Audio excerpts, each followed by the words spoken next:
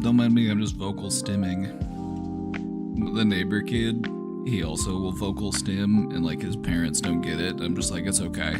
He's just vocal stimming, it's fine. He's like, sometimes I like to make weird noises. I'm like, me too, brother.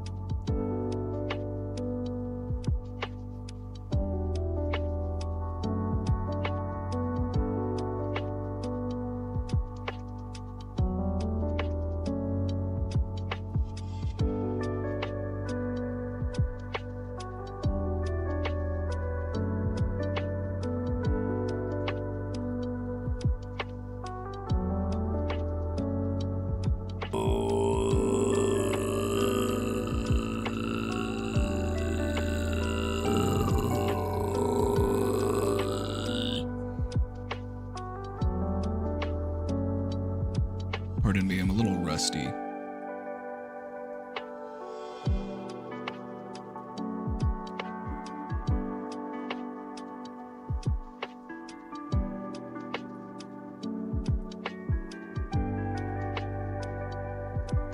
Got a quick throat singing lesson while we get started. Got a quick throat singing lesson.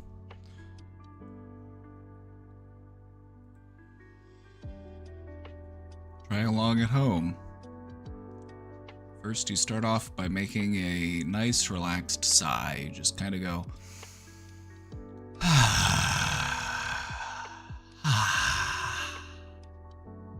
Try to find that vibration in the back of your throat.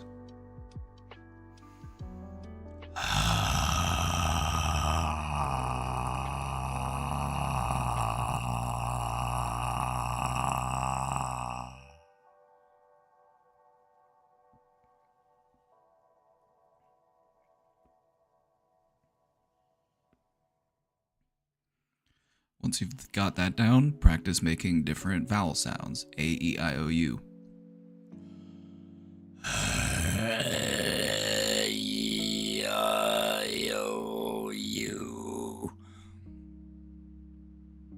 The door is open and my sister is asking if I'm okay. Invite her to throat sing with you. Invite her to try with you.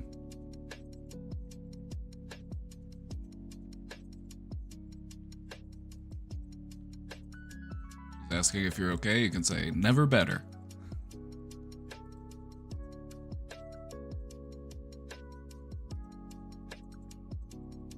Just as a heads up, if you do want to learn how to throat sing properly, you're probably going to spend the first month or two sounding like a garbage disposal, because that's what it was like for me. I had to spend a lot of time sounding like just terrible noises. Throat's a little dry. It makes you very aware of what's going on in your throat. If there's anything like clogging it up or if it's dry.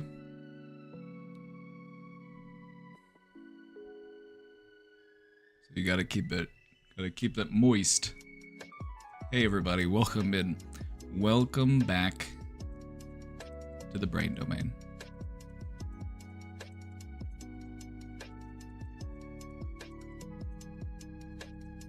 Welcome back to the brain domain.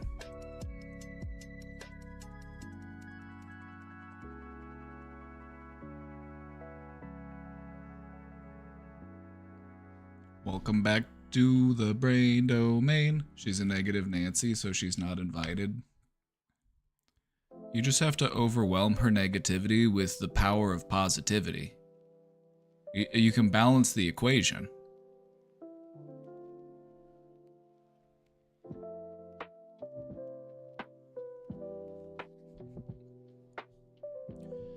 Welcome back, everybody. I hope you're ready to get a little political today. Because I've decided today's the day. Today's the day.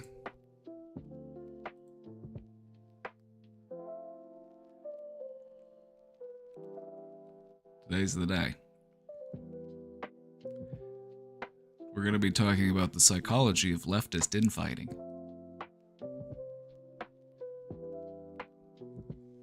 Something that anybody who's spent more than 5 minutes in a progressive space has probably had to experience firsthand.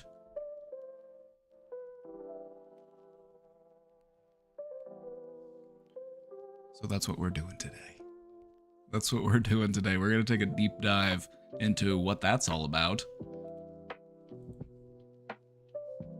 And when I say deep, I mean there's 15 slides in this bad boy. A full-sized presentation.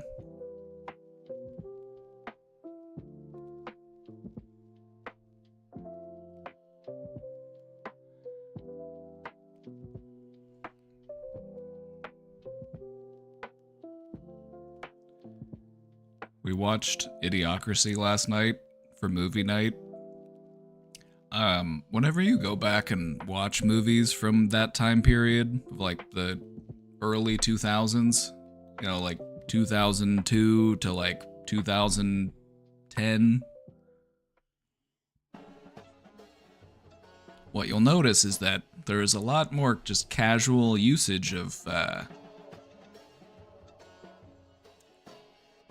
all sorts of slurs. But, you know, I go back and I watch it, I'm like, I'm glad we've been able to come as far as we have in 20 years.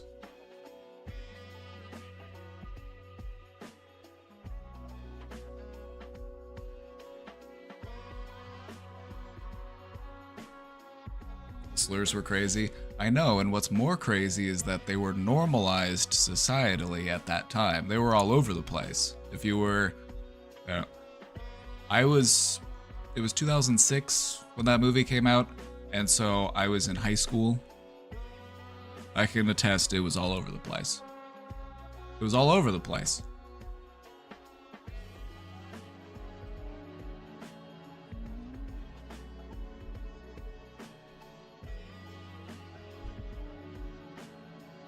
So anyway, I think it's nice to look back every once in a while and just be like, yeah, look how far we've come. Look how far we've come.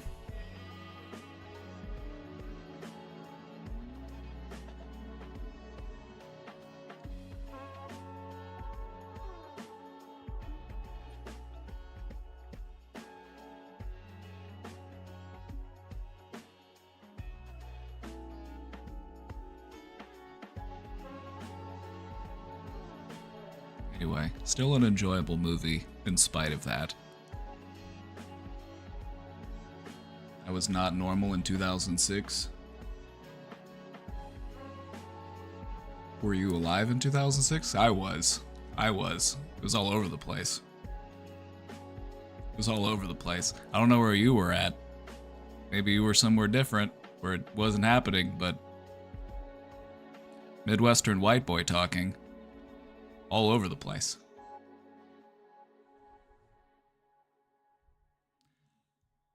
I think some of it might depend on where you were in 2006, but if you lived in most parts of America, you graduated college in 2006. Well, that's because you were in college. In college, people outgrow that behavior. But, yeah.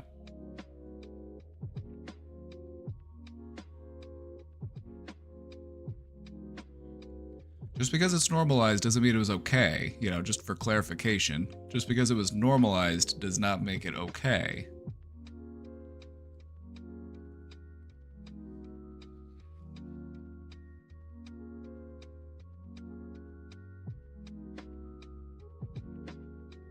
But anyway, we grew up, we learned, and now we know better.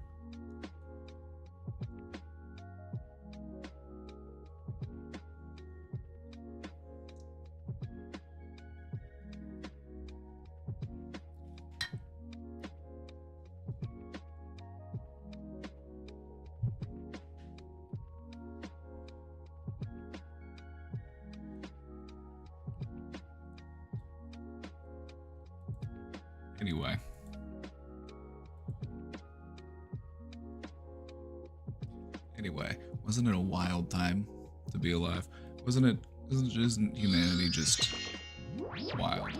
Kathleener, thank you for the 15 months. Thank you for the 15 months. We got a question in the box. Let's take a look in a minute here. We'll take a look here in a minute. First up, I want to see, how are you doing? How are you doing today?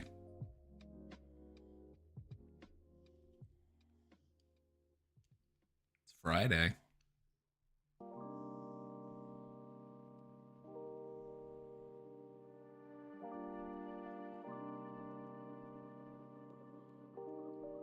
I'm alive, I'm here, and that's a win. I don't miss those times very much. I don't miss the Bush presidency either. I don't miss the Bush presidency either.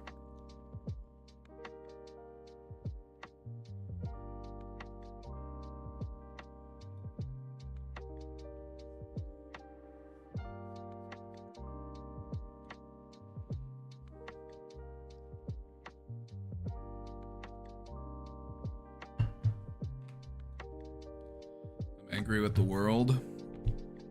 You don't need to be angry with the whole world, but you should be angry at, like, at least a couple hundred people. There are a couple hundred people you should definitely be angry with.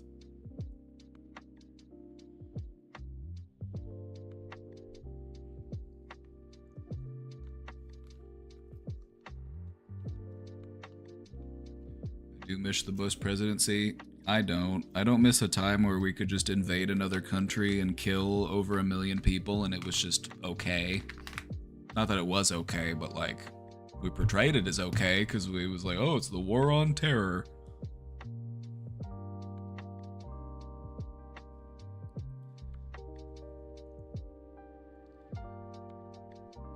See, nowadays we can't do that shit ourselves and we have to outsource it to proxies. Which is why you still see Western imperialist forces committing acts of genocide.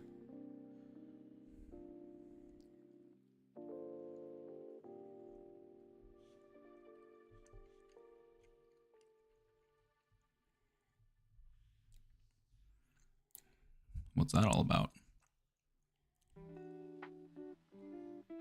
You guys ready for the Department of War? That sounds ominous.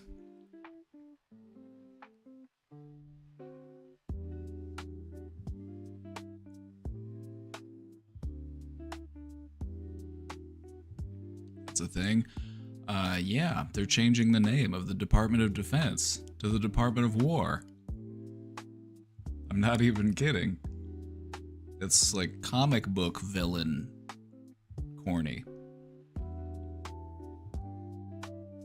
Idiocracy is coming true. It's...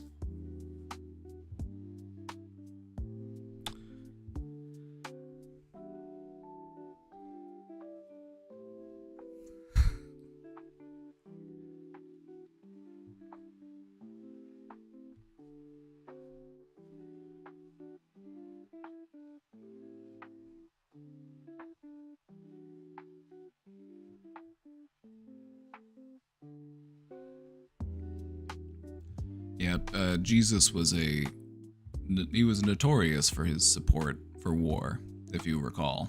He talks about it all the time. Talks about how he just loves indiscriminate violence. Anyway, war is a racket. War is a racket. A bunch of rich old dudes buying and selling weapons and convincing young people to fight and die on their behalf.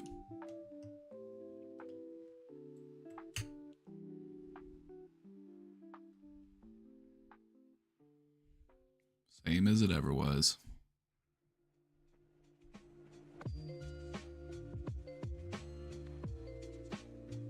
We live in a mashup world of 1984 and Idiocracy. Yeah, who would have ever imagined that a fascist dystopia could also be so stupid?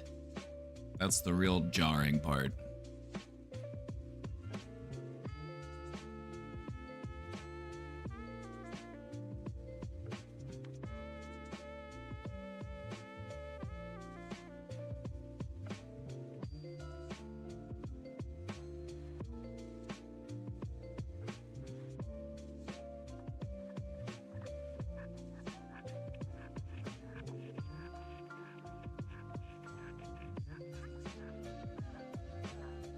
Talking heads in my head, same as it ever was. It's kind of a nice mantra. Same as it ever was. Same as it ever was.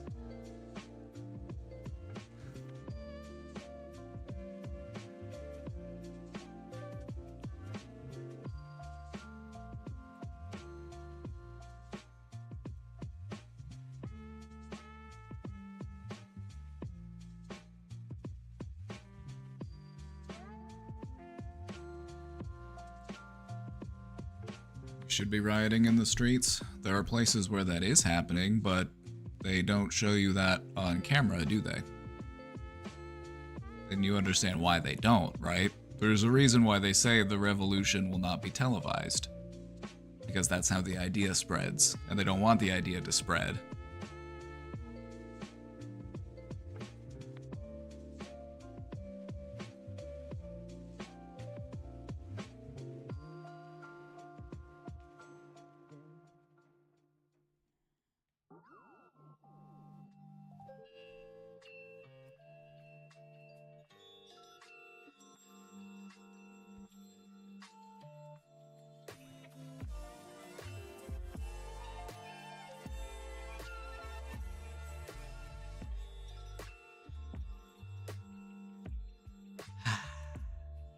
Anyway.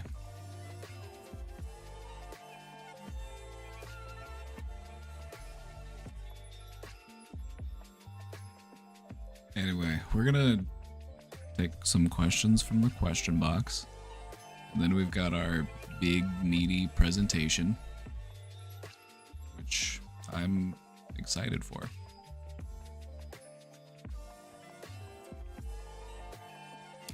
I'm really excited to talk about leftist infighting because it's one of the most annoying things that I have to deal with on a nearly daily basis. So I'm excited to finally talk about it with all of you.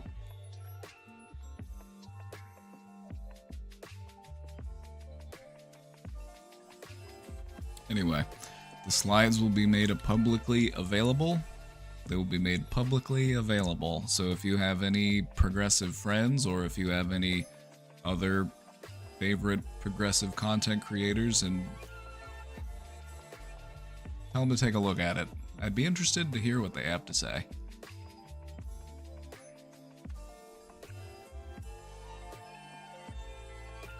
Just let them know that they're not a real leftist if they don't read my PowerPoint.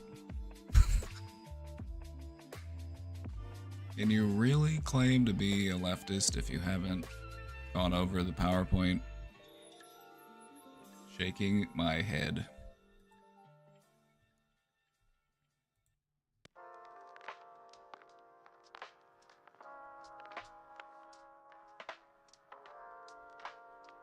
What's a good amount of rest for college studies with 8 hours or sleep? Of sleep? Of sleep. Yeah. I currently study for 14 hours a day, but I don't think I'm fully understanding what I study half the time. That's because you're studying too much. Your brain has a limit on how much new shit it can absorb in a day.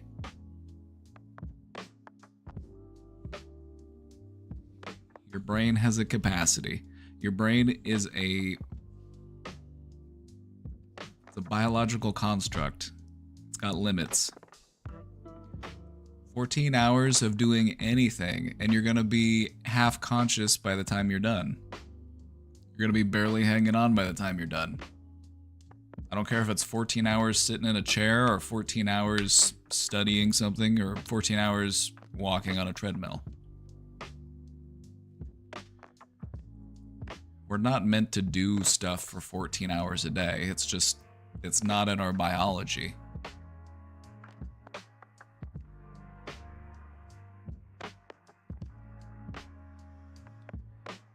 When it comes to studying, you want to try to find that healthy amount where you feel like I'm absorbing all of this, I understand this, and I can apply these ideas. But not to the point where you start to get diminishing returns. This is going to be overly simplistic, but the idea of diminishing returns is you put too much into something and it starts to have the opposite effect. And so for studying, for example, there's a sweet spot with how much I can study while still retaining most of it, because you never retain all of it. This one goes out for you perfectionists who need to absorb every word on a page. You can't absorb all of it unless you have some sort of freaky photogenic brain.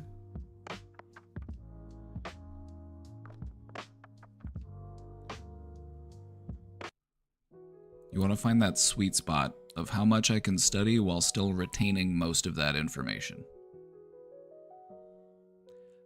If you go beyond that, you might actually start to jeopardize the information that you were absorbing earlier in the day.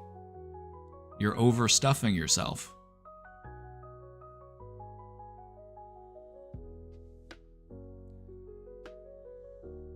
Because what's going to happen is when you go to sleep, your brain's going to go through its sleep cycle and it's going to go through a little bit of deep cleaning, and it's going to throw away any ideas that aren't firmly grounded. And so you're going to lose a lot of that stuff that you tried to retain because you overstuffed yourself. You're better off keeping to a certain amount of information that you want to study in that day. Like, I'm going to study chapters 4 and 5.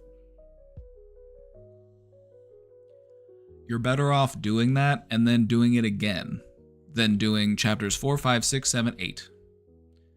Do 4, 5, and then give them another pass to help to reinforce that knowledge.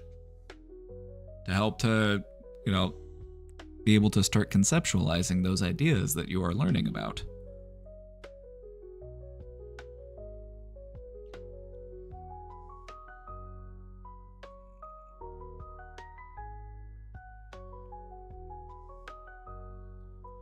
It can also be helpful to kind of make your own study guide as you're studying. If there's a key concept or vocab word that is bolded in your book, write it down on a piece of paper and then write down what the definition is next to it. That'll help to lock it in.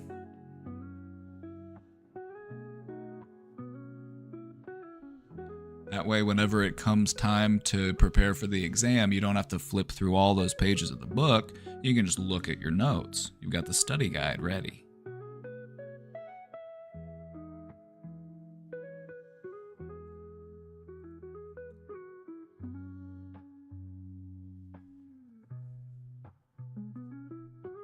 This is exactly why I wasn't meant for school. Hate studying and shit. But you love learning, don't you?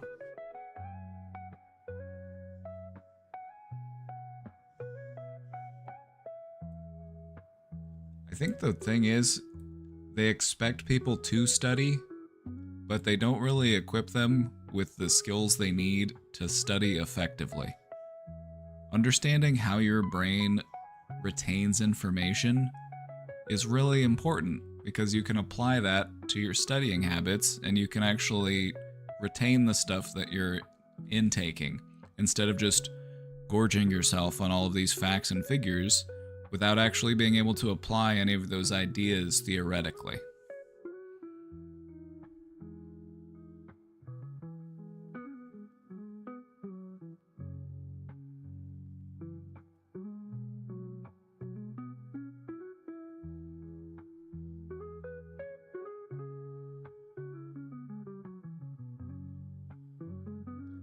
The problem is I really can't study right when I don't care about the subject, so I try to find other ways to make it fun while learning the same logic.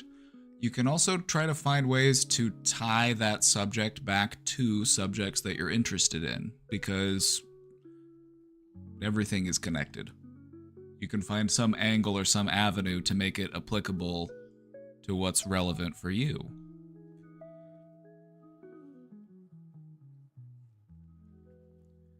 Like, I had to take a lot of psychology courses, and I also had to take some psychology courses that I just wasn't all that interested in, like industrial organizational psychology, which is the psychology of people who go and like work in HR. It's the psychology of how do you get your employees to be more loyal and effective. It just wasn't really my thing. But you can take what you learn and you can apply it in different ways. Like, you learn important skills for organizing people and motivating people. I don't have to go out and use it for evil. I don't have to go out and use it for capitalistic ventures, but I can still apply that knowledge in a meaningful way in other areas of my life.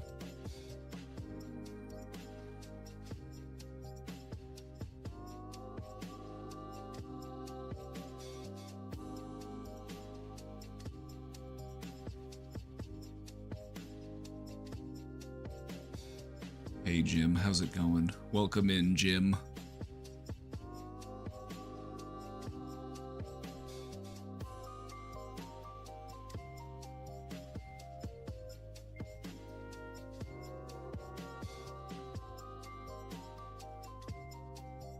Anyway, I love learning. I love to learn new stuff. And what you'll find is that it's all related. You can find a way to tie it back to something relevant and meaningful for you, even if initially you're like, why do I need to care about this at all? You gotta make that connection.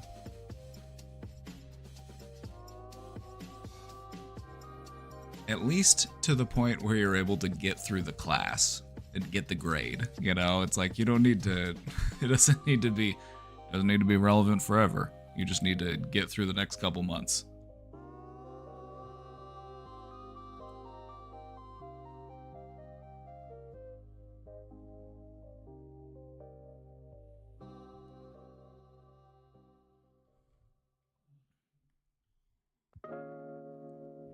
Learning is fun, studying isn't. I feel like that's also due in part to the pressure involved. Like, when you're studying, it's because I've got a performance to do. I've got a performance. I've got to put on a show. I got to take the exam. So there are now high stakes to your learning. Like, sure, watching a YouTube video about some random topic, you're like, huh, never really understood how woodworking worked, but now I know a little bit more about it. Cool. Versus like, all right, I need you to sit down. I need you to name 3 types of saws. And I need you to give me a short essay on proper application of wood glue.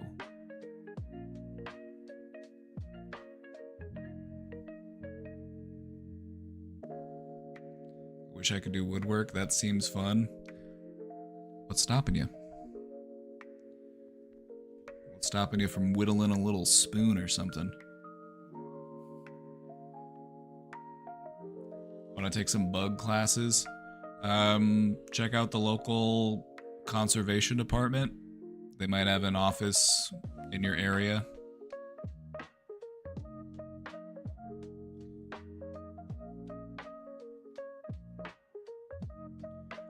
Anyway, the questioner was asking about sleep, and sleep is a really important part of retaining knowledge. Whenever you go to bed, it helps you to clear out the static so that your ideas can make more sense.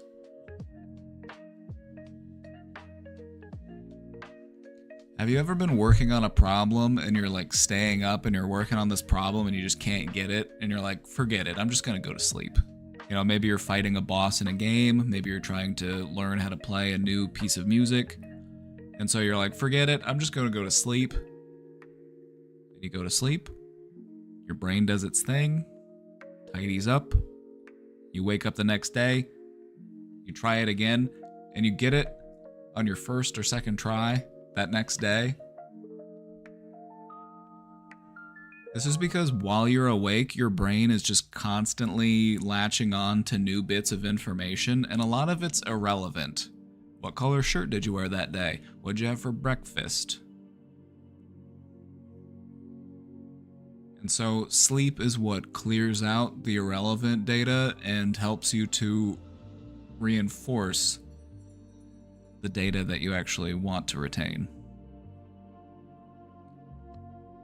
And so this is why if you push yourself too far and you're studying for hours and hours and hours a day, you might actually be counterproductive. You might actually be harming your studying.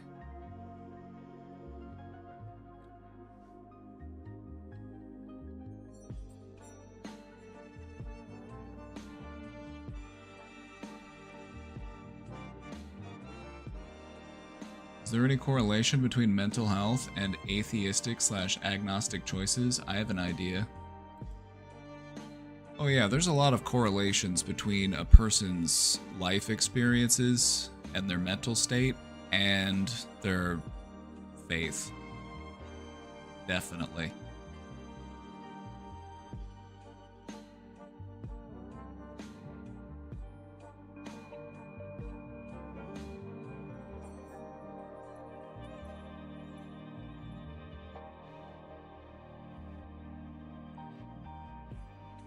But yeah, anyway, TLDR, don't push yourself too hard. Find that sweet spot. For me, it was like, I studied like it was kind of like a part-time job. 4 hours, 5 hours if it's a big deal.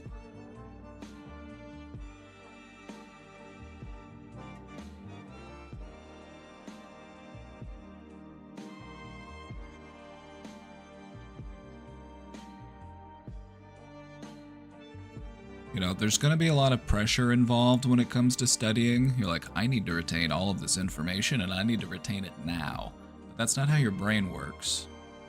So you got to work with your brain in a way that your brain can handle. Don't overload it. Give it time to digest. Don't stuff yourself. You know, it's kind of like, I don't want to be hungry next week, so I'm going to eat a ton of food today. I'm going to eat 14,000 calories today so that I'm not hungry next week. It's like, no, that's not how it goes. If you don't want to be hungry next week, just eat a regular amount every day.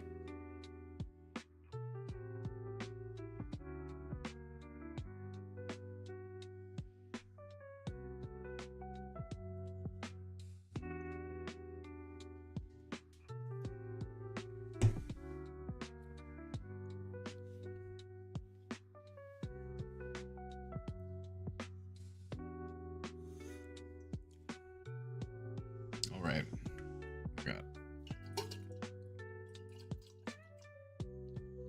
got an okay amount of water. We'll try to make do.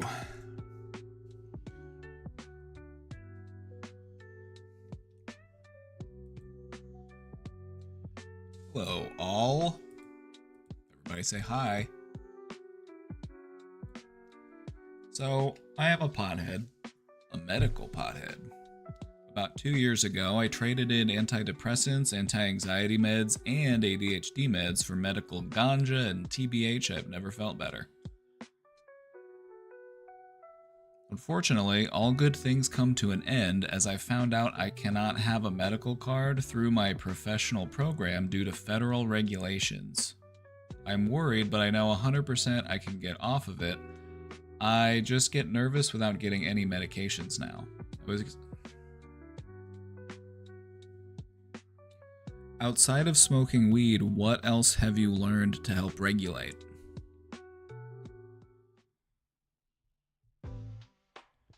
What else has smoking weed taught you about how I need to approach these types of things? Has it taught you that maybe sometimes I just need to chill? Maybe sometimes I just need to...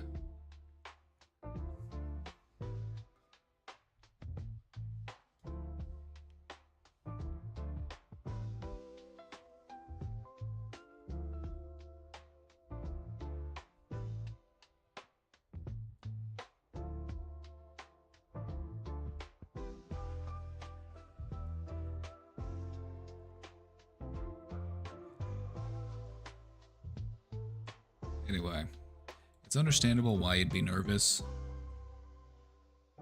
It's understandable.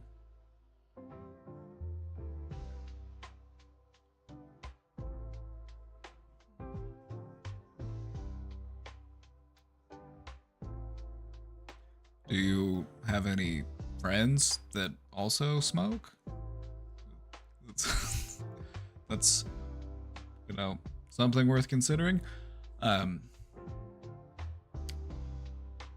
I was accused by my previous psychiatrist of abusing my ADHD medications. Really?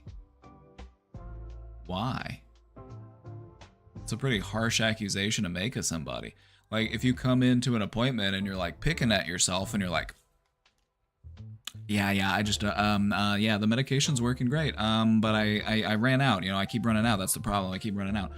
Like, if you're like tweaking out, I could understand why a doctor would be like, clearly you're abusing your medications because, look at what's going on here.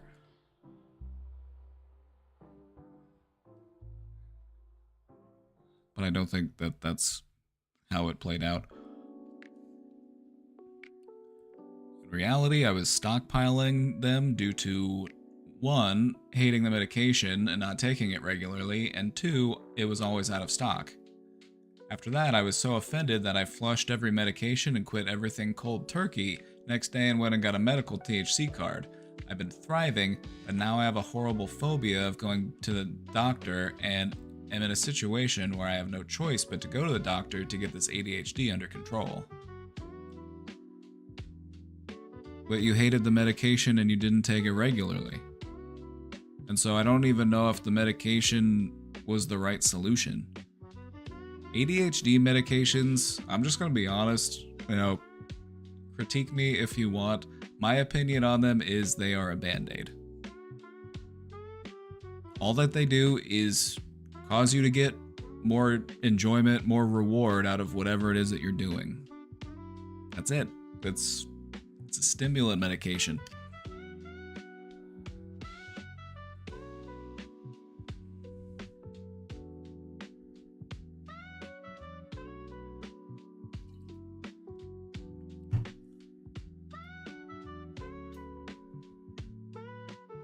You're trying to get your brain to operate a little bit differently, and you can do that by training it. But we live in a culture where we are very eager for a quick solution to problems, and so that's why people are so over-medicated. You can thank capitalism for that. We gotta get you back to work ASAP. We need you crunching the numbers. And so that's why we're going to throw a couple pills at you so that you'll sit there and be quiet and just grind away for 8 hours a day.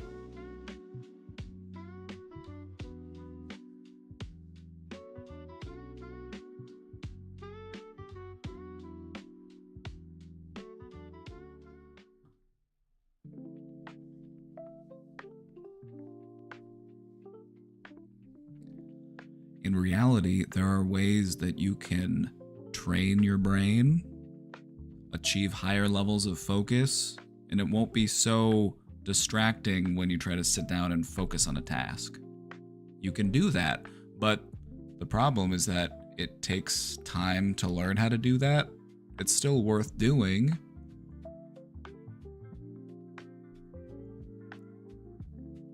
But we don't really live in a system that allows people the time that they need to get better.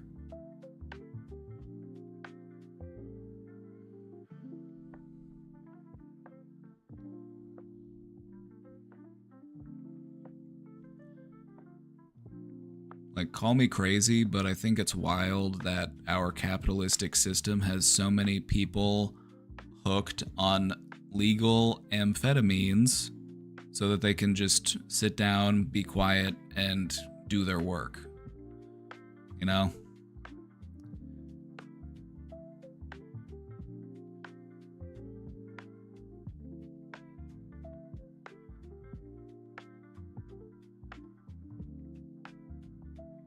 I don't know. And I say this as somebody who has been prescribed ADHD medications. I've been prescribed them. And I realize, I gotta learn how to deal without them.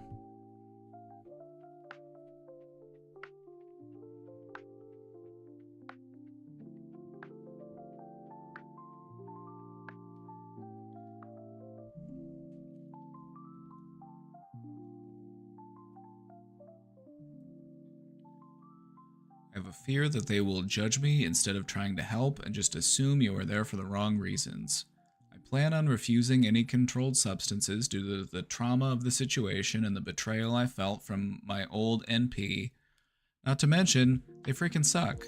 Also, since the weed worked so well, I'm just assuming that maybe I would work well under a non-stimulant medication. I'm very nervous, but we'll try and schedule in a few months. I tried scheduling this week and had a panic attack and cried.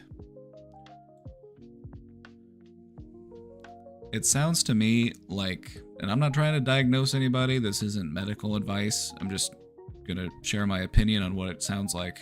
It sounds like anxiety is the core issue here. What you will notice is that ADHD gets amplified by anxiety. It's easier to sit down and focus on something when you don't have anxiety just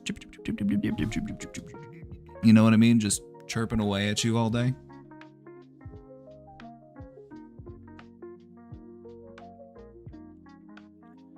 There are medications that can be used to treat anxiety that aren't habit forming. Stuff like beta blockers. They can also prescribe you stuff that it lowers your blood pressure. It's like a blood pressure medication because heightened blood pressure can be a symptom of anxiety. And so regulating your body can help reduce the anxiety symptoms. And it can do it in a way that's safer than having to take something like benzos.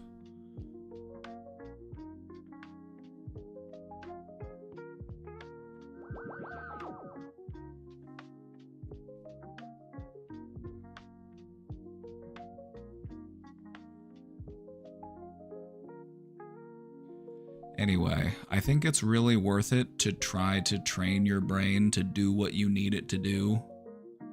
I feel like a lot of people are convinced that their brain is broken and the only way to treat it is with medication, and that just simply is not true. Now, there are some things where medication is necessary, but do you really think that people aren't over-medicated? Do you really think that the pharmaceutical industry isn't highly motivated to get people taking as many pills as they can? When was the last time you went and stood in line at the pharmacy? How many people were there? How many prescriptions were they picking up? Americans are some of the most medicated people in the world, and we're also some of the sickest. So, riddle me that.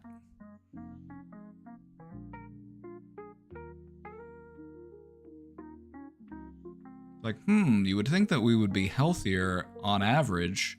You would think that we would have a higher life expectancy. You would think that we would have a lower infant mortality.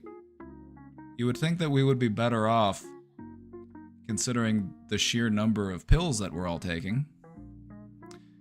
Funny how that works.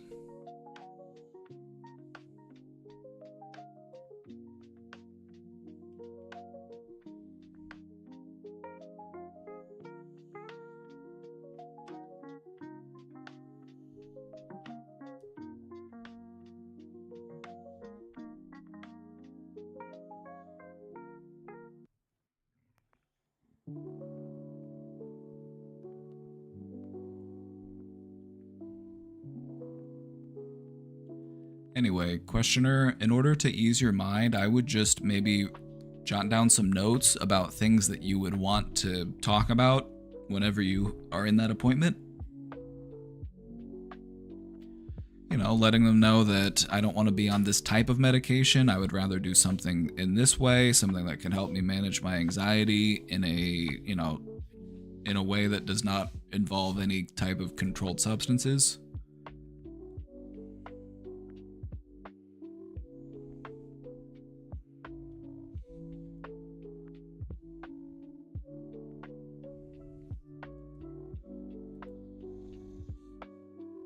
I just want to ask you something. Have you ever seen a medication that people will get more defensive over when you start bad-mouthing it?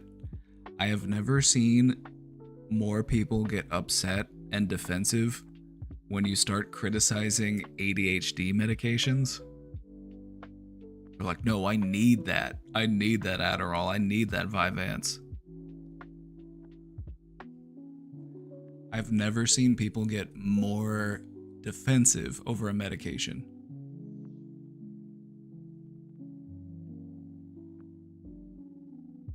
You start criticizing it, people get angry with you.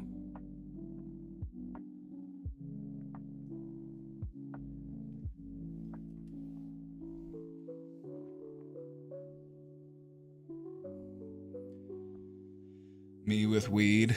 There's a far cry between weed and a derivative of a substance that was invented by the Nazis in order to fuel their war machine.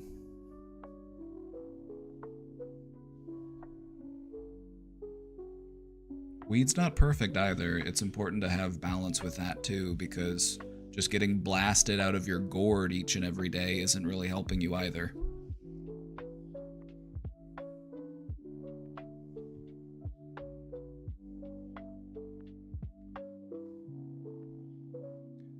We often focus on the opioid crisis in America, but something that we hardly really talk about on a national scale is the amphetamine crisis.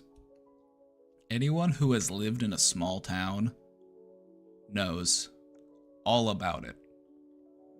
You probably know somebody who got addicted to it. You probably know somebody. It's all over the place. People are making it in their basements and in their sheds and in their trailers.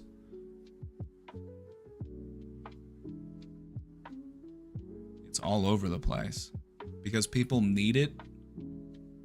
A lot of people are utilizing it to be able to work as long and as hard as they need to in order to survive, and that's fucked up.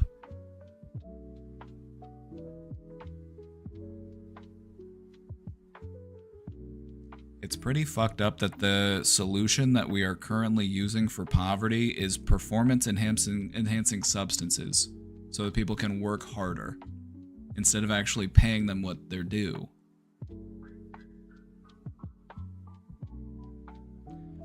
I don't know. What would you rather have?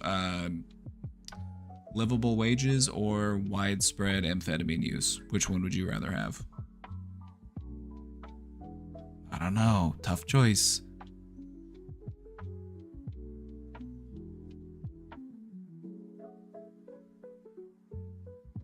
If it's not meth, it's opioids. Well, what a lot of people do is they will use meth to work really hard, and then they work really hard because they're on meth and they can be up for days at a time.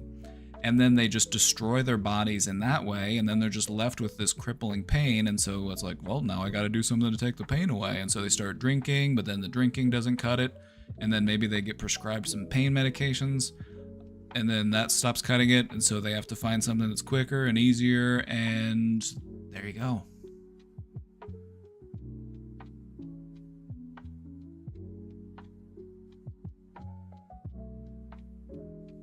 Or sometimes you have people in a really dangerous position where they're doing that sort of trailer park speedball where they're taking methamphetamine to go up and fentanyl to come down.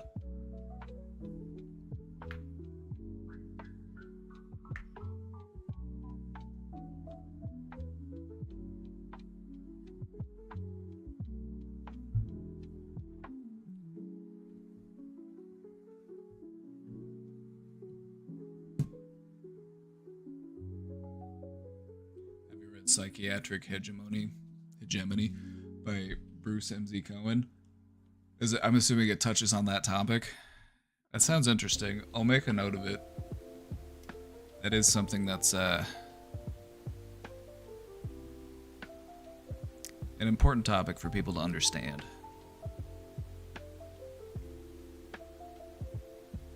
So what does that even accomplish by doing meth and an opioid? Well, it fucks you up in all sorts of ways, and you normally die a tragic death at a young age. That's what really happens.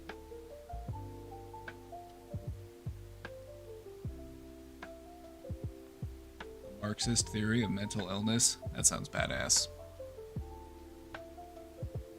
I'm gonna make a note of it.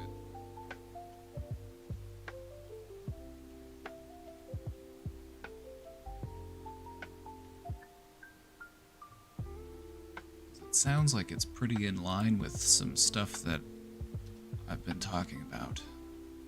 And I haven't really heard many other people talking about it.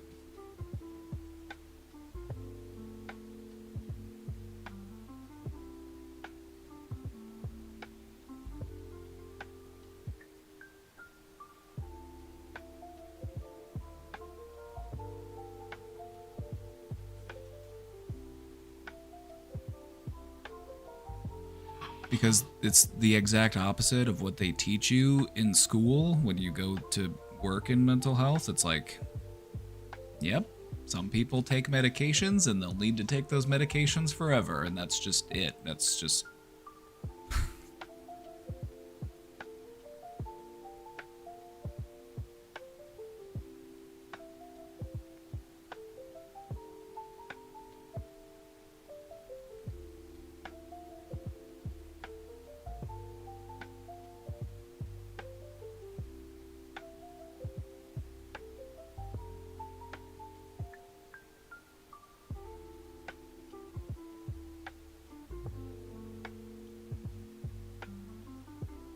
What I need to know, though, is why is this book $82? Is it out of print? Have they tried to... Like, hold on, let me show you this. Look at this.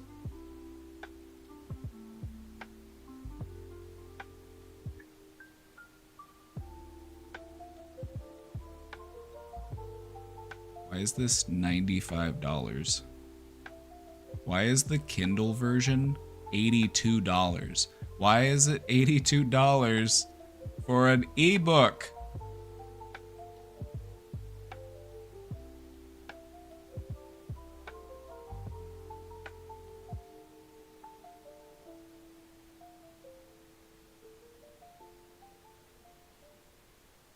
That should be illegal. I guess we'll just have to take to the open seas. We'll take to the open seas. We'll find a way. Life finds a way.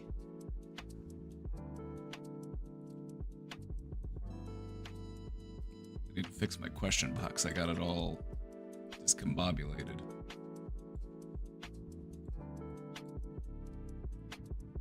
Yar, matey. We be taken to the open seas.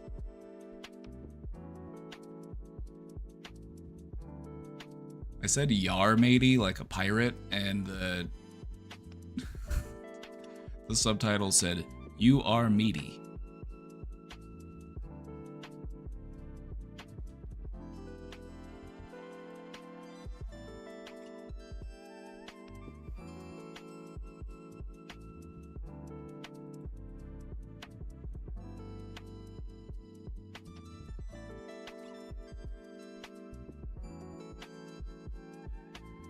Anyway, going back to what the questioner was talking about, I think just having a clear idea of what you want to talk about, what points you want to make whenever you go back into that appointment will help you to feel a lot more prepared going into it, and then you won't feel as anxious about actually setting it up.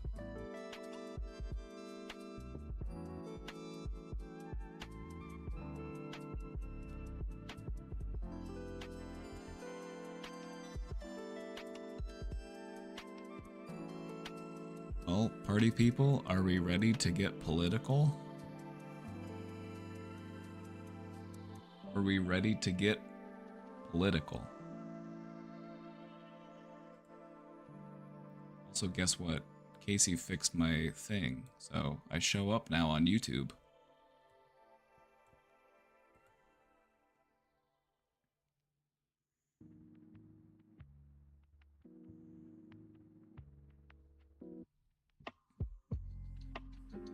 Presentation. We love presentations here. We've got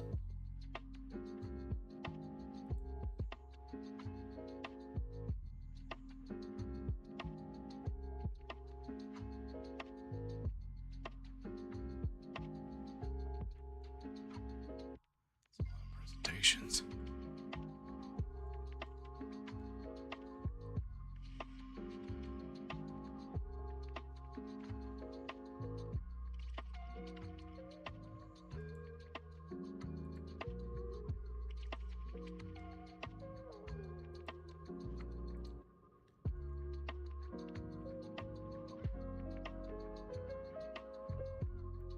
Just did a basic one to teach my Discord friends. I just love putting PowerPoints together. I had to do it pretty regularly in school, and I always thought it was fun.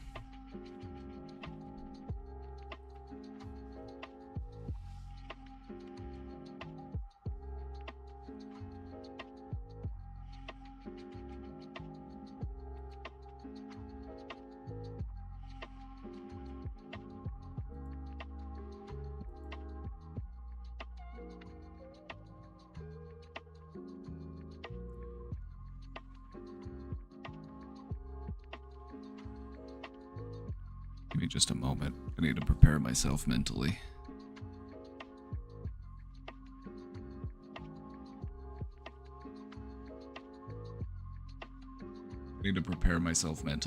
This is a topic that I find incredibly important, but also incredibly annoying.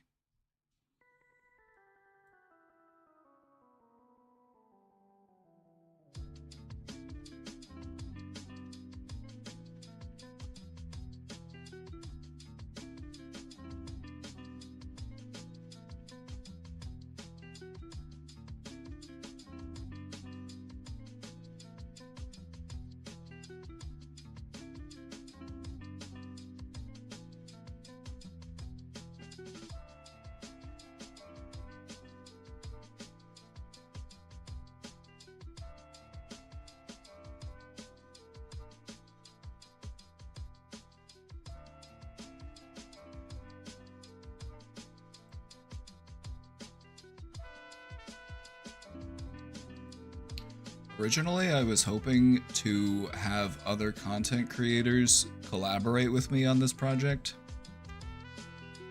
but I decided against that. I don't know if you know anything about what it's like to organize streamers to do anything, but it's not easy. I would rather herd cats. Which is crazy because we're all working from home, so I don't get why it's so fucking difficult, but it is. So, another mystery.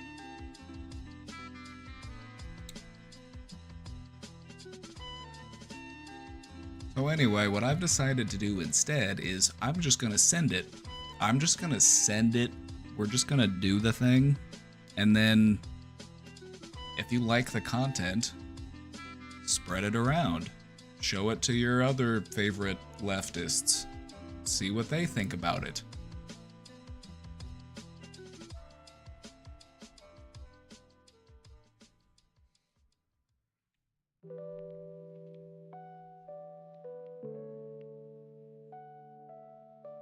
I'm taking a minute to just kind of prepare and warm up because I might trim the segment of the video so that it's just the presentation. So, gotta get in the zone. But just a quick informal poll. I just want to ask you in chat.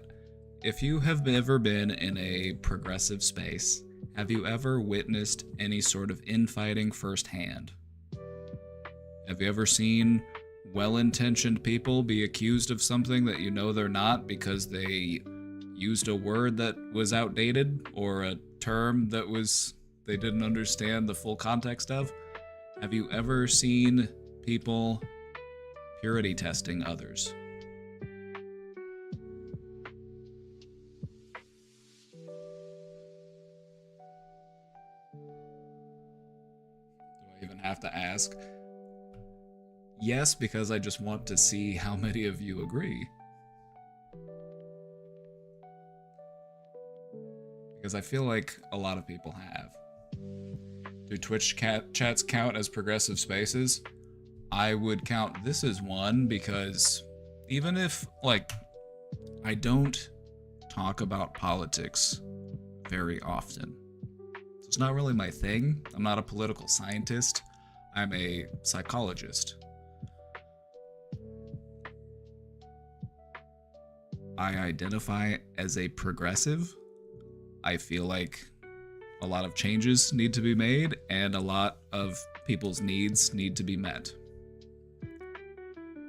And so as a result, I have friends who are political streamers. I have friends who are activists, progressives. And so I spend a lot of time in those spaces.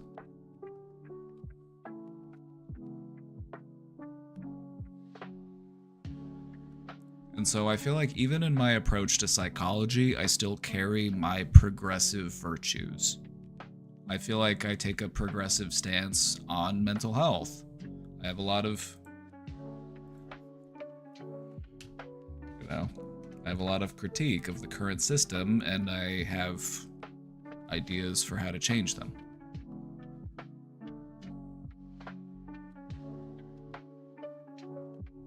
Even leftist political parties can't stay together because of disagreements.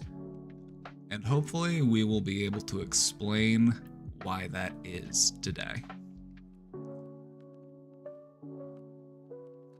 Was it annoying for you at first, even if you agreed? Yes. There could be somebody who I 99.99% agree with, but I still find them annoying because of their holier than thou attitude that they have over that 0.01%. I disagree with your hypothesis. What was my hypothesis? Which hypothesis are we disagreeing with? I don't know if I've stated a hypothesis.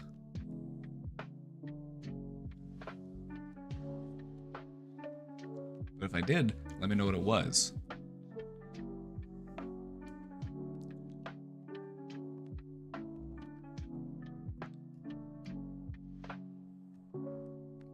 Gag. Oh, okay.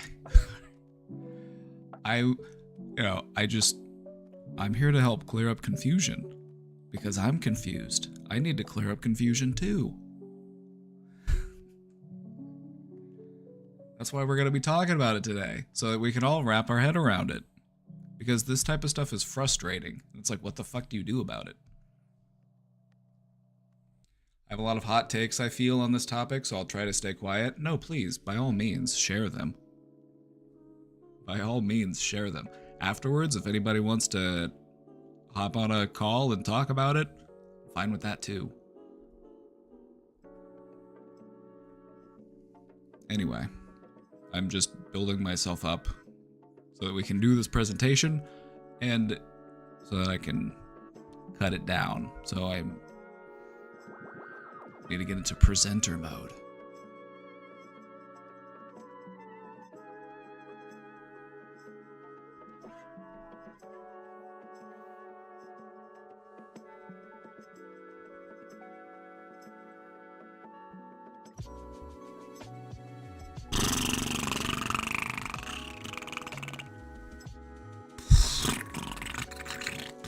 amount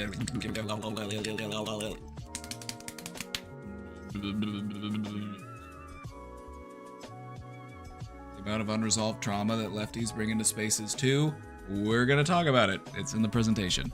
We're going to talk about how trauma factors in.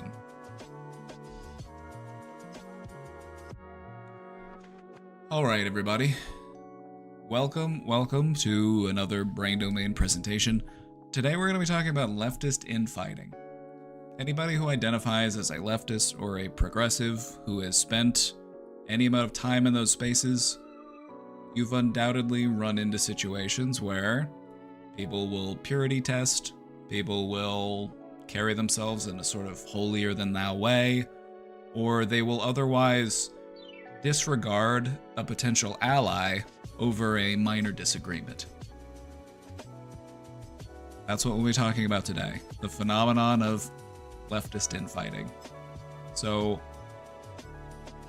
buckle up. Let's get to it.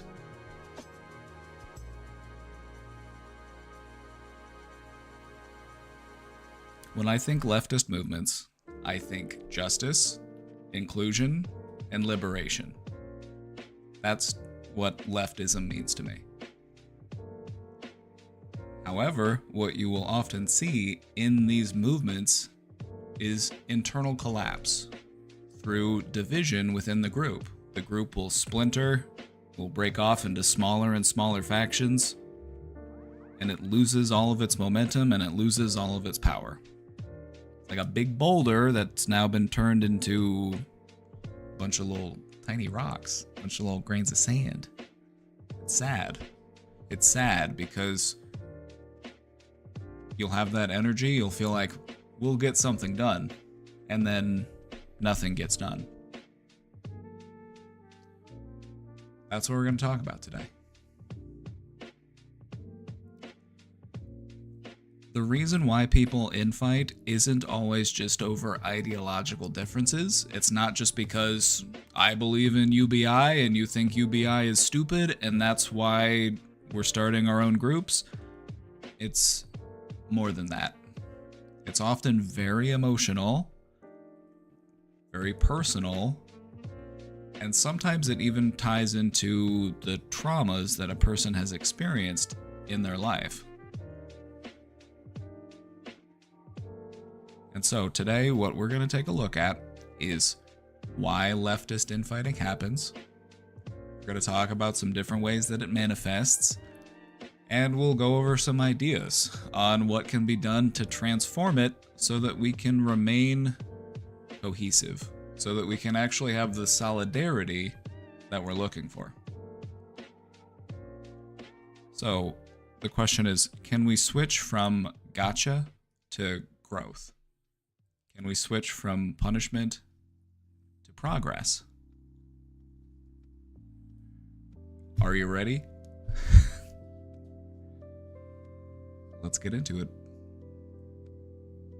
So, let's define leftist infighting a bit more clearly before we move forward. Infighting refers to internal conflict within a group. Within a group that will typically share a broad ideological alignment. You and I agree with each other on at least 90% of stuff. Maybe even more, maybe 99 and some change. But it's that one thing that you and I don't see eye to eye on, and that's where the problem is. And so we've got people splitting off from one another because of those differences. And it weakens the movement. It weakens the ideology. I feel like this happens in every group/subculture. It does. What you'll see is that people will break off from larger groups and move themselves into tighter and tighter echo chambers until they can surround themselves with people who agree with 100% of all of the bullshit that I think. That's what I'm looking for. Well, maybe this guy likes sausage on his pizza and maybe I like pepperoni, but, you know, we can let bygones be bygones. You see it all over the internet. The internet has really perpetuated this type of phenomenon. You find people in these very like microcosm like subcultures, just these tight echo chambers where they can just share all of their dog shit beliefs with each other and then congratulate each other on all being the smartest people in the world.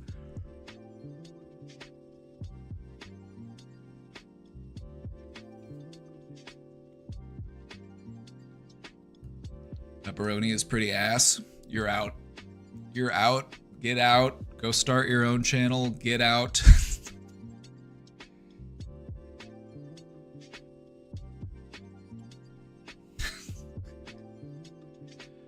All right, here are some common examples of leftist infighting. First up, callouts and cancellations.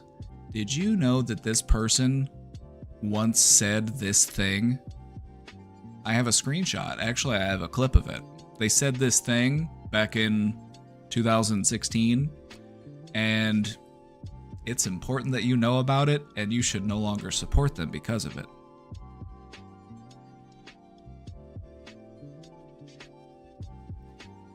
Now, it's important to call out bad behavior, but when it exists within a leftist space, it often feels more opportunistic, like this person is only calling out the other person because they're trying to bump themselves up within the perceived hierarchy.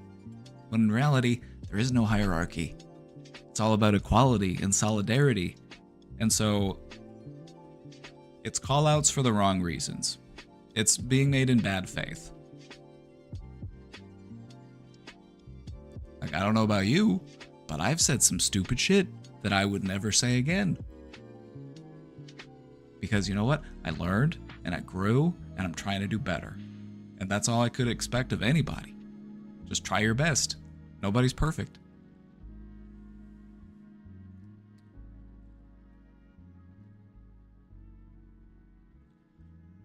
Another common way that you will see people infight is through ideological gatekeeping and purity testing.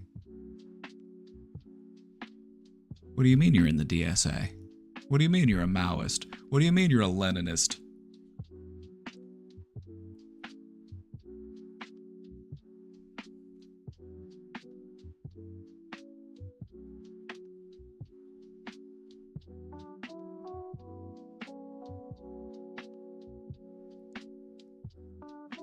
What do you mean you once supported this person and that person turned out to be a bad person?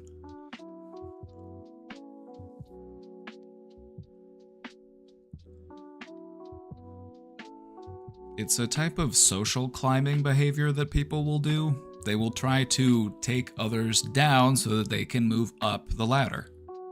And this type of mindset does not belong in a leftist space, because leftist spaces are about solidarity, growth, mutual understanding. And so this type of behavior is the antithesis of what you would expect somebody to do.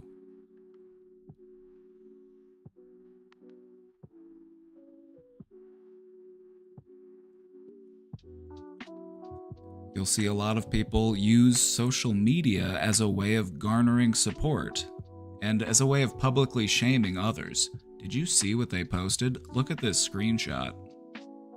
Check out this video clip.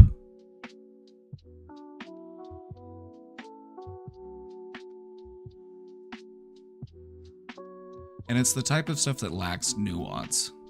You know, like if you're showing a clip of somebody who's still shitty today, and you're showing a video of them being really shitty a few years ago, it's like, oh wow. Now I know even more about just how shitty they are. But if it's a person that, for all intents and purposes, has been well-meaning and kind, and you're like, wow, can you look at that?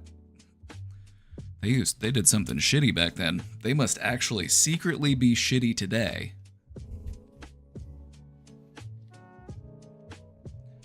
It's a type of all or nothing thinking, which,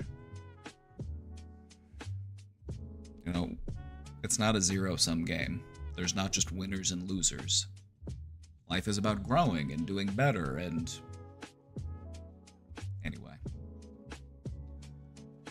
Factionalism, ideological turf wars, that's when you start getting into those little tiny groups and you're like, well, actually, I'm this type of thing and you're that type of thing. So you can probably think of different labels, different subgroups. It's like, oh, you watch this streamer? Well, I watch this streamer actually because this streamer is more correct and your streamer said some stuff that I don't agree with.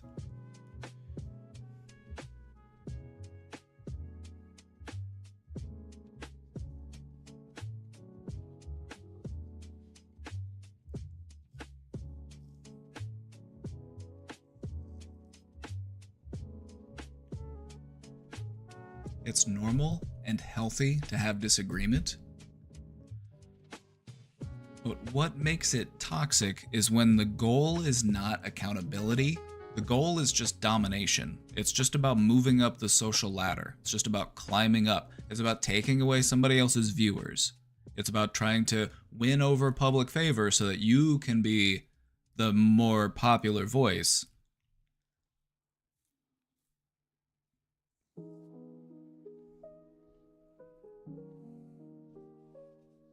You know, just think, have you found any of this to be relevant? Especially, you're on Twitch right now, right? And Twitch, for all intents and purposes, is one of the major platforms for progressive voices in the live streaming space.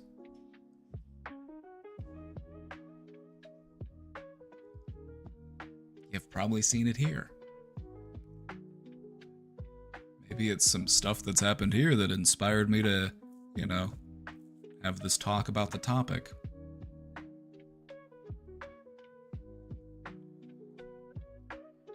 At its worst, what infighting does is it turns people's values into weapons.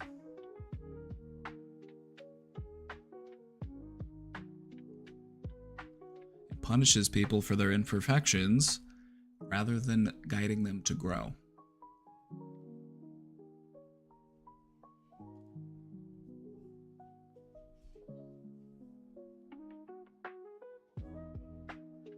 What does accountability even look like, though? I feel like people apologize for something done/said, and everyone still feels like they haven't taken accountability for their actions because they haven't been punished severely enough.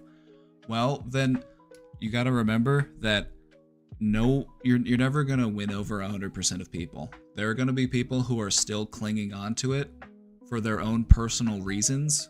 Maybe it triggered a trauma within them, and so that's why they have this, like, very intense response to the offense. And we'll talk about that.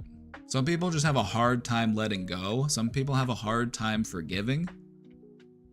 Some people don't believe in growth. And so you're never gonna win over 100% of people whenever you take accountability for something. All you can do is just be earnest, be sincere, and mean it. Like, and then have your actions speak for your words.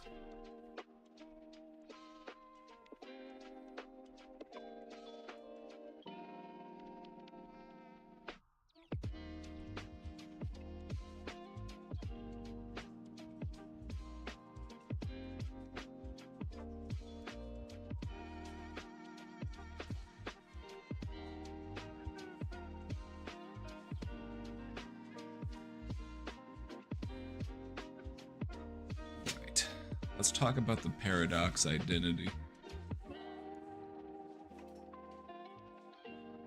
Leftist values often center around identity representation, lived experience,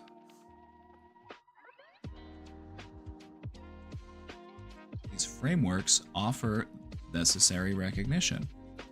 You know, people can feel seen, people can feel validated, people can have a voice at the table. People can be among equals.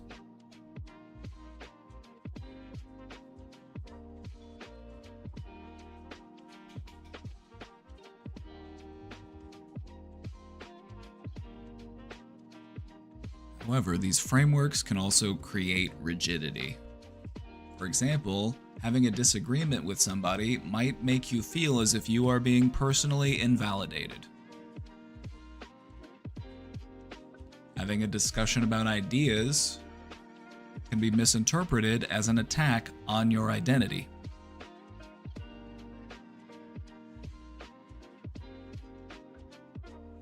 Imagine you're some type of person. You're some type of person, and you meet somebody who has never met your type of person, whatever that might be. And so they might say things that rub you the wrong way because they've never met somebody like you. Or maybe they have questions that feel invasive because they've never met somebody like you.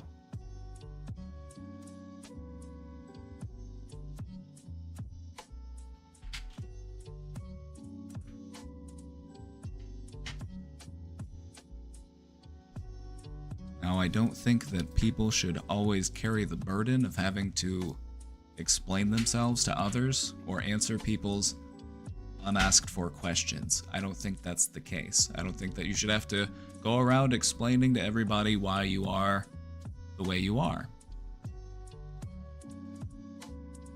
But I do think that we should not always assume ill intent when other people have questions. Maybe they're just curious. Maybe they're not actually trying to attack you in some way.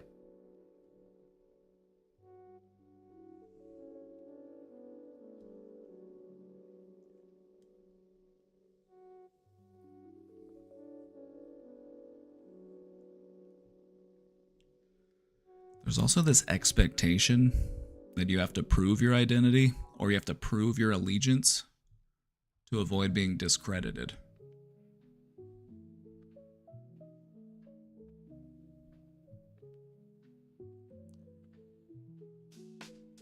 Fragile identity politics can quickly become a zero-sum game. A zero-sum game means there are winners and there are losers. Either you win or you do not. And so it's competitive. It's confrontational. It's intense.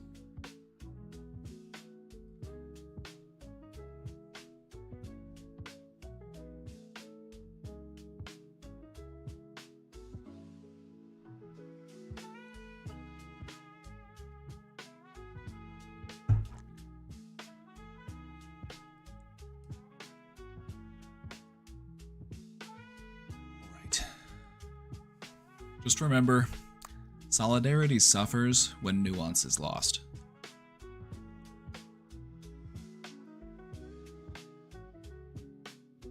All right.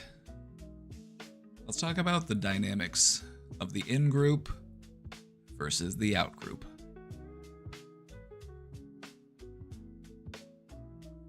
This paradox doesn't feel exclusive to leftists, but I know that's not your point.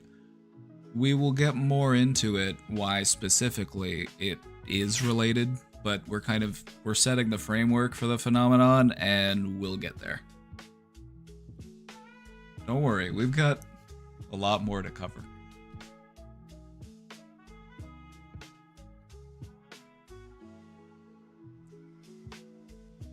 It's normal to expect opposition from your enemies. However, dealing with criticism from within your own camp often feels more threatening. These people are behind my walls. They can get within shanking distance of me.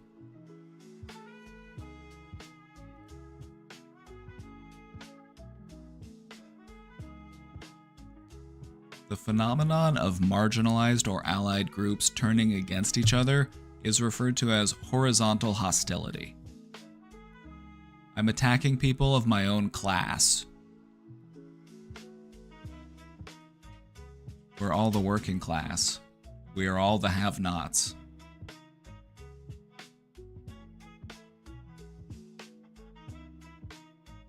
So horizontal hostility is what we want to avoid whenever necessary. Because any attack on our own people, it serves the benefit of our opponent.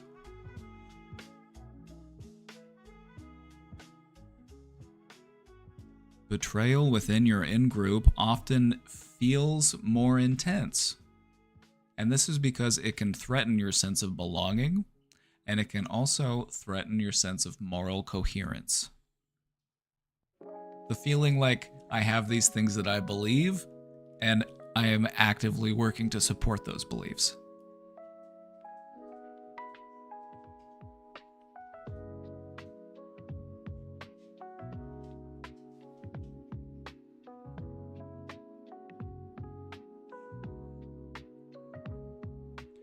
As a result, people who are almost like us end up becoming targets for a disproportionate amount of hostility because they have challenged our identity boundaries.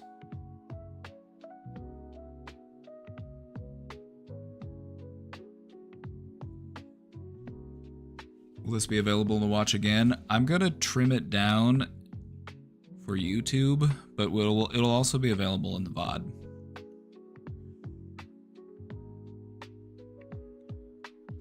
You can also get a copy of the slides. I've made them publicly available. You type !slides in the chat.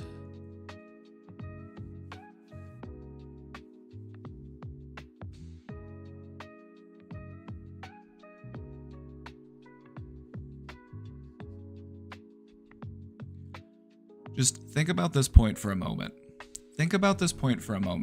Have you ever, either within yourself or noticed someone else do this, where they take offense to the misuse or the misunderstanding of something that's already very nuanced within an identity space?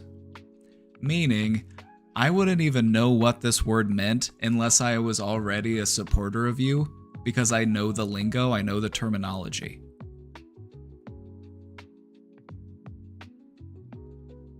Do you know what do you get what I mean? Like, I wouldn't even know what these terms were unless I was already invested in understanding and validating your identity. But since this person is so close to your vulnerable spots, whenever they make a mistake, it hurts more because they are in closer proximity to our soft spots.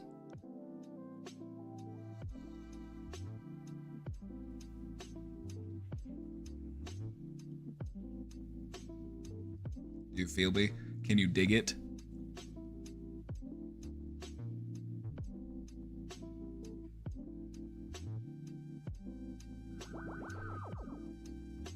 Because of this in-group, out-group dynamic, factionalism continues to grow.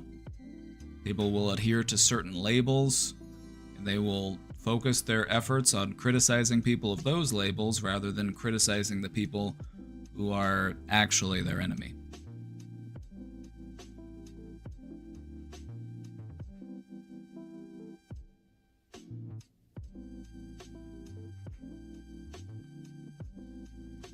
Like, I don't identify as a liberal. I find liberals to be annoying, but I'm willing to work with them because they are almost like me.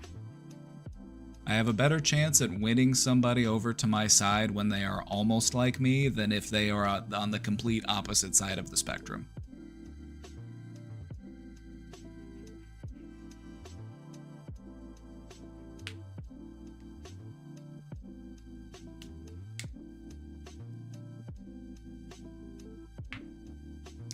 Alright, let's keep it moving.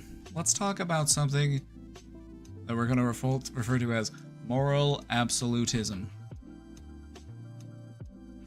Moral absolutism frames issues in binary terms. There is right and there is wrong. You are an ally or you are an enemy. Moral absolutism is a very black and white way of thinking.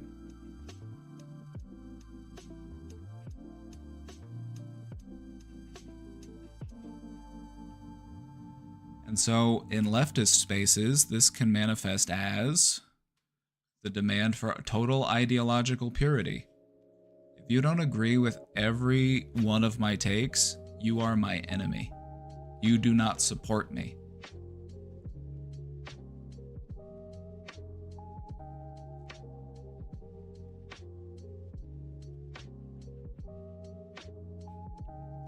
It can also manifest as a refusal to acknowledge a person's personal growth or the learning curves involved in developing new knowledge.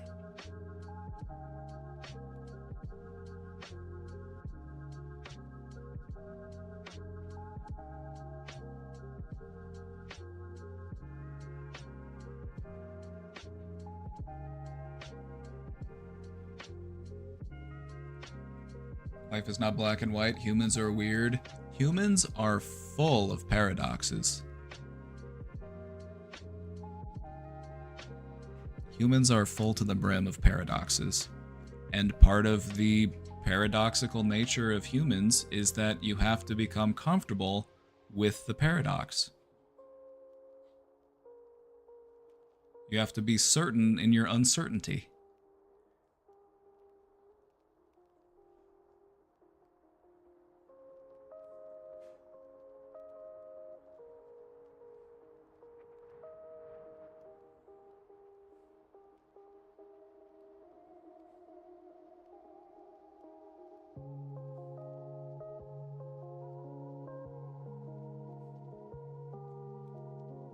It can also result in the quick condemnation of wrongthink, even if unintentional.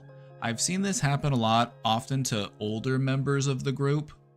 You know, maybe there's a person within your space and they're a bit older, they're from a previous generation, and they use a term that's outdated, or they use a term that's now insensitive or inappropriate. I've seen a lot of people get condemned because of those moments, when in reality, all that it requires is a conversation with them like, hey, we don't say that anymore, okay? Like, we don't use that word anymore, just so you know. But I've seen people take that and run with it as, oh my god, can you believe this? They are actually a terrible person. Did you see this word that they said? Everything about them is a lie. They're actually horrible. I've seen this happen so many times, and it most often happens with people who are either new to the group and they're still learning, or they're from a previous generation and they're still trying to catch up with the lingo.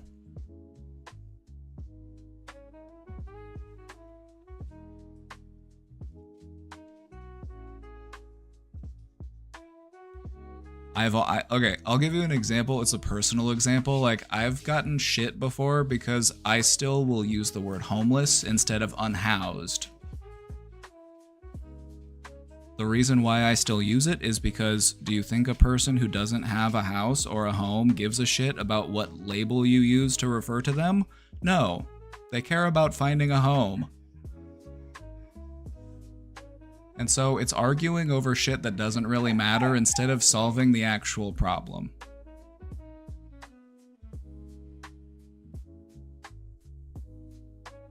Hold on, I'm gonna let the dog out real quick. He's crying. I'll be right back. 2 seconds.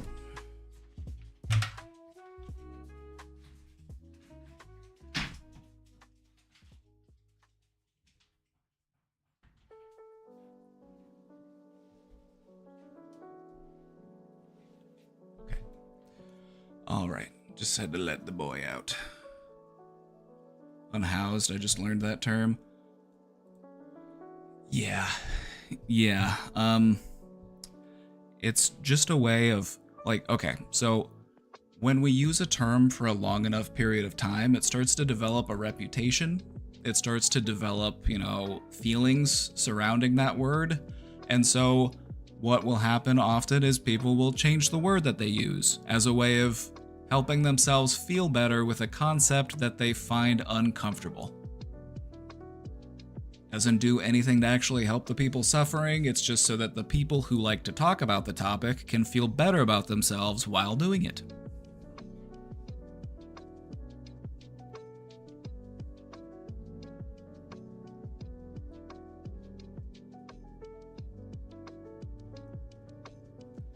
This type of rigidity, it stifles discussion. It can lead people into a moral panic. Like, oh my god, am I a good person? Am I actually terrible? I thought I was an ally, but everybody's saying that I'm terrible now, so maybe I'm actually a terrible person.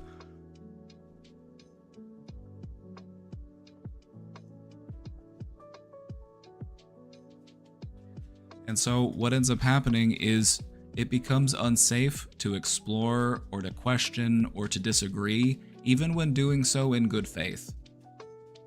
Because there is right and there is wrong. You either are my friend or you are my foe.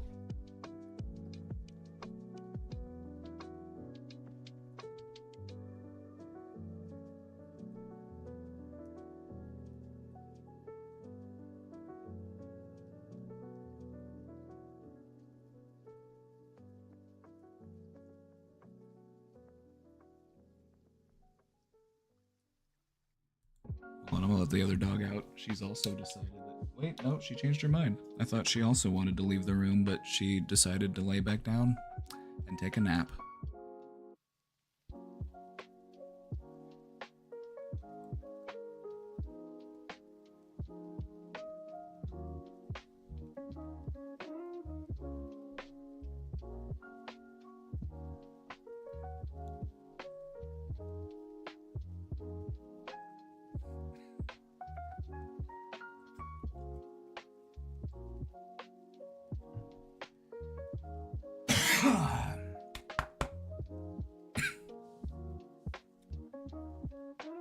All right.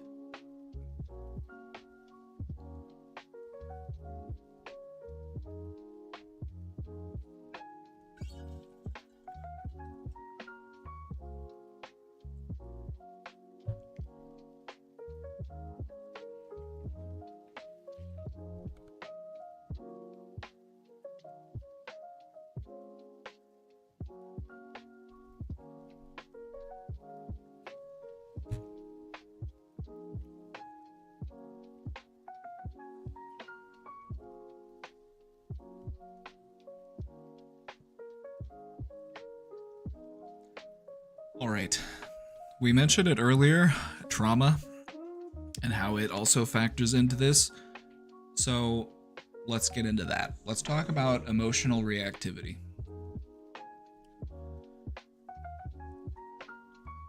As you may already know, many people who are drawn to activism carry trauma. Trauma, the pain that a person endures, it motivates them to go out and do something to end that suffering for other people.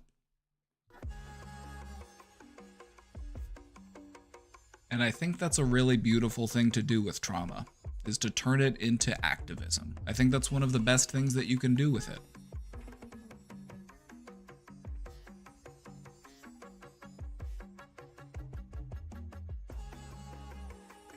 It might be personal trauma, it might be collective trauma, it might even be intergenerational trauma. What trauma does is it creates these emotional flashpoints. It can make disagreements feel dangerous. It can make criticism feel like abandonment or betrayal. When you find yourself in conflict, it's reactivating those wounds from the past harm that you have endured.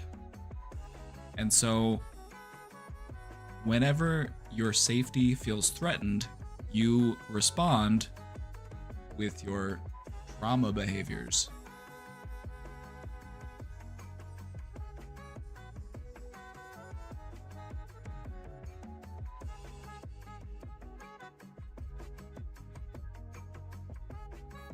This is why healing spaces are important. That's what we try to be here.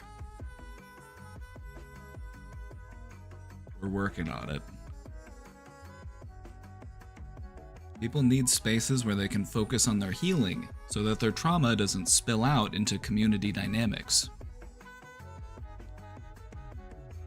Because all that trauma does is it just makes tensions high, and it makes it really hard for solidarity to occur because we're too emotionally reactive.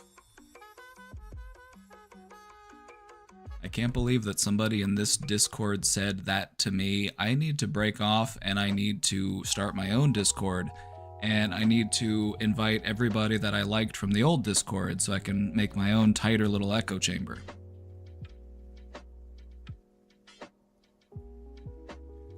Can you say again what you said about what activates past trauma behaviors? I missed what the trigger was.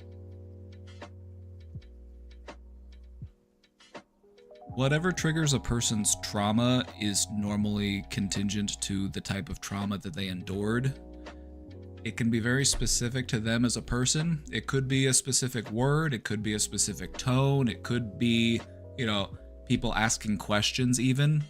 I'll give you an example. It's like maybe you had a parent who was just always grilling you with all these questions, and you just started to develop this trauma response to people questioning your identity or asking you questions about who you are. And so now you can't have conversations with people about your identity because it reopens that wound. It reminds you of, getting grilled by your parents.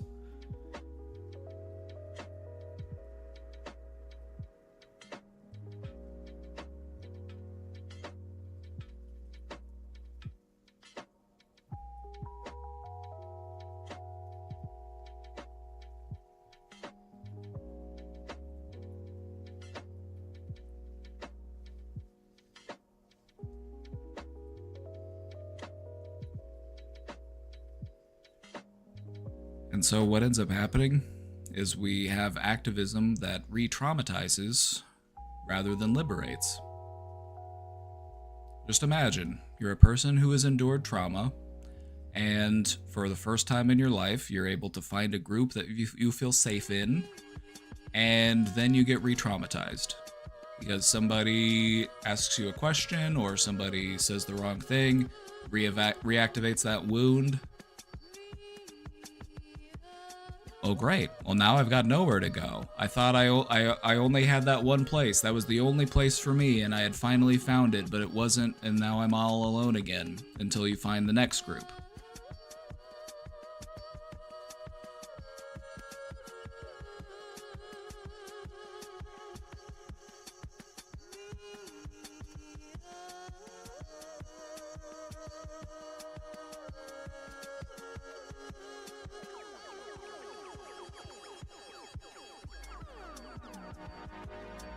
Thoughts? Questions?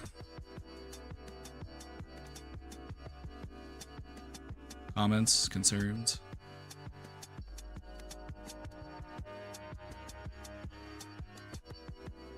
Alright, I'm timing that person out because they're just posting walls of text about some idea that they're having that's going to revolutionize humankind, and it's very distracting. I'm trying to see what people are talking about this topic in chat.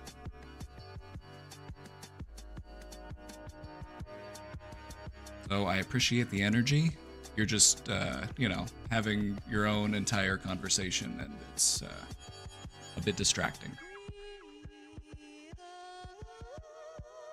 You seem a bit manic. I agree. Typically when a person has such energy and enthusiasm about, oh my god, I've had this idea and it's going to save the world, it's going to fix humankind, we need the people to know about it, and we need them to know about it right now. That's a very good indicator that a person might be a little manic.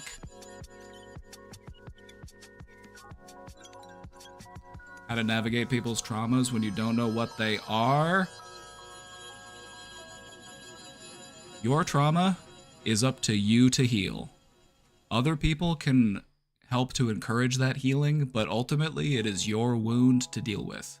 I can't reach into your brain and, hey, I got it.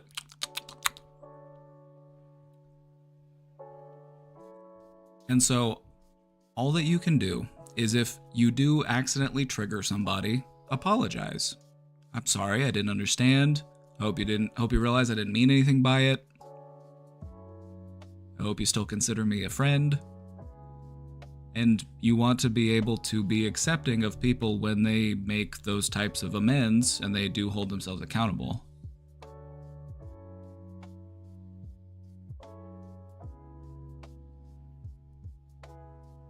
Help yourself before you can help others.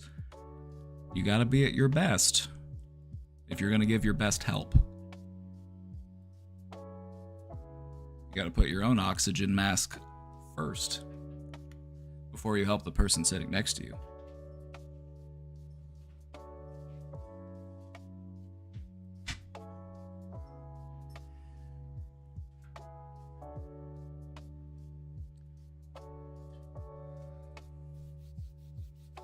All right.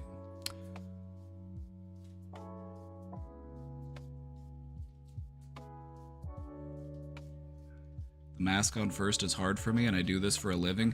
Hypoxia sets in quick. That's why they tell you when you're on an airplane and the oxygen masks deploy, put your own mask on first. The effects of hypoxia, the lack of oxygen, can take effect in less than a minute. And you will become disoriented, like, whoa, where am I? Why is this thing hanging from the roof? What's going on in here? This plan's crazy. That can happen very quickly, and it's scary. And so that's why you have to put your own mask on first, because time is of the essence. The other person's not going to die if they go an extra couple seconds before putting their mask on. You've got a good 3-4 minutes before your brain starts to take damage from oxygen deprivation. So don't worry, you got time to... But hypoxia sets in quicker than brain damage does.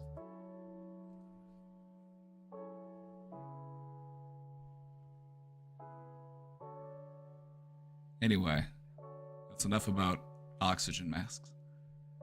Let's get into status, clout, and purity testing.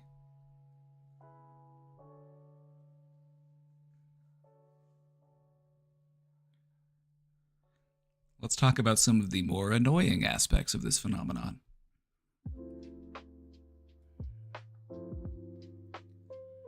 In activist spaces, credibility often comes from the perceived moral clarity of a person.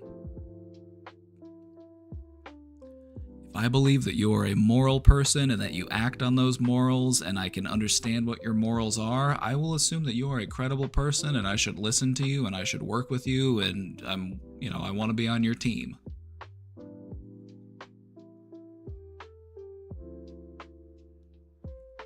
However, this can create a competitive environment.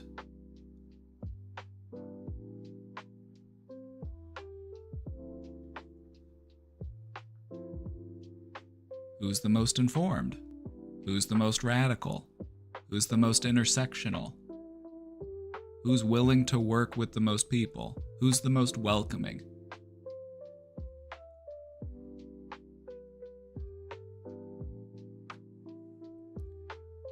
As someone who was raised in a very conservative household, purity testing always rubs me the wrong way. It took me time to get to where I am now. That's a good point, and I'm glad you brought that up, because purity testing isn't unique to the left. We just do it for different reasons. Typically, if you're more on the conservative side, the reason why they're going to purity test you is because, well, if you're not pure enough, you're not getting into heaven, buddy. Think you're going to make it through the pearly gates? And so they do it too, because it's a human thing to do.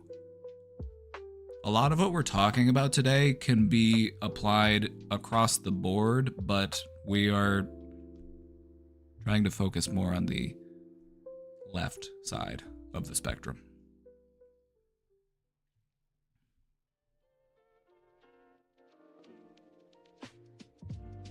Because of this competitive environment, calling other people out becomes a way to gain clout or to prove your superiority. Like, hey, did you see what so-and-so said in DMs? Oh my god, and then you can climb the ladder. You can get one step closer to daddy.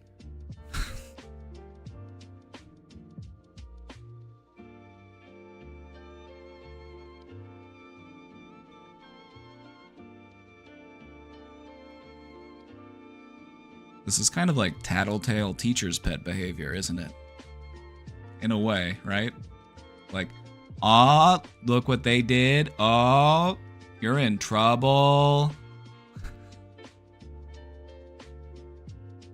Like, damn, and we're still doing that shit as adults. Humans. What a weird bunch we are. Some people may perform activism for approval rather than impact. And this is something that it's important to be mindful of. You will encounter people in progressive or activist spaces because it's the hip thing to do. It makes you feel cool. Other people approve of it. Like, hey, yeah, look how good you are. You're a good person, aren't you? Oh yeah, you're a good person, aren't you? You're a good little human, aren't you? Let me just pat you on the head. Such a good little human being.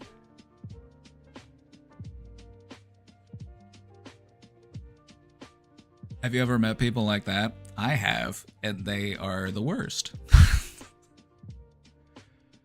I have, and they are the worst. These are some of the, they're just in it because they want to fit in. They makes them feel good about themselves. They don't actually care about making changes. They just want to be on the right side of history. And so it's a bit performative.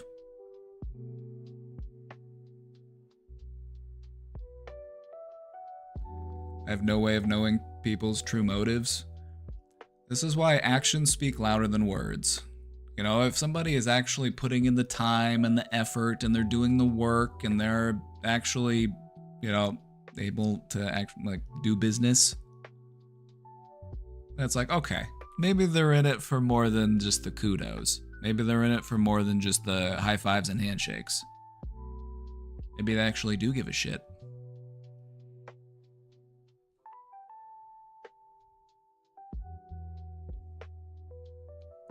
They've only increased with time to a point I feel most leftist spaces are just full of those people, IMO.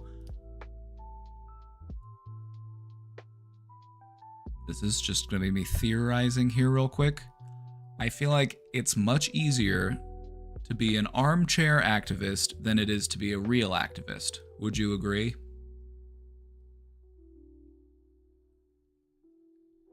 And so recognizing that these people exist it's part of the process. These people are gonna be there. And so the trick, or the goal here, is to convert those people into actual activists. By using things like peer pressure, or other incentives. Like, hey, show up to the thing, we'll give you a t-shirt. We'll give you food. Food and a t-shirt? I'm there, buddy. I'm there. Food and a t-shirt? Sign me up.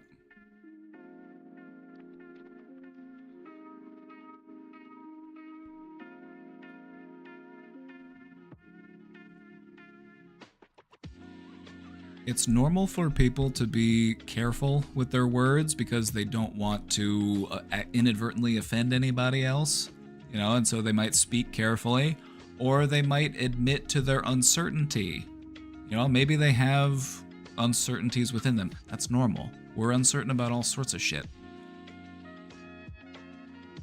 These types of people can be chastised for their vulnerability.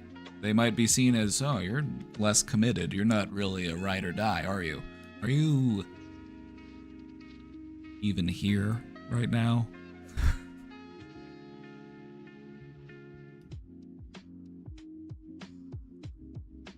So the problem is when true vulnerability gets replaced with rehearsed performance. Oh yeah, I'm really in it for the cause, I'm just sick of seeing it, all the suffering and all that. It's the worst, we really need to do something about this.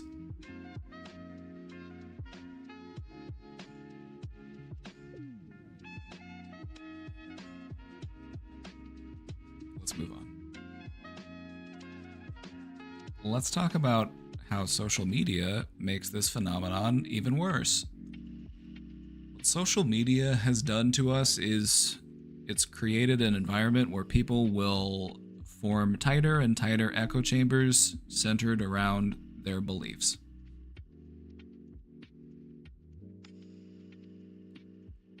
Beyond that, social media platforms are also programmed to amplify outrage because it generates interest, it generates conflict. More people click on it, more people see it, you can make more ad money off of it. And so it's overinflated.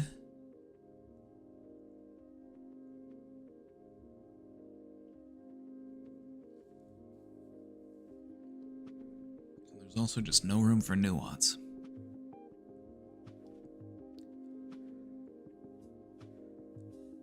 And so being dramatic, being outraged, calling people out, taking others down, this can become incentivized through how social media algorithms work.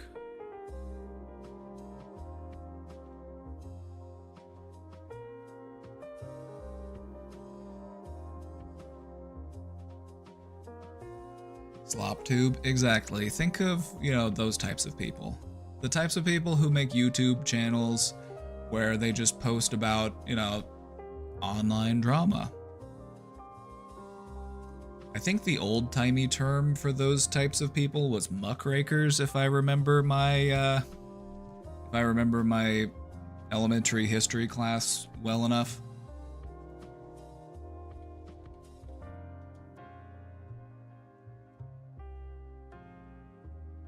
Oh no, those were actually a good thing. Never mind. They were reformist journalists. They were there to rake the muck, they weren't there to play around in the muck. So I'm glad I looked it up. I had the wrong idea in my mind. I think I'm confusing it with yellow journalism. It's been a while. I think I learned about this in the 5th grade.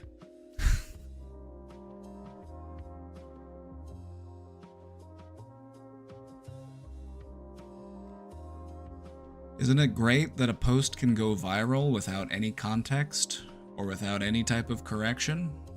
Isn't that nice?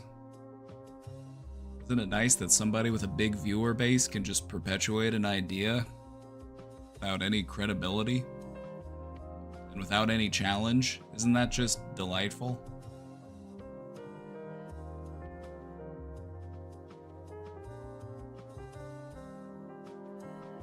What really sucks is that accountability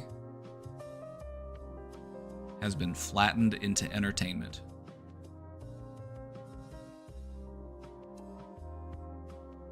People are incentivized to keep the fight going rather than actually hold themselves accountable and be willing to, apologize and reflect and grow. It's like, no,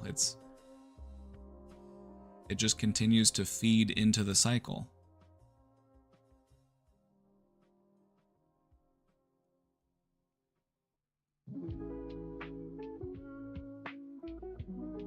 You really need to be teaching critical thinking skills in like all grades. The real question is, why don't they do it already?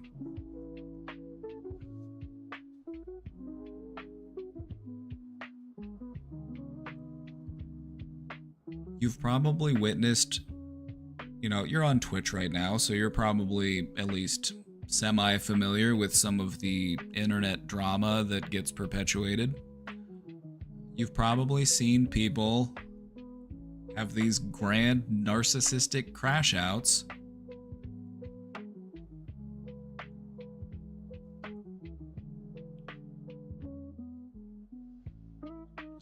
just continuing to double down, triple down, quadruple down, because another thing that's important to remember is that a lot of the larger influencers have tremendous egos.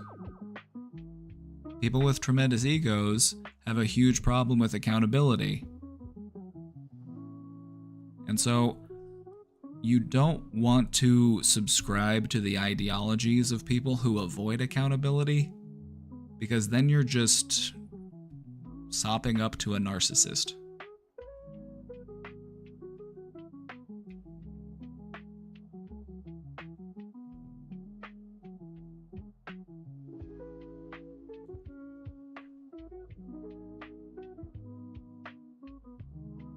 The result of all this? Conflict becomes content.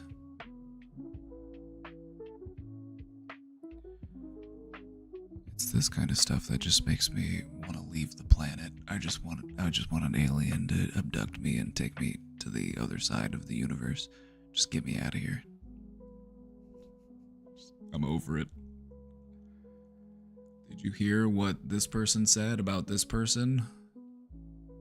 No. Why should I care?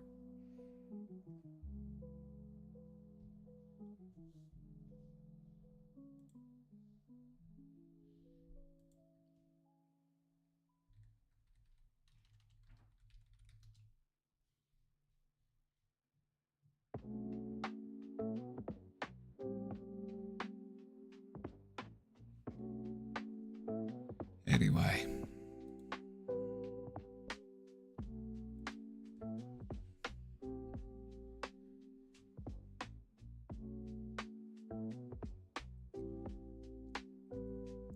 People are capable of building an audience by attacking others. They're feeding into this culture of surveillance and spectacle.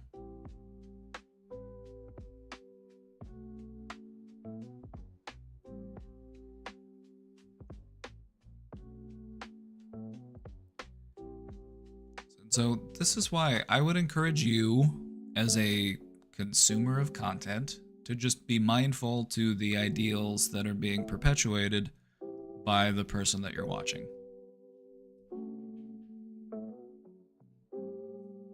Who is it exactly that I am forming this parasocial bond with?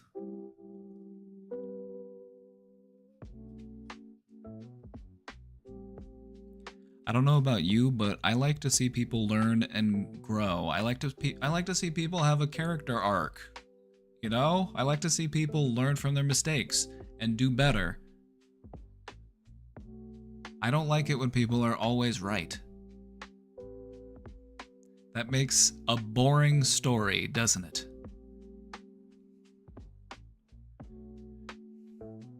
Makes for a boring story. Story about a person who is perfect and is always doing everything perfectly, and they never have to apologize, they never have to own up to anything that they've done. I don't know about you, but that story would bore me to tears.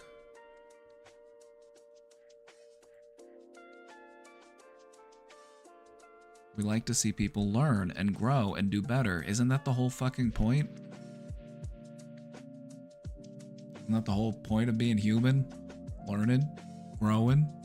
Doing better? Or am I stupid? It could be both, actually. It could be both. Don't need to get ahead of myself. It could be both.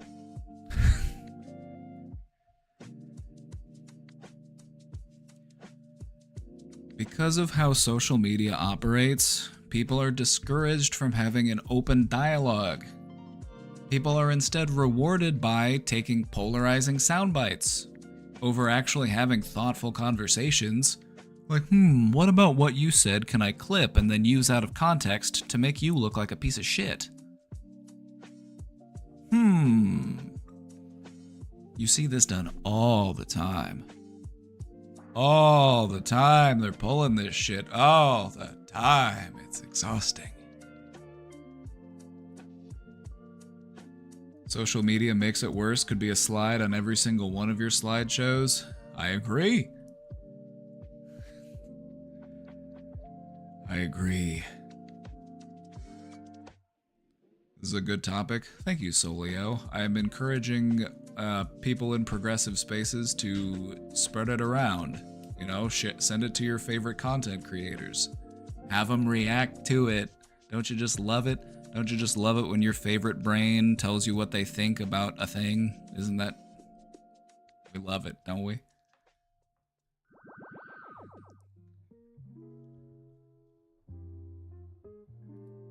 Anyway, so send it to some of your favorite brains so that you can see what they think about it.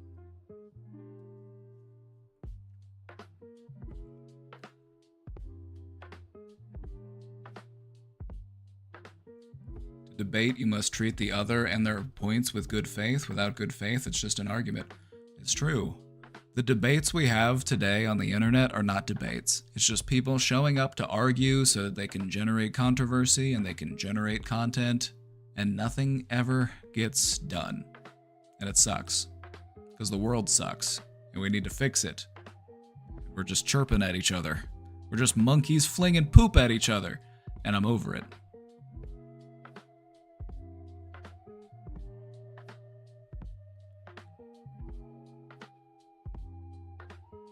Let's talk about another angle about this. Let's talk about scarcity and the fight for resources.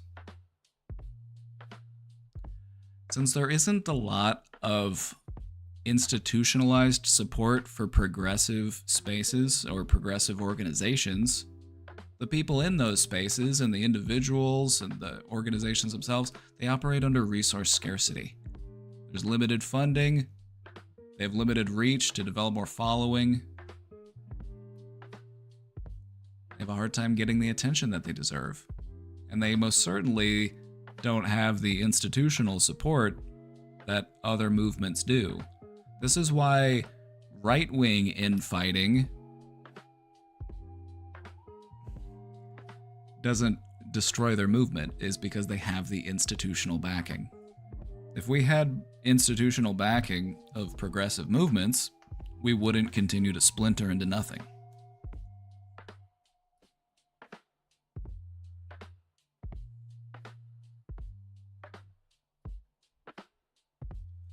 Because of this scarcity, it fosters into that zero-sum mindset that we were talking about earlier. It's either you win or you lose. If they're getting the support, we're not. You can't watch that streamer. We need to be supporting this streamer.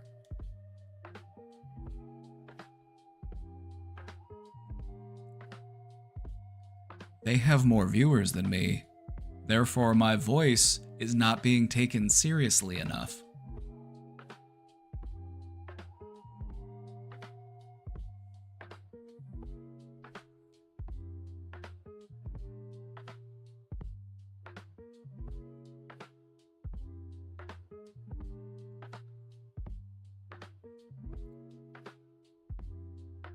So what happens is that this infighting becomes a form of gatekeeping access.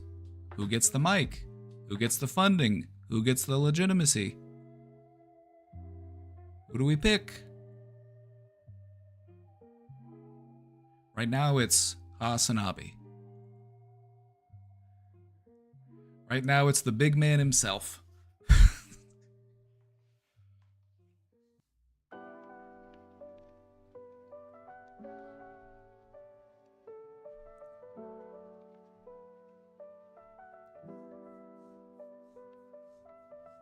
At least on Twitch. I don't know if you've heard of him. But I hear he's pretty popular. Because of this perceived, or actually it's not even just perceived, it is realistically scarce, we avoid collaboration because we are instead in competition. Community turns into conflict. I can't have other people come on my show. People might start watching them instead of me. I can't collaborate with this other person. They might steal away my viewer base. They might take my followers.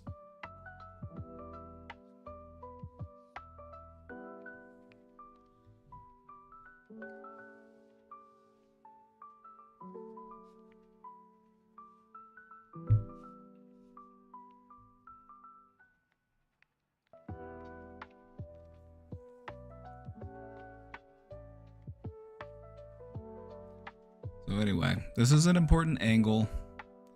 We're trying to cover it from all angles today. So if it feels like this is a lot to absorb, it's because we put a lot into it. There's a lot that we cover today, so take your time. What are some of the consequences of infighting? Well, the big one is burnout. A lot of people just give up. A lot of people are just over it. They're like, I'm sick of this shit. They emotionally check out due to that ongoing tension and that pressure to perform perfectly.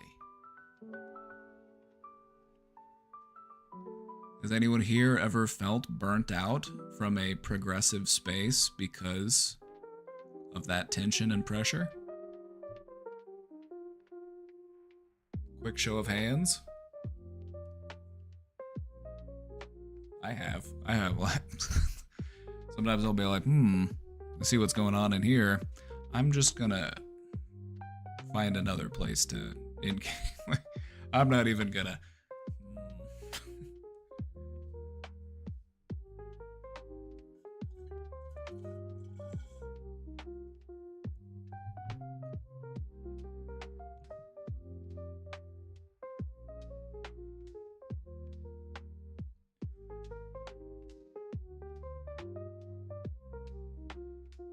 Another big consequence is disillusionment. You might have newcomers that are trying to enter your belief system, and they're full of ideals, And then when they get there, they're like, hold on, this isn't what I was hoping for. This is actually very toxic and inflexible. And so not only do we push people away, but we stop other people from joining.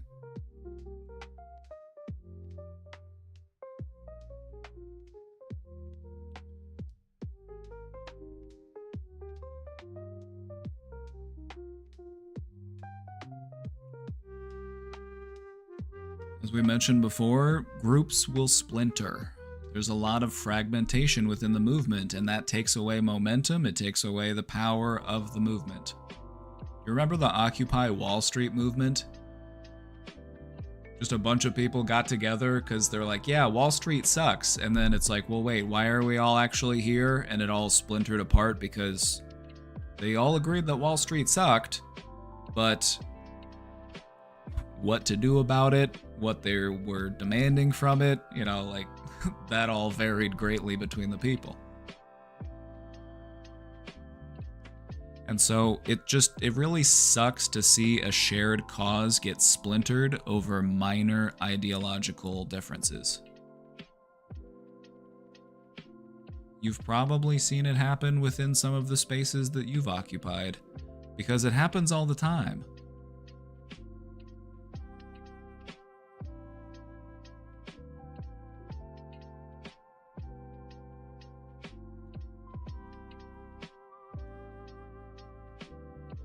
I can't watch this person anymore. They had a take I don't agree with. I need to find a safe space where I'm just surrounded by people who agree with me.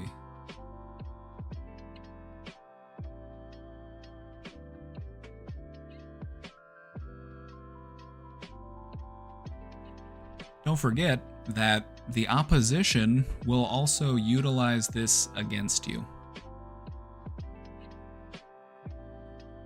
The opponents of progressive movements will use infighting to discredit them. They will say that they are chaotic, they are hypocritical, they are unserious.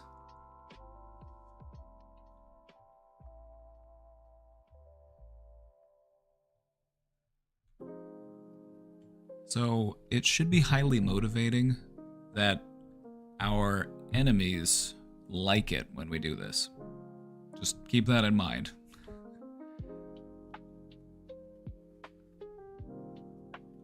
Can I have a moment of your time? Can you wait? I'm kind of doing something right now.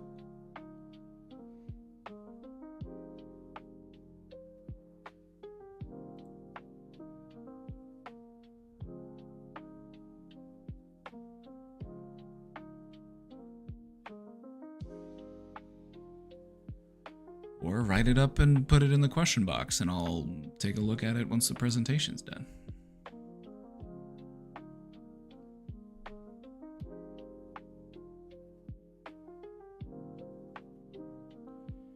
Anyway, what this all adds up to is just lost opportunity.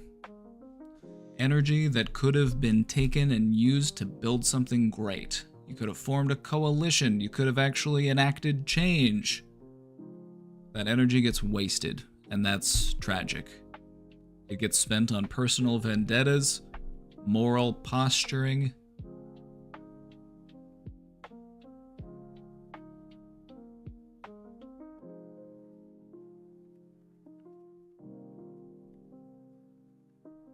And so that's why I find it so frustrating. You know, because it's like you get your hopes up that things are going to get better, and then they don't, because we picked ourselves apart. It just sucks.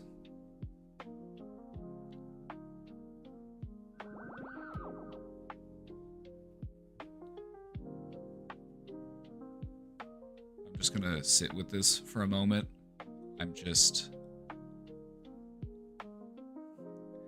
I'm being reminded of a lot of my own frustrations. So.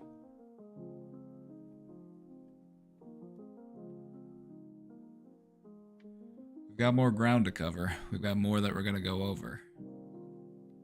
Let's get to it. Let's not dwell. Let's take a moment to just talk about what infighting isn't. Because not all conflict is infighting. Accountability is necessary. It involves care, boundaries, and repair. It's normal to have disagreement, and it's essential in any political movement. If you don't have discussion and disagreement within a political movement, doesn't that sound a little bit like fascism? You gotta believe what I believe, otherwise you're wrong. Doesn't that sound a little fashy?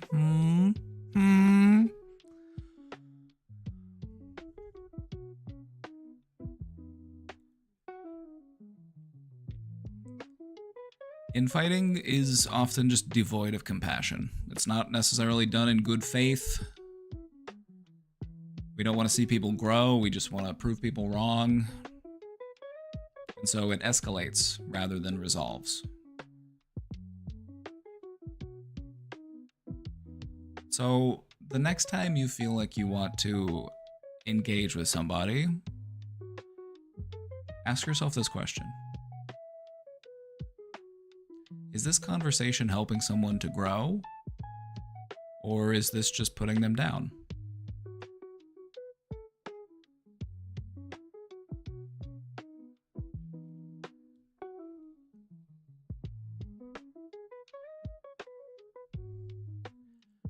If no repair is possible nor desired, it's not accountability. It's punishment.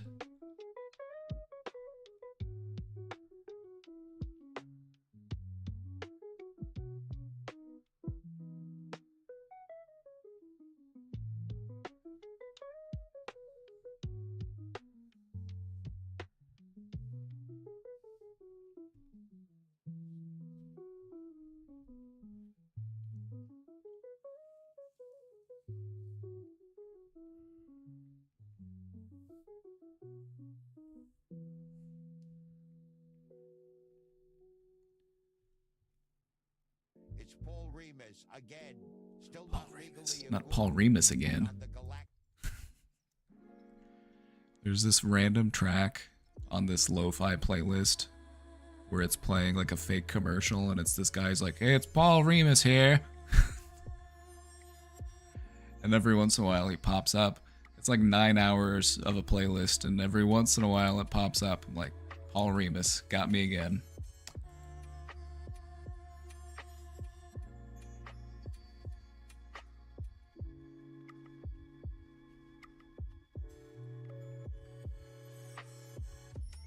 Alright, so how do we move out of this gotcha mindset?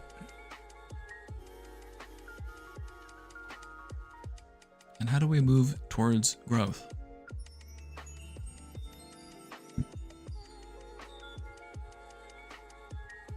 We are in desperate need of a new paradigm. We need one that is centered on transformation rather than domination. What do I mean by gotcha? I mean those moments where it's like, oh, you said the wrong thing. You said the wrong thing. I'm going to point it out. You know, you don't actually care about the person being accountable. You don't care about them learning from it or growing. You just want to point it out. Aha, look at what you did. Aren't you such a bad person? You're a naughty little boy. You're not allowed in the club's house anymore. You need to get out of here. You pooped your pants. You're gone. People just want to be right and point out other people's mistakes so that they can prove just how awesome they are. Aren't I so cool? Like, I'm really good at pointing out other people's mistakes. Yeah, never made a mistake in my life. I'm actually so good at recognizing it. I'm just pointing them out in people all the time.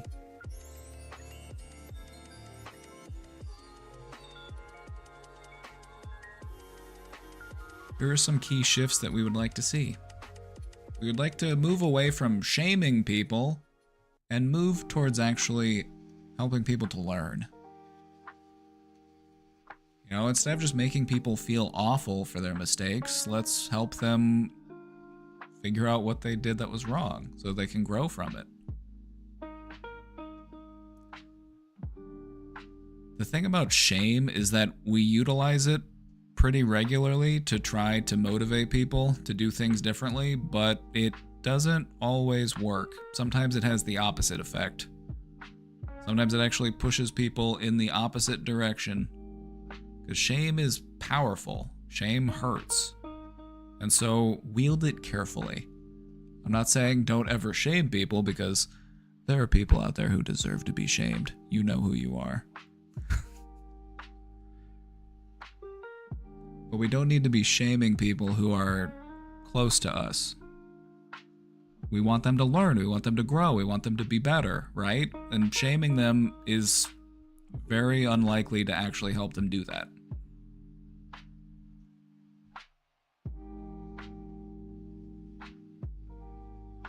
We want to move away from condemnation and towards curiosity. Instead of saying, oh my God, how could you say that?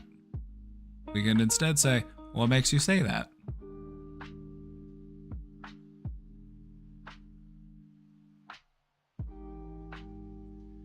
Shaming can make people double down. Oh yeah, shaming is painful. Like, shame sucks. It's a very uncomfortable emotion to feel. Makes you feel very vulnerable. And so people avoid feeling it. And so when you try to make them feel it, they often aren't going to let that feeling in. You can say, oh, shame on you. You should be so ashamed of yourself. It's like, they're probably not going to. Unless they genuinely have remorse for what they've done.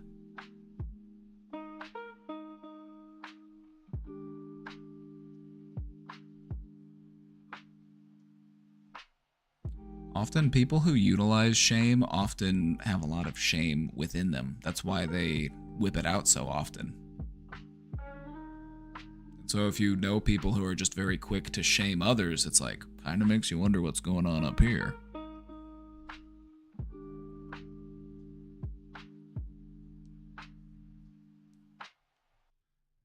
We need to move away from superiority and towards solidarity. You still see a lot of that clout chasing, social climbing, hierarchical bullshit that we need to be rid of.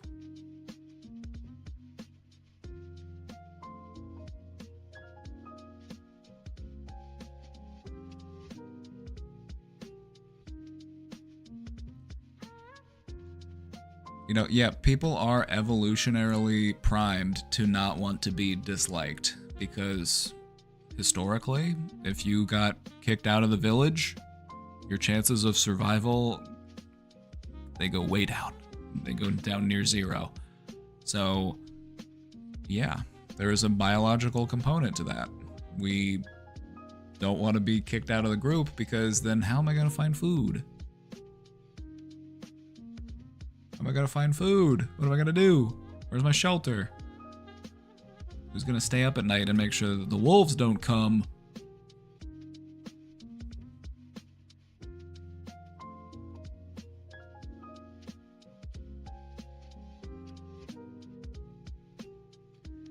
Here are some questions to ask in moments of tension. Is this person open to learning? That's a really important one. If this person is open to learning, do I need to condemn them? Do I need to shame them? Do I need to prove it to myself that I'm superior than them?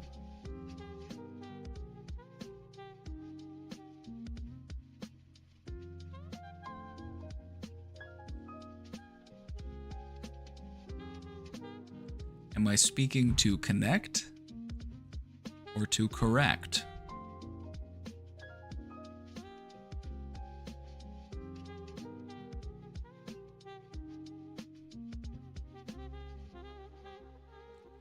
What does this situation need?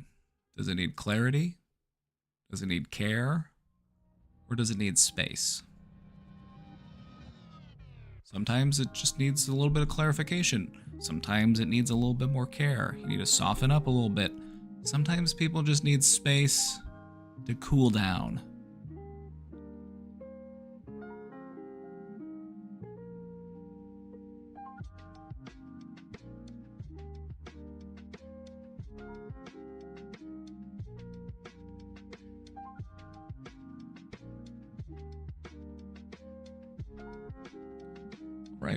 let's talk about what helps to build healthier movements. I wanted to make a joke about fiber there.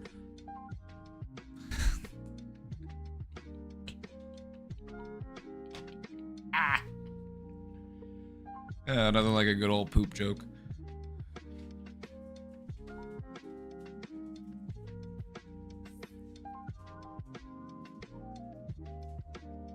Oh, a burrito? Oh, thank you. I was just thinking about how hungry and thirsty I was, and look.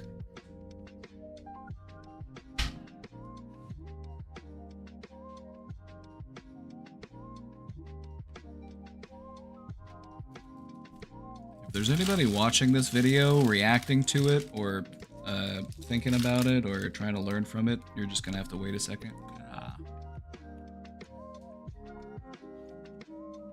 My burrito just got here. I'm just gonna take a couple little pieces off of it, don't worry. Don't worry, I'll save the rest for later. But I do need to take a drink, because I ran out of water.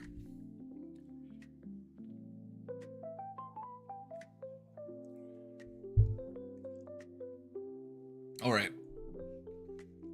Let's talk about what it takes to build a healthier movement.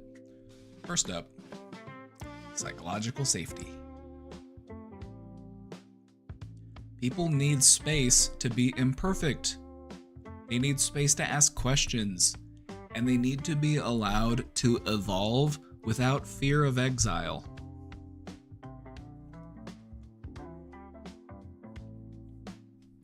Coke Zero. This is actually the Aldi brand Coke Zero.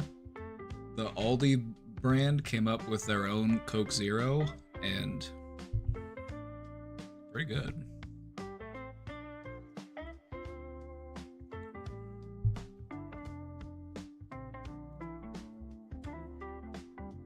Any Coke Zero is bad Coke Zero. That's an L take. Coke Zero is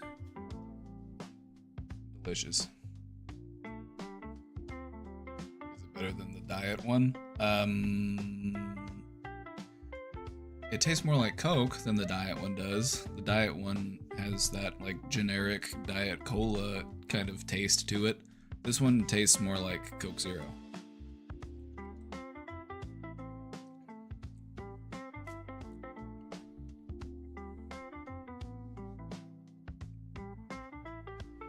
The only zero sugar sodas I'll drink are root beer and Sprite.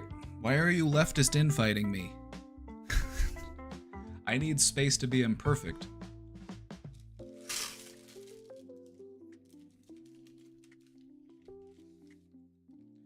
I like the diet, like don't get me wrong, I like the diet generic soda they have at Aldi too. I think it's fine. Whenever we go to Costco, we get Diet Pepsi, because Diet Pepsi's better.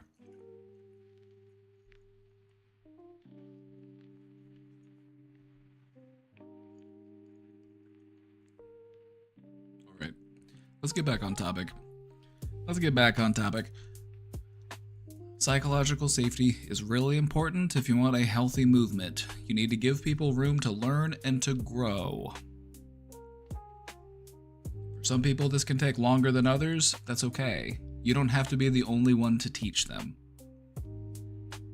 And I feel like that's why a lot of people will quickly give up on others. They'll just be like, oh, I don't have the energy or the time to teach this person everything they need to know. That's fine. You don't have to be. Other people can help you with that.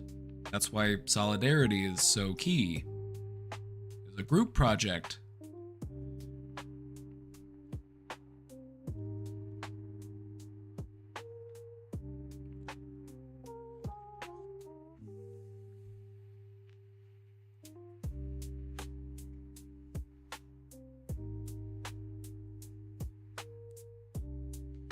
Another important aspect of having a healthy movement is conflict literacy.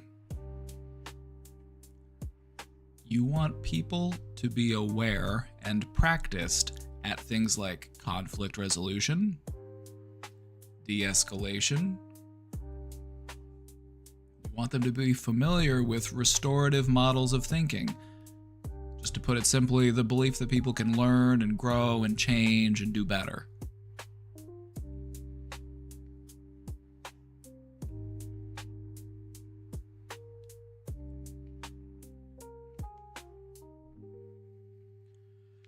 We also need to focus on shared goals instead of on our individual ego.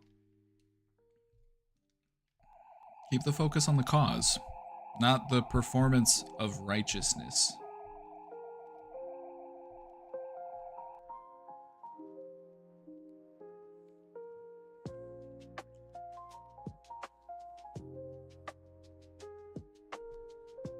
It's also helpful to have strong leadership and clear structure. When there's clarity around the roles and expectations, this reduces the chaos. I don't know if you've ever hung out with a group of anarchists, but a lot of passion, a lot of ideas, a lot of chaos. Not a lot of structure there.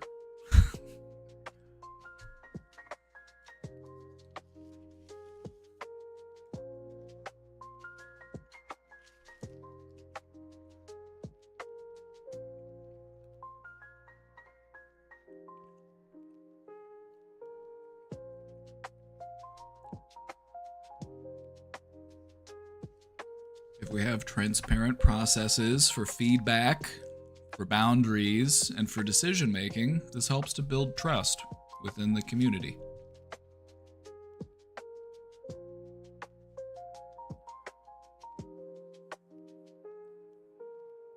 Real anarchists are all right. I like anarchists on the individual level, but collectively it's like their whole thing is like anti-structure.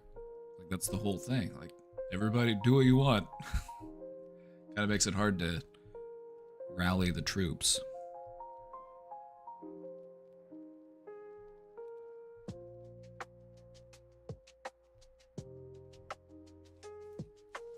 Anyway, Wayna, thank you for the sub. I'm going to resist taking more bites of the burrito. I'm trying to just get through the presentation, just in case there's somebody watching it. I don't want you to just sit here watching me eat a burrito. I'm going to go ahead and just get through the material. All right. Actually, this will afford me the opportunity to take some bites, because I've got some questions for you. I would like to open up the floor for some questions for discussion.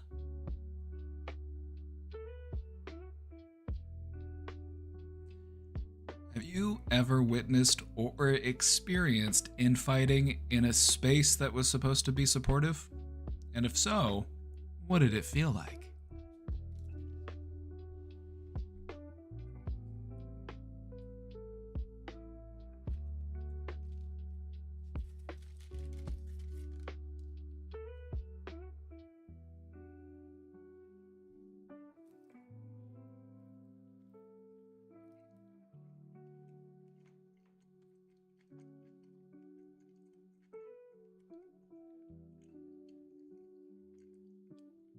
What I'm seeing is that a lot of people have experienced this before, and that generally the feelings were not good.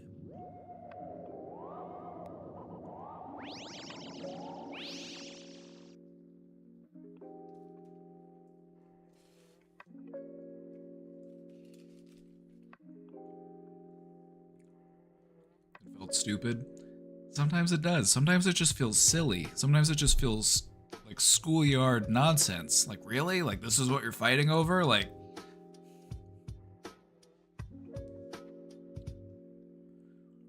yeah.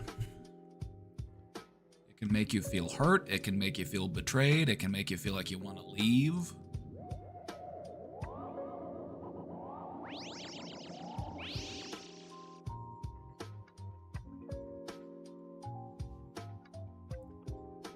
Thank you for those gifted subs. Thank you, thank you. I'll give you a more sincere thank you once the presentation's over. Trying to power through. All right, I've got another question for you. How do you navigate disagreement with people that you mostly align with? How do you handle it? You got somebody you agree with each other on 99.9% of stuff. What do you do when that 0.1% of stuff pops up?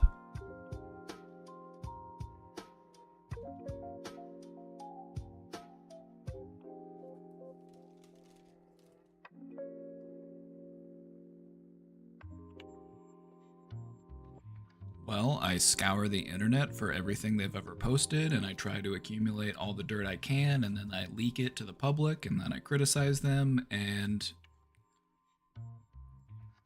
that's not what you do, is it? It better not be. Naughty, naughty.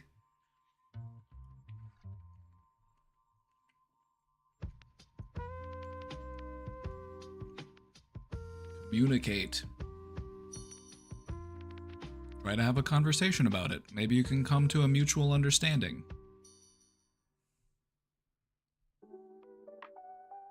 Maybe you can agree to disagree. Maybe it doesn't need to be a deal breaker.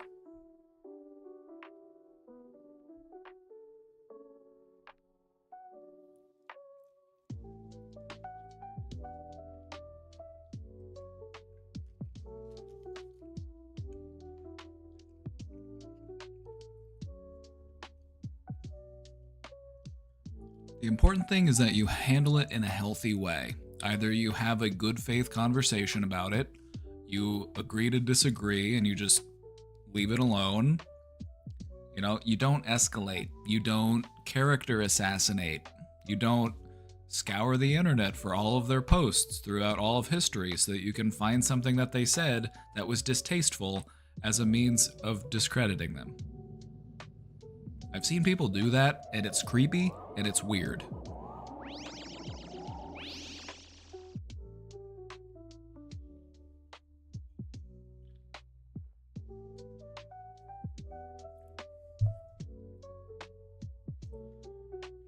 And the unfortunate truth is that that shit happens online too fucking often.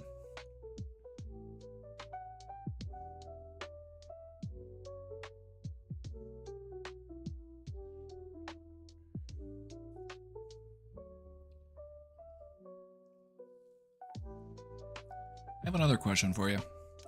What sort of emotions show up for you when you feel called out?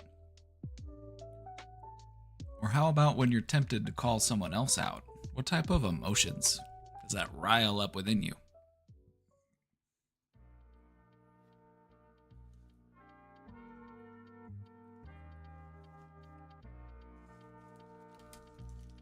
Anger and resentment? Oh yeah.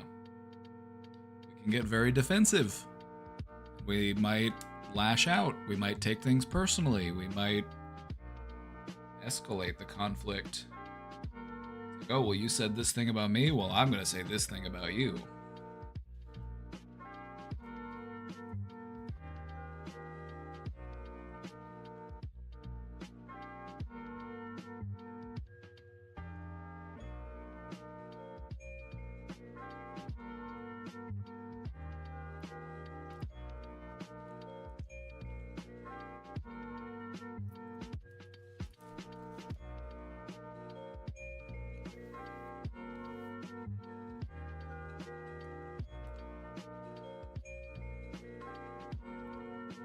The reason why I ask this is it's important to remember what types of emotions are present in this type of situation so that we can try to respond with cooler heads.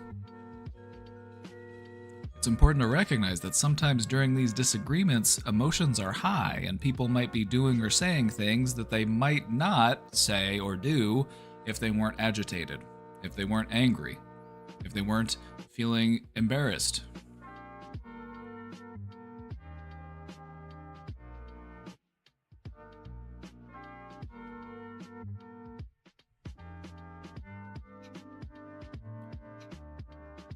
In your eyes, what would it look like to hold someone accountable in a caring way? What would that look like?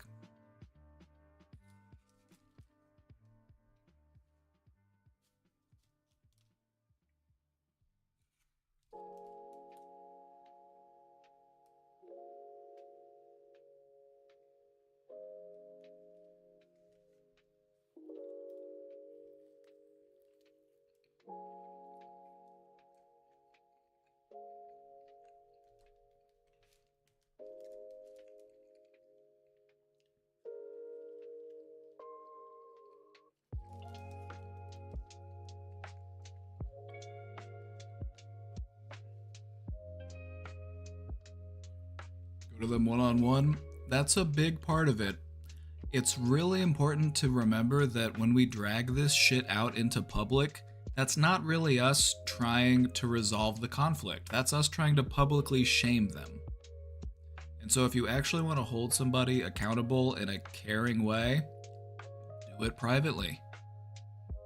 That means that you actually care about the accountability, not just their public perception.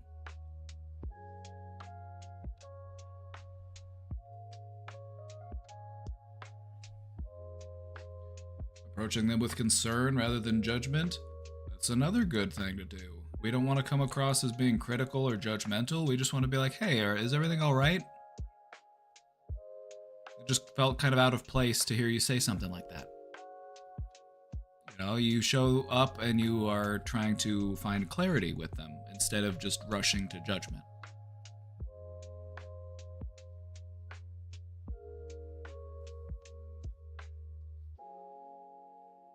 If you're witnessing this as an outsider, is there something we can do? As Row Your Motorboat so wisely said, take it to the DMs. Get a room, you two.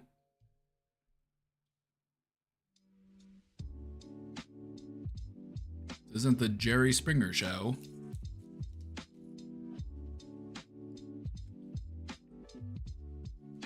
We're not trying to make this conflict your content.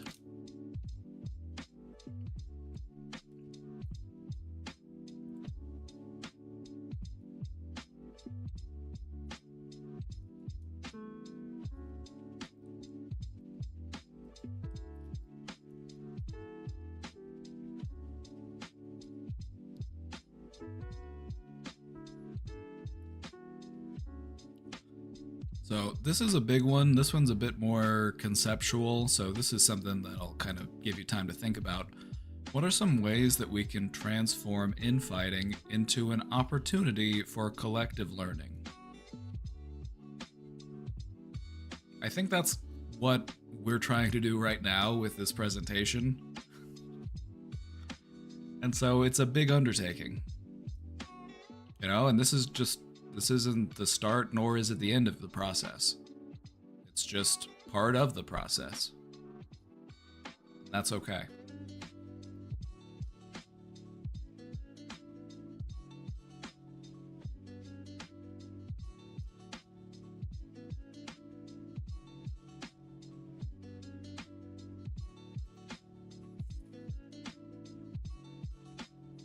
All right.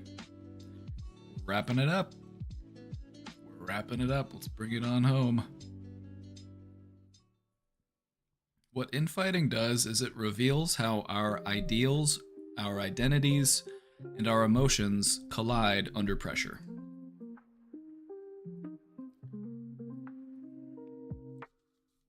It's important to remember we can't let those things get in the way of the bigger picture. There's a larger goal that we're working towards, and we can't let these small things disrupt that. It's not just a behavior problem. It's a sign that there are often deeper wounds or unmet needs, or a lack of a healing infrastructure. That's something that I personally find really important in community spaces, is a healing infrastructure. The understanding that people can learn and grow and change instead of just reinforcing an echo chamber.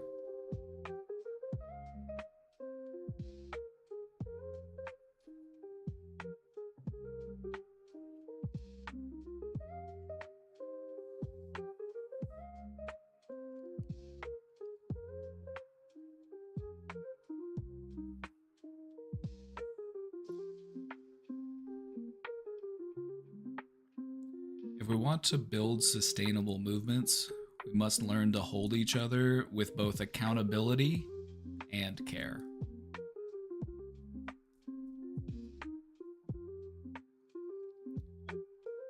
The thing with expressing these things on public forums is you will inevitably have people that want to troll or people that don't know enough about the issue chiming in, stirring the pot.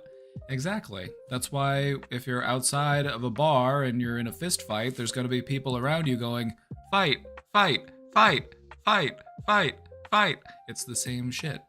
It's the same monkey-brained shit. Ooh, what's going on over here? Let me egg it on for my own entertainment.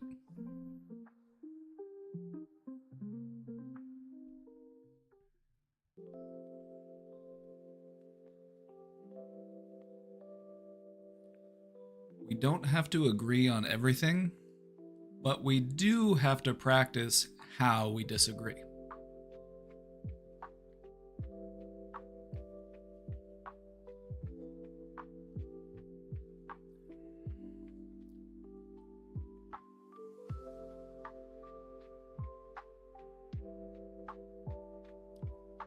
The goal is not to be perfect. Perfection doesn't exist. The goal is progress with compassion. And so let's stop eating our own and start feeding each other's growth. This has been the Leftist Infighting presentation. Thoughts, questions, comments, concerns?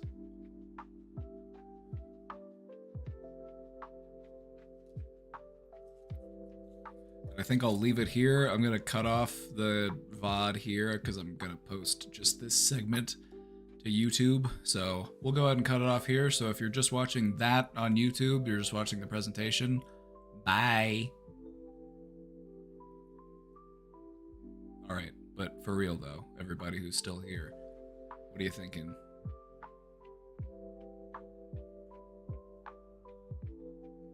I think it should be encouraged to have more one-on-one conversations with each other. It doesn't have to be personal, but it gets rid of so much pressure for being in a group discussion that being in a group discussion may cause.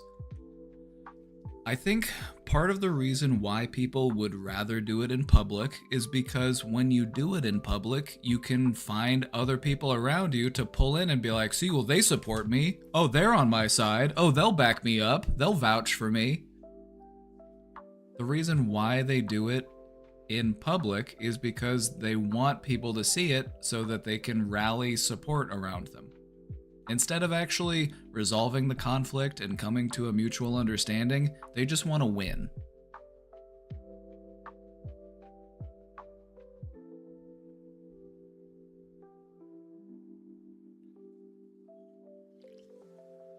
YouTube chat discrimination. Hey YouTube. YouTube, you'll notice that my camera is fixed now. You can see me. And I did that for you. And so that's the opposite of YouTube discrimination. I got my camera fixed so that you have to look at me again. Sorry. Sorry to make you have to do that.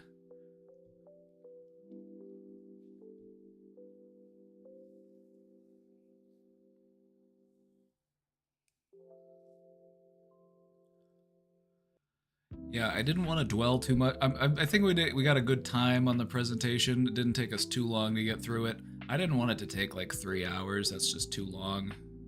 But I feel like we got through a reasonable... Like, we definitely had to gloss over a lot of topics, don't get me wrong. There was a lot that was left unsaid, but I feel like we covered all the basics. I feel like we did a pretty good job of covering a lot of the points. So if you have additions, if you have ideas, if you have thoughts, you know, that's for sure. I get it.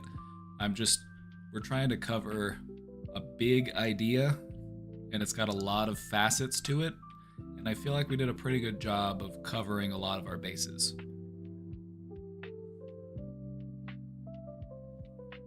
It's okay to leave some unsaid. It's true, because I don't want to be up here talking all day. I want to go play Hollow Knight on the PlayStation 5. The first one.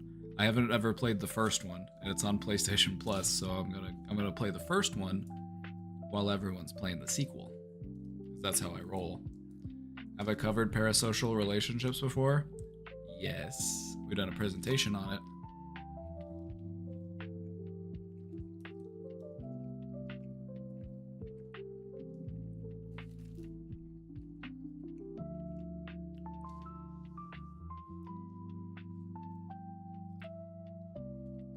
I'd be into that. That's why I'm not going to show you. That's why I'm gonna do it on my own, in my own private time.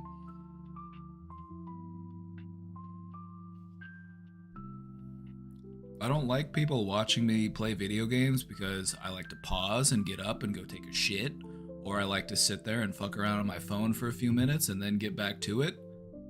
And that's just... Playing a game on stream can ruin gaming.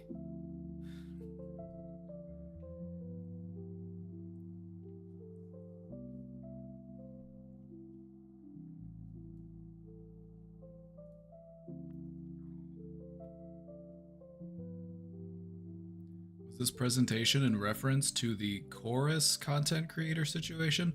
I don't know who that is. No offense to anyone.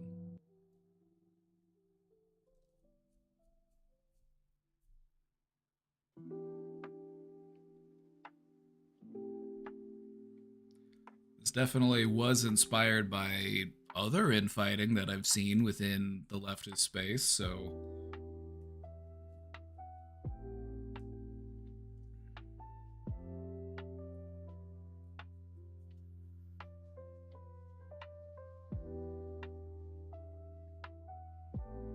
About dark money funding liberal creators. Oh yeah, that whole thing. That's what that was about. Okay, I did hear about that. About certain creators getting paid to promote certain ideas. I think I remember hearing about that, and I remember seeing who all was involved, and I remember not being surprised because they all sounded like sellouts anyway. Oh, fork found in kitchen. Huh. Huh.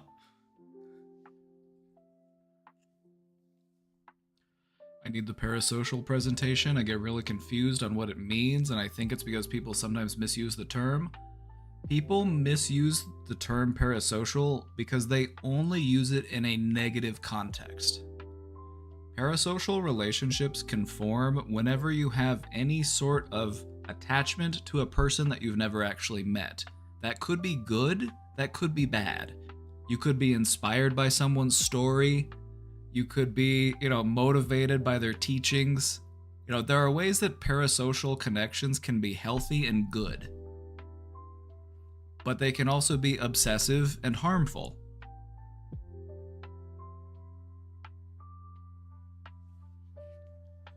Same goes for regular social relationships. So yeah, parasocialism is misunderstood. It's not inherently bad. It can also be good. Like you and I right now, if I inspire, okay, I'll give you an example. If I inspire you to do something that improves your life, that is a healthy example of a parasocial connection.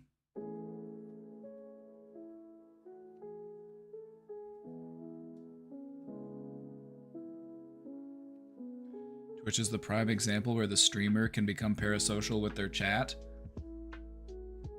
Parasocialism is also a two-way street, because I'm a human, you're a human, and we're both going to do what humans do, and we're going to get parasocial with each other.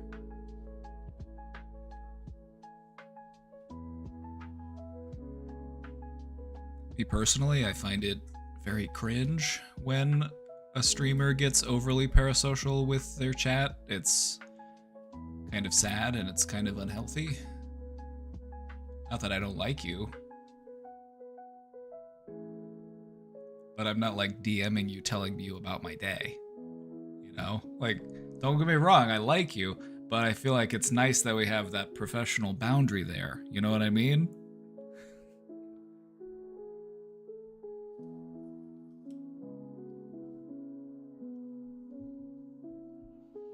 Anyway, if you would like a copy of these slides, you can type !slides in the chat.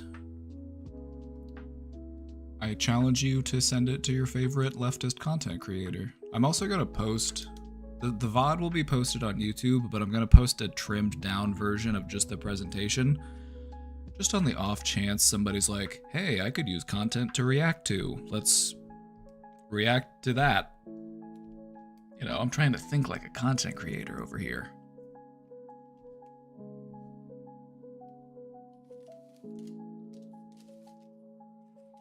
Anyway, did you learn something?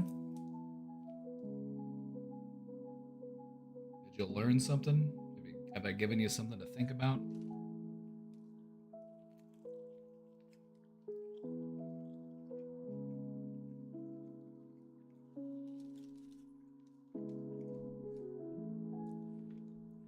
Which aspects would you say were the most intriguing, or what were some highlights? I think for me, thinking about stuff like the scarcity aspect and the fight for resources, that's something that I have never really seen publicly talked about in leftist spaces, but it is still a real problem. We're all fighting for the same small amount of resources because progressive and leftist movements are not supported institutionally.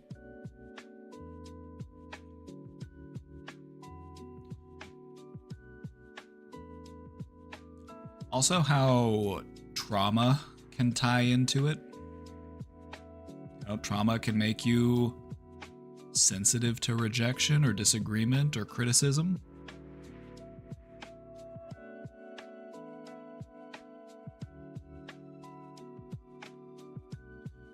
To me, I took away that I need to be more considerate of people who piss me off and why they might be acting the way they are.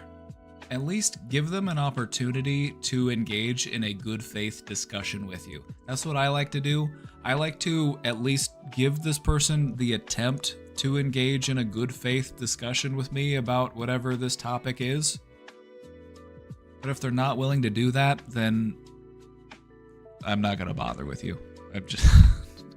I've got more important things to do. You're just here to troll me.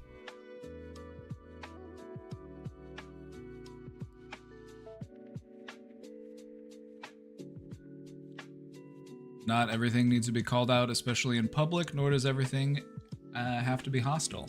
Yep, just think about how you would feel if somebody approached you in a hostile way. It would make you defensive. It would shut you off from having a conversation.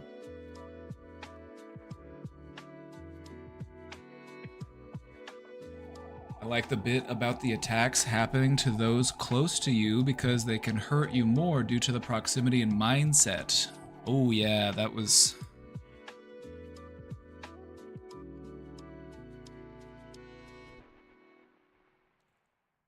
an important aspect. Since we've had to be vulnerable to allow those people in closer to us, whenever we have a disagreement with them, it feels disproportionately hostile because of that vulnerability that's factored in.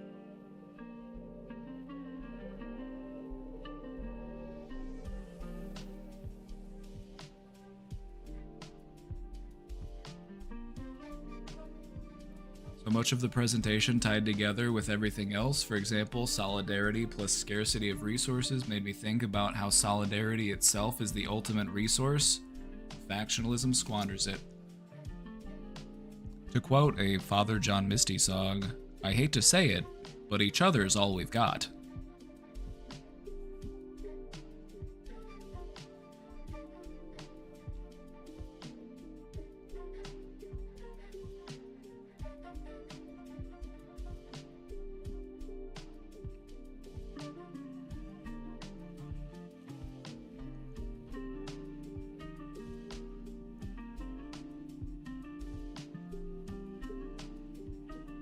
Each other ain't that bad. It's true, each other can actually be really nice.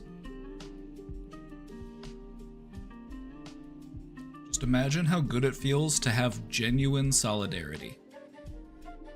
Just think about how comforting and safe that could feel.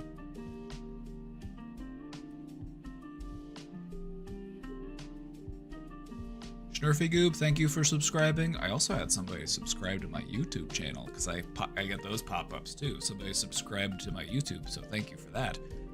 Goobins, thank you for that gifted sub. Sugar Biscuit, thank you for the 2. And Wayna, thank you for subscribing.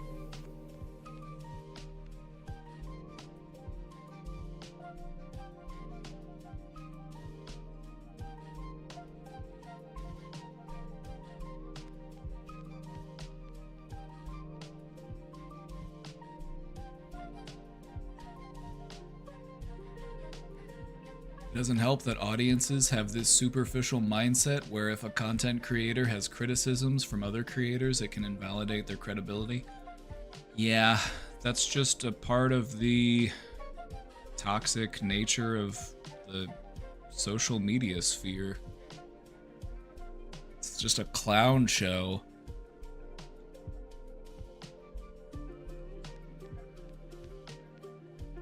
It's not about being right, it's just about having more people applaud you.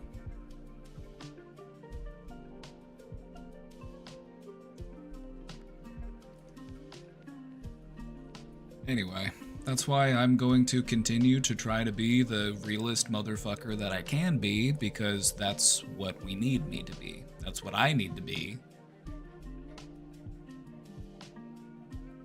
That's why I'm glad we were able to have this conversation today. I feel like we talked about some pretty important stuff, so I would invite you to encourage other people within progressive spaces to check it out and just see what they think.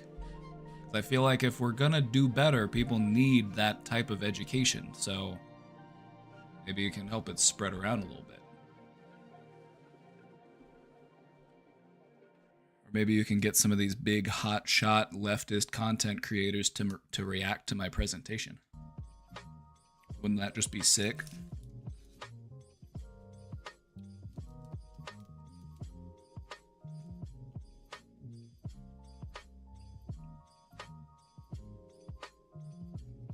Totally rad.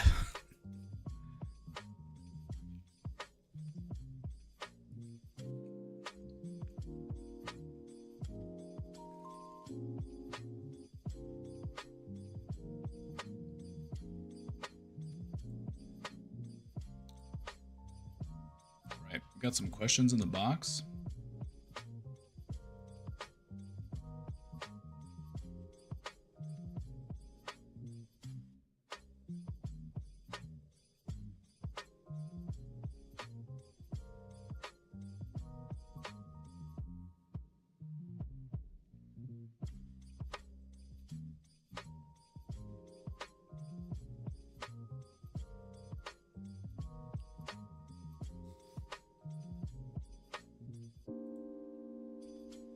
Humans, we forget every single second we have a chance, or we have a choice of doing something or not.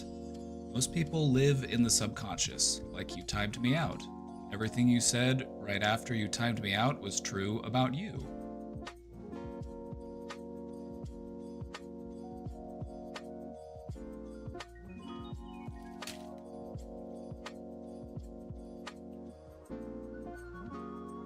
Do I have a reference slide? No, I'm not putting this in for an academic review.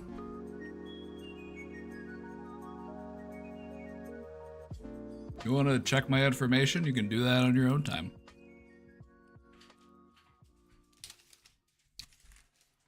Don't mind me, I'm just casually spreading misinformation.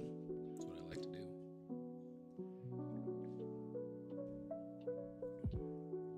I had to put it together enough reference pages in school, and I don't want to do it anymore. This is my specialization, LOL. Then you are welcome to do one for me.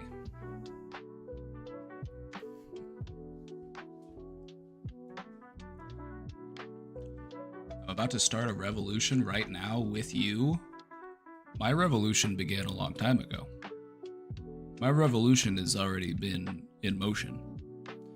This is what's missing from your presentation.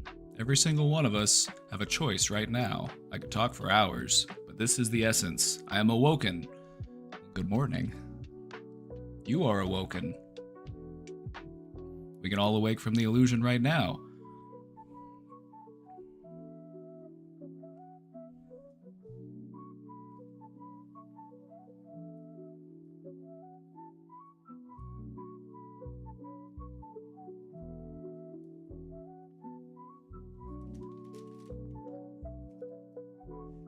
I think I'm awake. I'm trying to be awake as possible. Don't underestimate my wokeness. I'm out here practicing deep introspection and all sorts of meditative techniques and Kundalini yoga.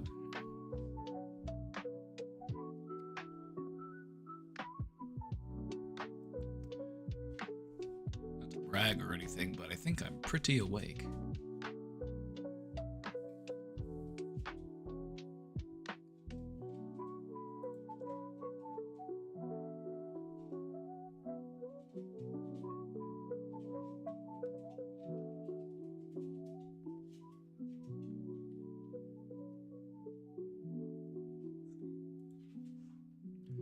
Sorry, not a question, but just feedback, so feel free in skipping reading this on stream if you choose to do so. I think you can just come in here and apologize to me. I did enjoy the presentation I witnessed, but personally, the AI-generated images were disappointing to see. Fair enough. I personally think that I'm using it for a good purpose, and so that's how I justify it. I get it. Not everybody supports it, and there's problems with it. I'm just trying to use it for the best possible means, helping people. So, it is what it is.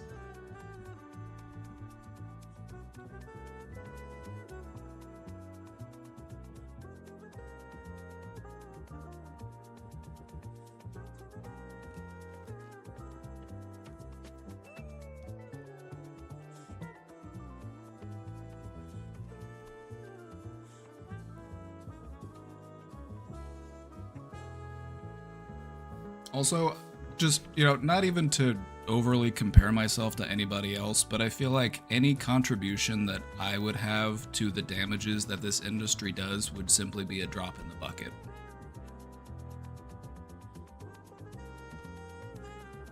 So I try to at least find something fun and whimsical in this nightmare system we live in.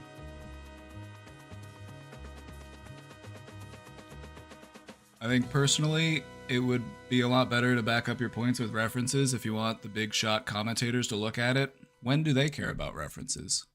I see a lot of big shot commentators just not give a shit about source citations at all.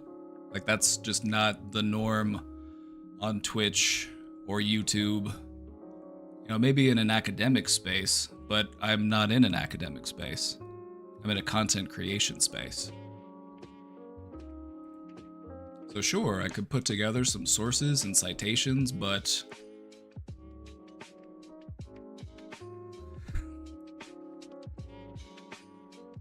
that would take time, and I'm lazy.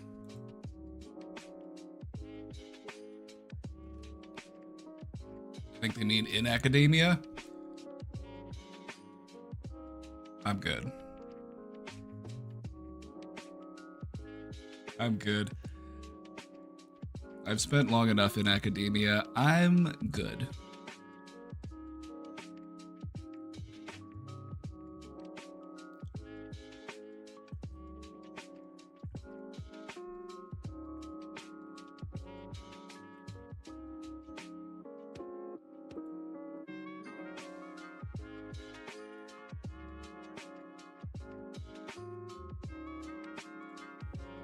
Leftist Infighting presentation being the first time I've seen negative feedback in the Q&A section. It's entirely valid. I hope that it just doesn't distract you so much that it takes away from what I'm trying to do. Like, I get it. AI is evil. But there's no putting the genie back in the bottle, so I'm gonna try to use it to do a little bit of good. In my older presentations, I did source images, but it's like, I'm still using other people's art. It's like, either way, I'm still using somebody else's art unless I'm going to pay somebody to draw random pictures for me, or I'm going to draw all these pictures myself. I could just not have pictures, but I found that people like pictures. Even if they don't even really look at them, people just like having them there, because it breaks up the wall of text.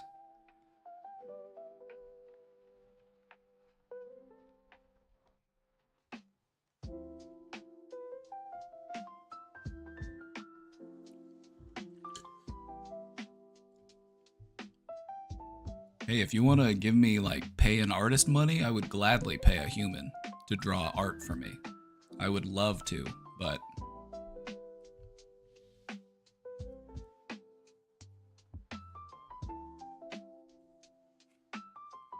Anyway, I'm not gonna stand here and try to overly defend myself. Like, I get it. Like, AI is problematic and it takes away from human artists being able to do work, and it copyright thefts them, and it is destroying the planet because of all these data centers and shit.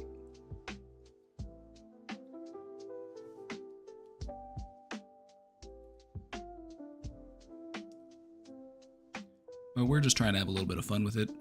That's all.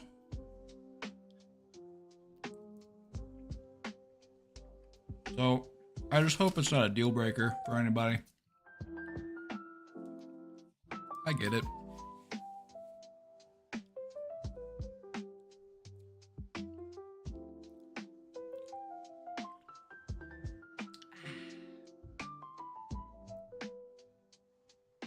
Like, if the world's burning, like,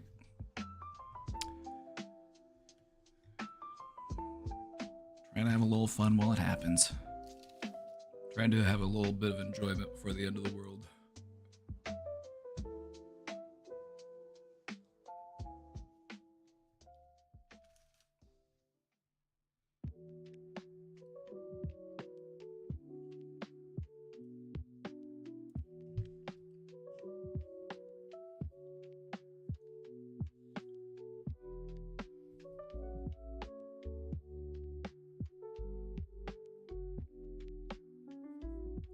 I totally understand citing your sources.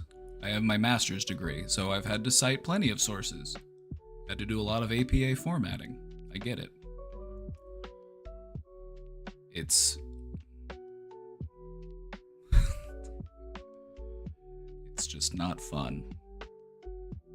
I have fun doing what I do. And I don't want it to be unfun.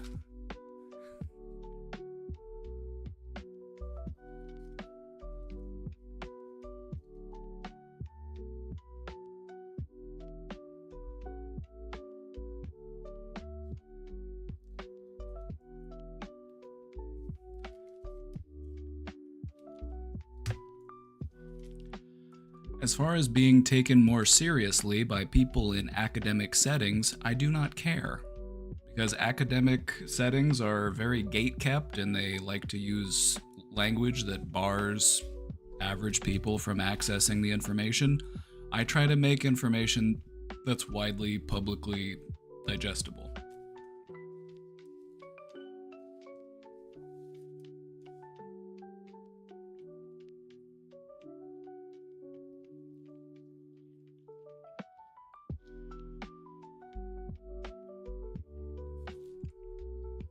I'm like, Bill Nye the Science Guy is not citing his sources. Not that I'm Bill Nye or anything, but I try to channel the energy.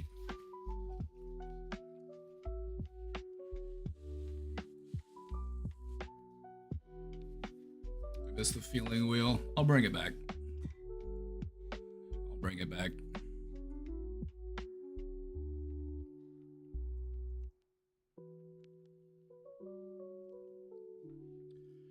Right, I think I don't have access to my university library account anymore, so I can't get into the research database.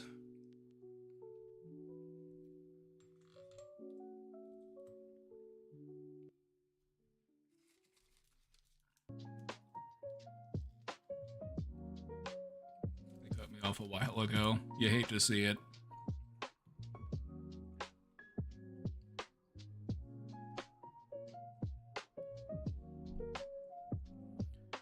Don't get me wrong, I like academics, I like science. What I don't like is academia. It just feels a little bit self-congratulatory and circle jerky. That's how I feel.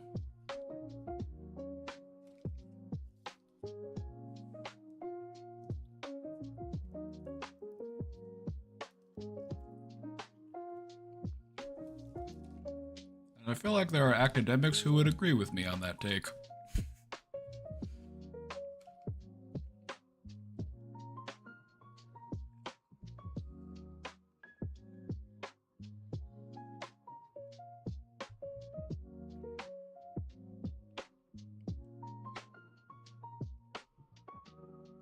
I agree. I'm glad we're in agreement.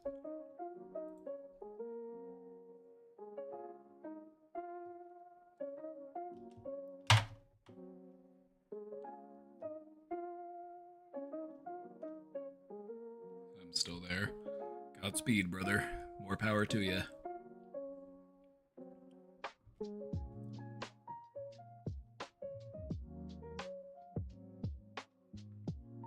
Way too heavy on politics, isn't it? Just, you know, it's frustrating to see that even at some of the higher levels of human knowledge and understanding, you see people still acting under the same, like, base impulses. Just the melodrama, the nepotism, the politics. Like, this was supposed to be a place of knowledge and insight and understanding. And what I'm met with is gatekeeping and stonewalling.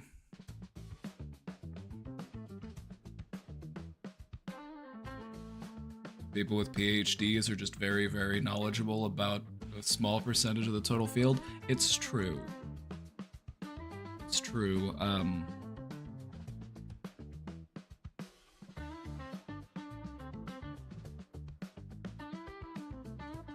I thought about staying in school and going for a PhD, but then whenever I found out that it was basically just, you're gonna have to do a lot of research and you're gonna have to write a lot more research papers, I'm like, I'm good on that actually. Like, I'm ready to get out there and do some work in the field.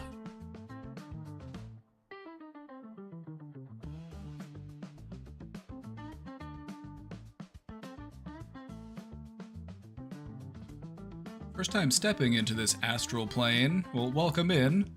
Curious on your thoughts about how an overstimulated and brainwashed culture can overcome the necessity to survive in a capitalist society. We consider money as so fundamental to our survival. I don't. I can't eat money. I mean, I can use money to buy food now, but that might not always be true. And so like these people who hoard gold in case of the apocalypse. Like, I'm gonna have a big mountain of gold in case of the apocalypse. What are you gonna do with it? You gonna eat it? Like, what are you gonna do with all that gold?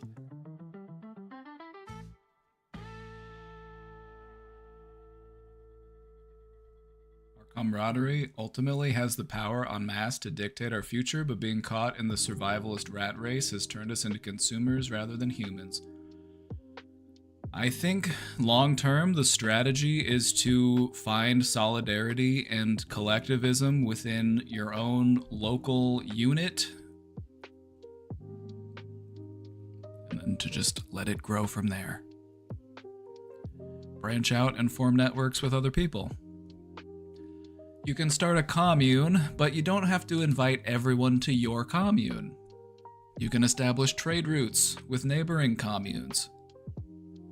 Your commune doesn't have to make everything. It doesn't have to make all the crops. It doesn't have to make all the things. You can trade. You can, we can live the way that humans lived for thousands of years.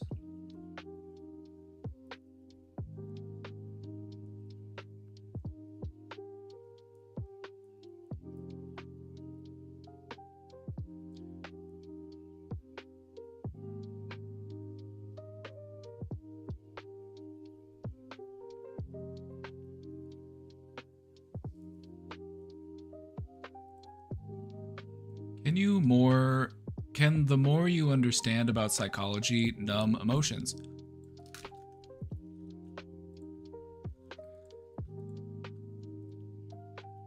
the more you understand about psychology numb your emotions? It definitely can. And I've seen it happen to people sometimes. I've seen it happen especially to people who have worked in the field for like decades. I've known people who have worked in the mental health field for like 30, 40 years. And at that point, it's like, it's all business for them. It's just another day at the office. There could be somebody in front of them like having a meltdown and screaming and like flailing around, and they're just like, I'm gonna need you to get up.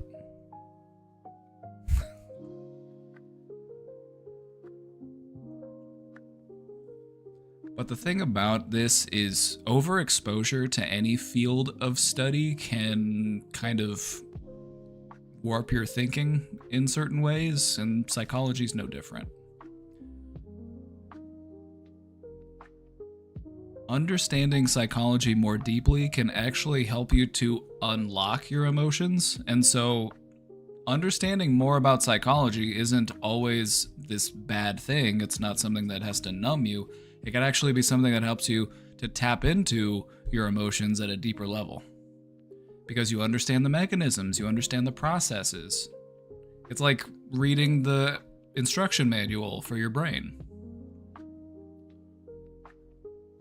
Now we can see what this thing can really do.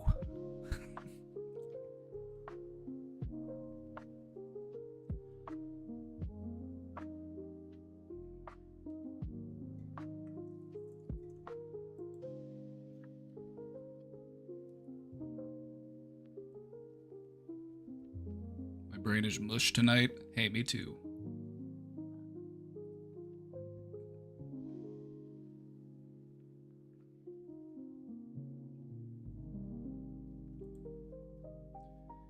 Hey, me too. I'm still trying to find the instruction manual for my brain. It's in your heart for some reason. Not sure why we're designed that way, but that's where it is. At least half of it. The other half's in your gut.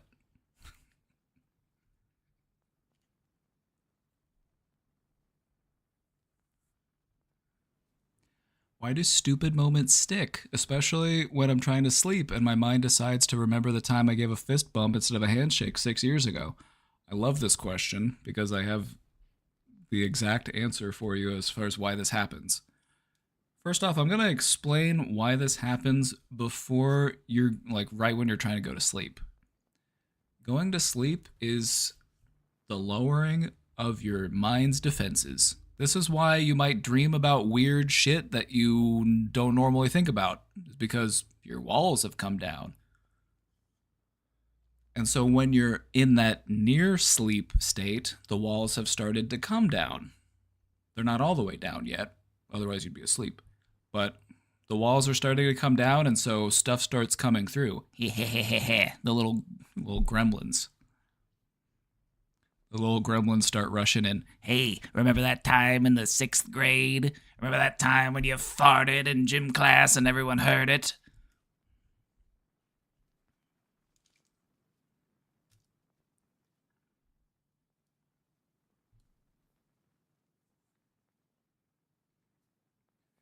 Stupid moments stick because those are the moments that we're trying to learn from.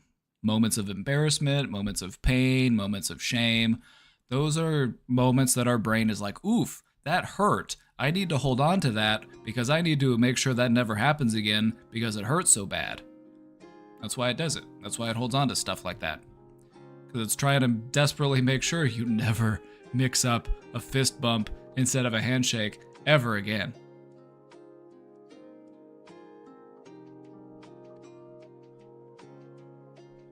And so that's it. What I find helpful is to engage with these moments within my mind, but like, what am I trying to learn from this? Why does this still bother me? I don't need to feel embarrassment now, like I'm so far gone and away from that situation, like who cares? The lesson that I was trying to learn was, it's embarrassing to fumble. And so I need to just pay more attention. That's it. If you've learned the lesson, you can let go of the shame.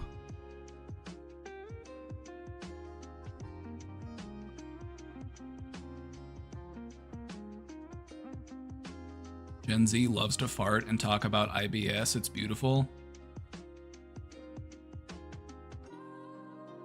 I have hope. I have hope for this generation.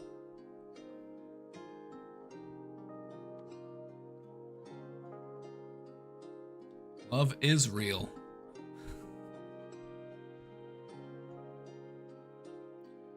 Anyway, the reason why these types of moments stick is because your brain associates them as negative and therefore dangerous, even though it's not really that dangerous. Your brain thinks it is because it really riled you up.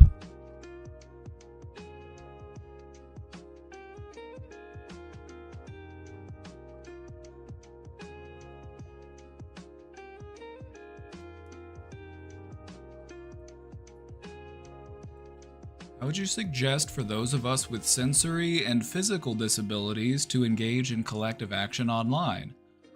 I'm going to open this up for everybody. If you are a person with some type of sensory or physical disability and you are engaged in collective action online, let us know what you do. Let us know what works for you. I'd like to hear it, because I don't want to just speak on behalf of you.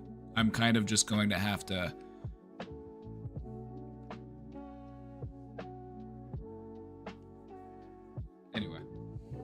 Anyway, we'll talk about it. It seems like a lot of activism focuses on in-person action, which is true. A lot of it does, but not all of it, though. There's still an important aspect, the online coordinating, putting together posters and graphics and setting up calendar events and sending invites to people. There's a lot more that goes into it than just being out there marching in the streets. Many of us live in places, have statuses, or have conditions that would put us at risk of significant harm if we were to engage in that form of collective action. I'm in Texas. Godspeed, partner. Godspeed, partner.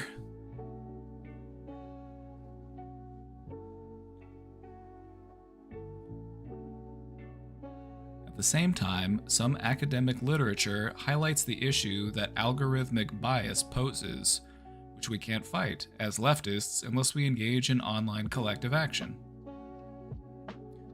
Online collective action is one of the most important things for leftists and progressive spaces, because that sort of stuff is actively stymied in mainstream media. You don't see it. You don't see those people getting interviewed. You don't see those people on panels on the major news networks. And so participating in the online side of things is still necessary and it's still important. So if you aren't able to be like boots on the ground, that's okay, because we don't need everybody to be boots on the ground. We need people who can help with coordination. We need people who can help with planning. We need people who can help with outreach and education. There's plenty of things for us to do that don't involve you to be there in person. And just because you don't show up in person doesn't mean you're not committed to the cause.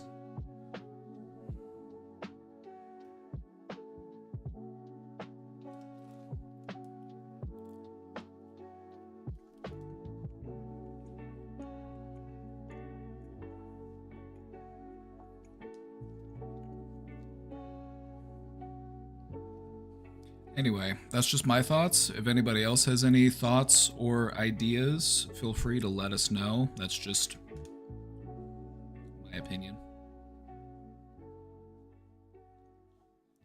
Like, for every demonstration, for every protest, there is a lot of work and planning that goes into that, and a lot of that is done over the internet. And so believe me, there is a lot that you can do that doesn't involve you going outside.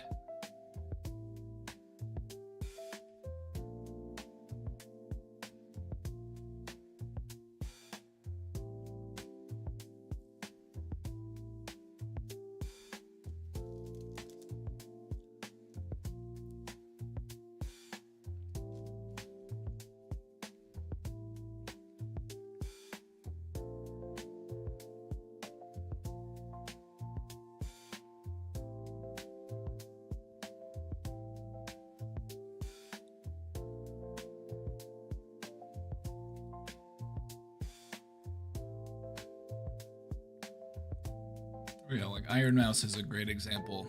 Done a lot of work for charity. Just done that, not in person.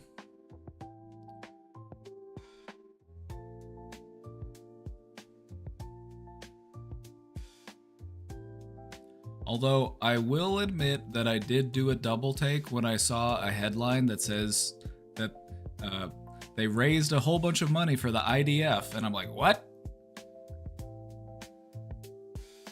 I was like, what? What? Huh? Oh, the other IDF, the Immunodeficiency Foundation. Oh, okay. That makes a lot more sense. It's just a little unfortunate that they have the same acronym for their abbreviation.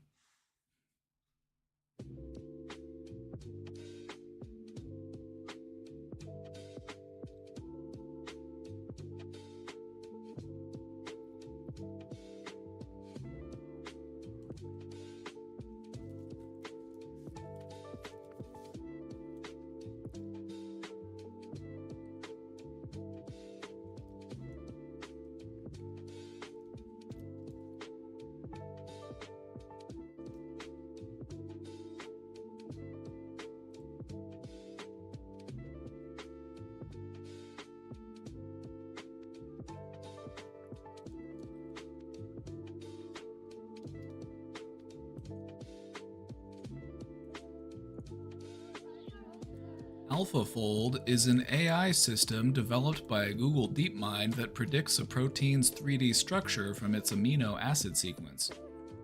Yeah, this is some of the interesting stuff that they're doing with AI. It's like, I do like to see these types of progresses in like the medical fields. That's nice. Stuff that can actually help everybody instead of just using it to make silly pictures.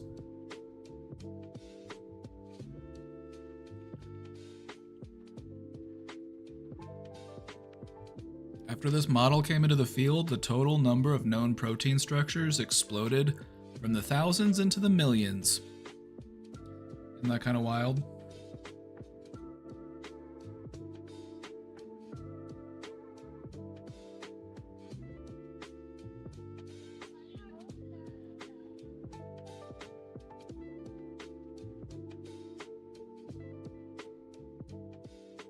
I want a do-over of my childhood with new parents. Can you be my dad? No, that's your job, actually. What you're describing is reparenting, and that is where you become the parent that you needed.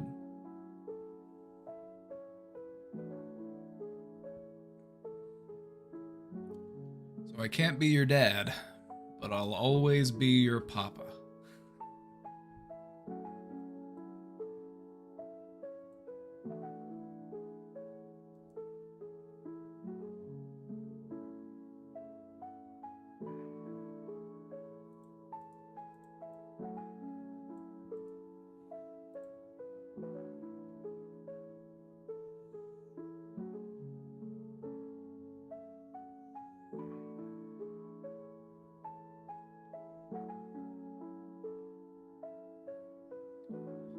Look at all these fun new ways we can stack proteins.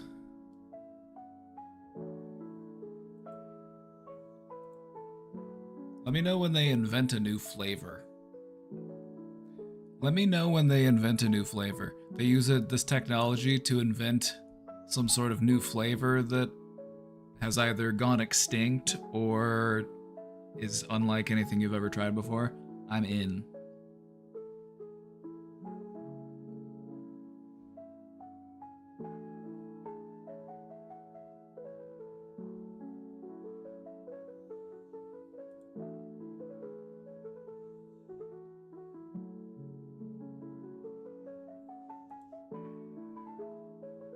What is your opinion on hypnosis or hypnotherapy? I've always thought it was questionable and hocus pocus, but it seems to be taken seriously by therapists. The thing about hypnotherapy is that it can be helpful. It actually can be effective. I'll explain to you why. There's a whole like mystical side of hypnosis where it feels magical and it feels like you're getting sleepy. You're getting very sleepy. All right, now hop up and down on one leg. All right, now quack like a duck. You know, like that kind of stuff, like stage performance type stuff. But that's not really what hypnotherapy is all about. Hypnotherapy is all about helping you to get into a very deep, relaxed, meditative space so that some of your walls can come down. Kind of like how we were talking earlier about how where you're on that edge of sleep and some of your internal walls start to come down, and that's why certain memories might pop up or certain things might come to the surface. That's basically what you're trying to do. You're trying to get the walls down so that stuff can come to the surface.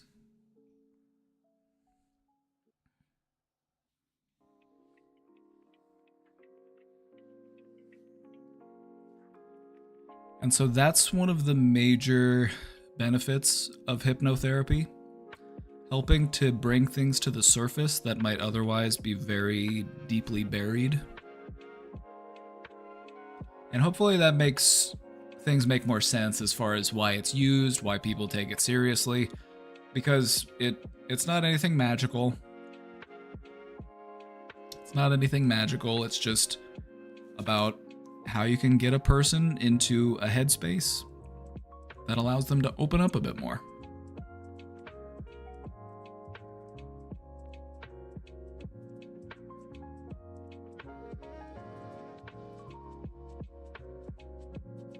It can be helpful for people who might have like repressed trauma or other stuff that's just, just too uncomfortable to talk about, and so they have it's just not something that they could bring up with in discussion otherwise. And so for some people, it's actually really useful and really helpful.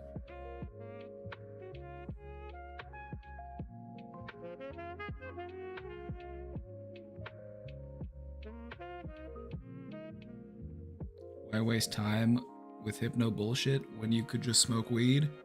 Well, smoking weed, there's not really any control over where your brain goes, and sometimes you can find yourself in these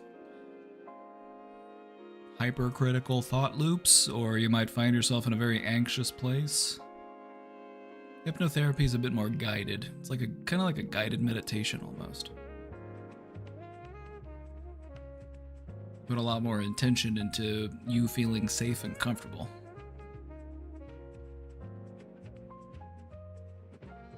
Now, you could probably smoke a bunch of weed and then go do hypnotherapy. I'm not saying that wouldn't be a bad idea. Give that a try. Get a therapist to smoke weed with? Bet. When's our first session?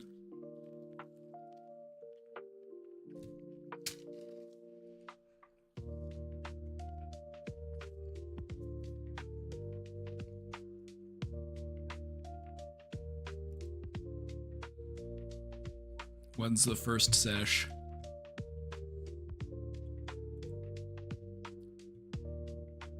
Are you going to TwitchCon? I will be at TwitchCon. And I also got approved for I get to go to the partner lounge this year because I'm a partner now. How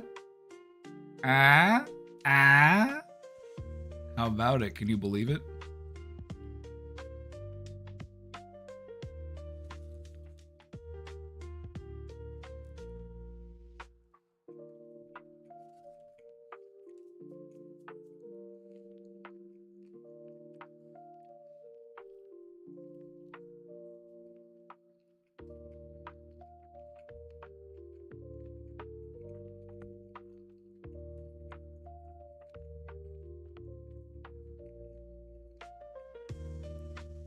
Reminds me, when is TwitchCon?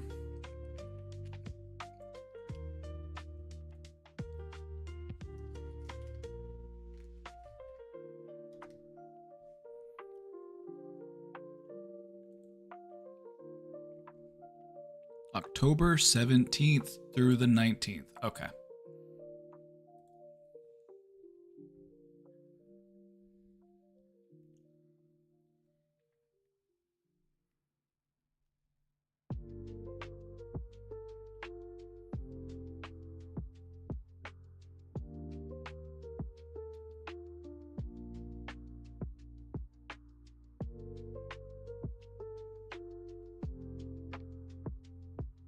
Where is it? San Diego.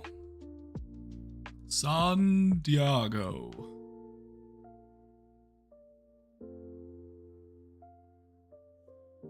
Same place they do San Diego Comic Con, the convention center.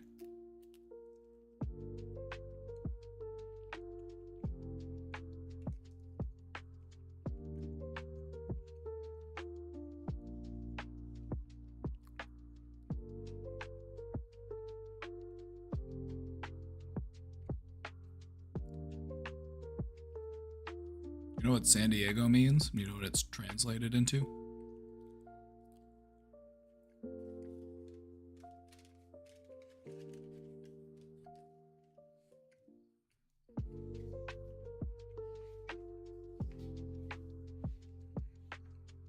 Saint Diego.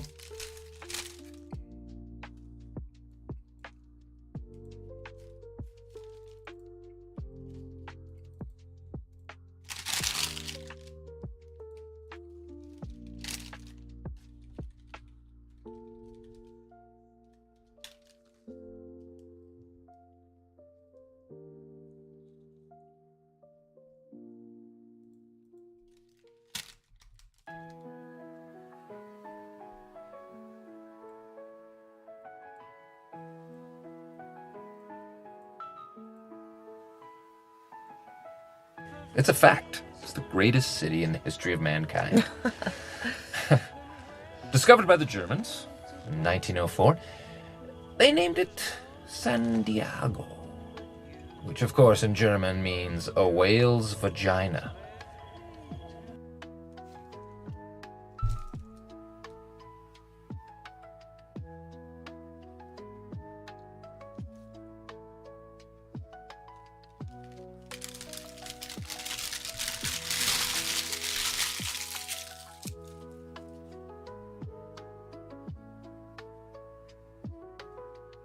It's true. That's what I've heard.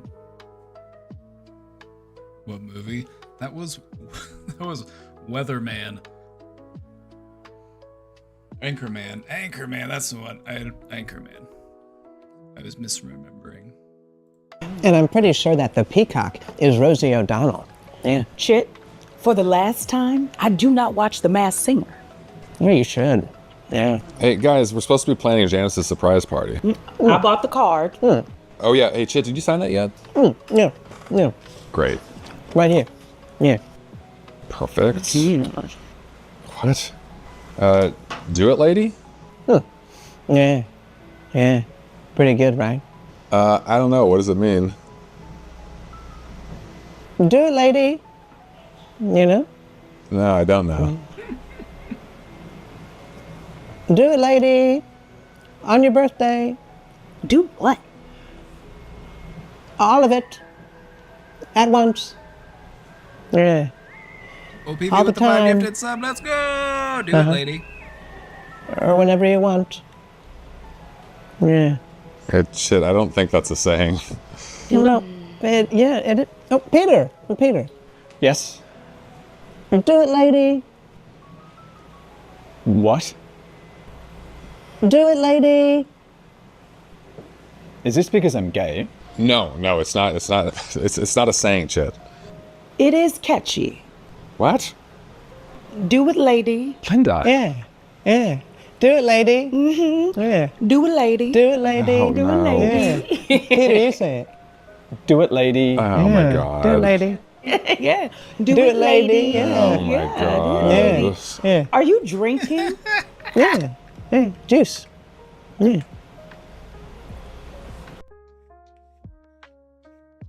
Somebody asked the other day where that was from, and that's where it's from. Somebody asked the other day, they're like, why do you guys keep saying do it, lady? Is that like a catchphrase here? I'm like, hold on, I'll explain.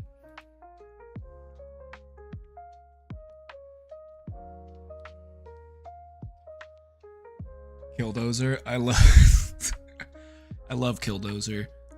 Maybe I'll run into him at TwitchCon. Because he lives in San Diego. Maybe I'll run into him.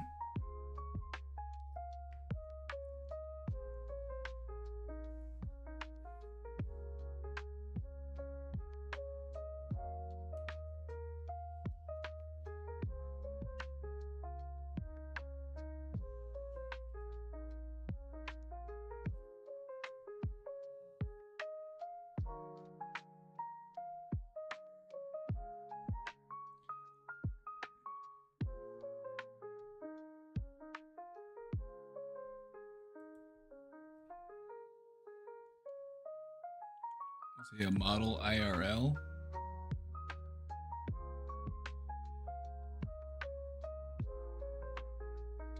He played college football, but he had to quit playing football because he had a back injury.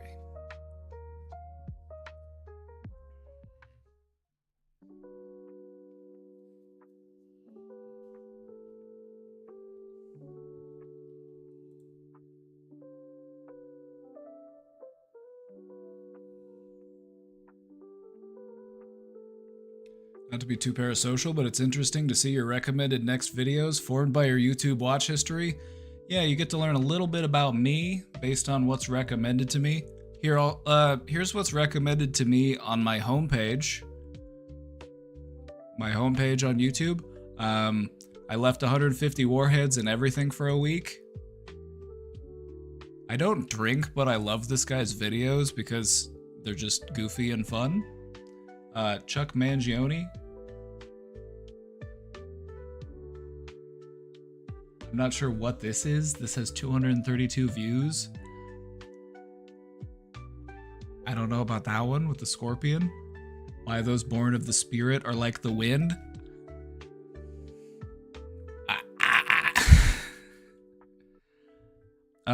My 5,000 euro house. This series has been pretty interesting. It's this guy who moved out to Eastern Europe and he's been rebuilding a house. So that's been fun. This channel's pretty funny. Josh and Mama. It's this like southern son and his mom, and he just films her while she's cooking stuff. And just the stuff that they'll cook is just very goofy. Here, I'll find you one. Hold on. I'll find you a good one. The bread in a can, yeah.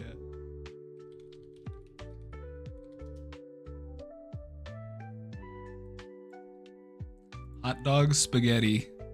Mama, Put that down. what are you making? Hot dog spaghetti. Where's this from? Well, I've been tagged on TikTok for this video 100 times. Oh, Hold on. But when the side of the noodles get done, we'll have to flip them. do I need flipping? I don't know. Let's see. Oh my god, looks like a sea creature. Okay. Look, they all just slip right in there. Oh.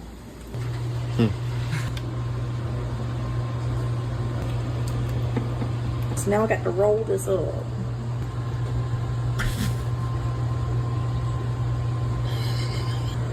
Oh look! Wow.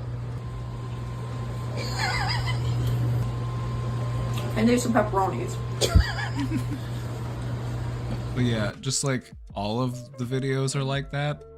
Of just like, what are you making?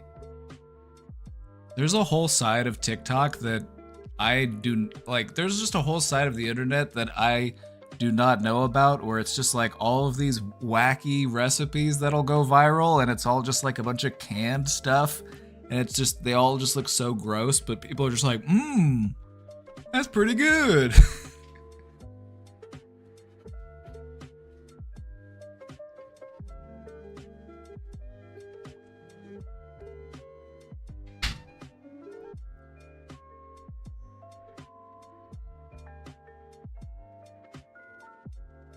But yeah, just I love it because it's just like, what are they making now? It's crazy. Just no seasoning in sight. No seasoning to be found. I need to find one more video. I need the Thanksgiving video because this one's just... Dang, Mama, you starting already? Yes, I am. Can you finish this while I get the ham ready real quick?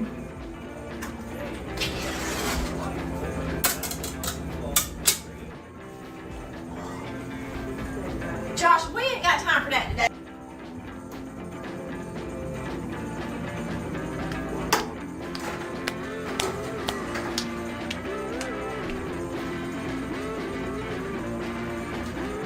Josh, can you go ahead and take the ham out so I can be putting the macaroni in, please?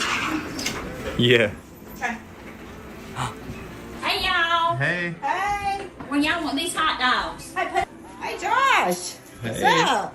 Yeah, I can take it. Where y'all want me to put these hot dogs?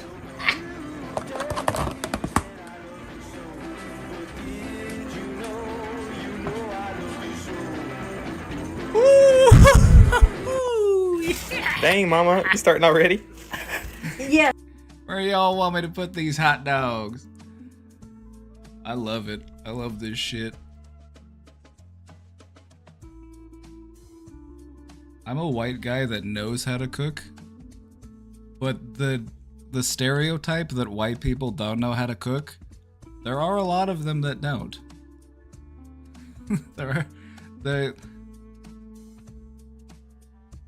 Sometimes it's true, and I'm allowed to say it because I have the pass. Just no seasonings anywhere. You suppose it's a bit? Oh no, I've met people who cook this way. This is way too true. A lot of people eat this way. And what made you want Whataburgers today? Oh, they were so good the last time when we had them. What is all that stuff on top? It's just like, it might be like the fat from the meat or something. Let the burgers cook. It's going to be all right. These ain't turning out right. They didn't look like... They did look just like this the last time. Look at that. There's nothing wrong with these burgers. Is it done? Yes. It's done. Then why'd you put it back in there? I mean, they don't look bad. They don't? A little soggy. You seen those space pictures of Jupiter? That's what that looks like. What?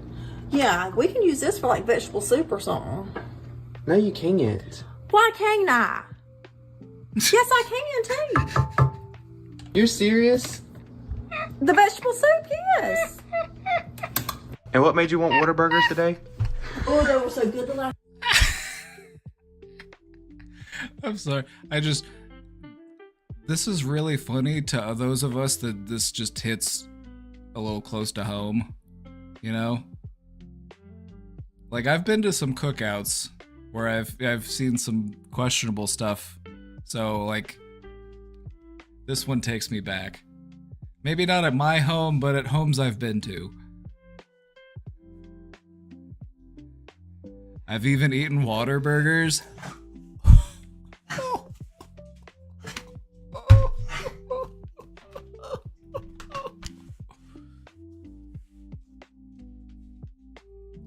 And loose meat burgers. Loose meat burgers are actually pretty good. It's basically a sloppy Joe, but not as sloppy.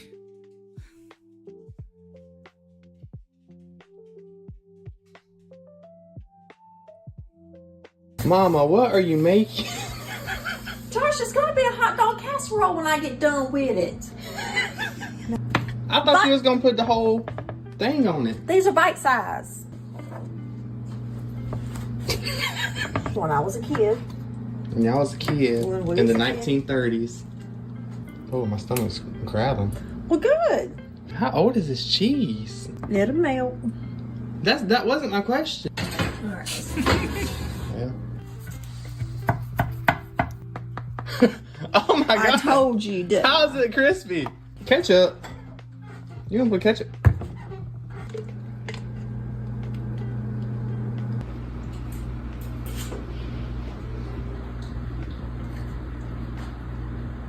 How is it?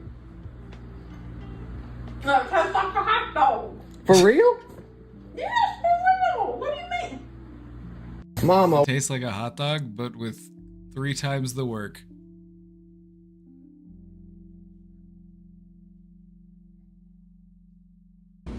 Oh, come on out. Come on Mama. out. No. I got it. This one actually does look pretty good. This one, she did cook on this one. You could tell I've watched quite a few of these. Sizzling. Okay. The ice cream French toast. It works. Okay. Wait, when did it start over?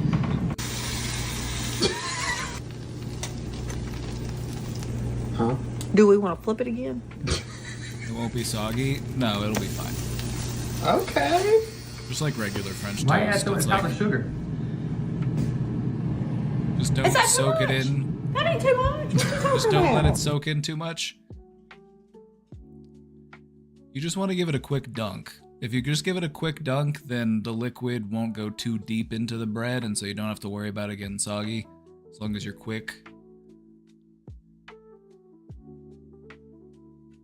Ice cream French toast, I would try it. It does sound pretty good. Because the ingredients, it's the same thing as French toast, except you're adding heavy cream. That's it. It's just a more decadent French toast. French toast, you dip it in like egg and milk. That's almost ice cream. You just gotta add some heavy cream and a whole bunch of sugar. What does French toast taste like? It's pretty easy. You should try making some at home. You can taste it for yourself.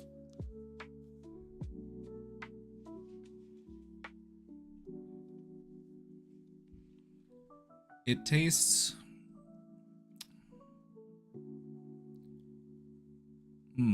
almost custardy in the texture, but then like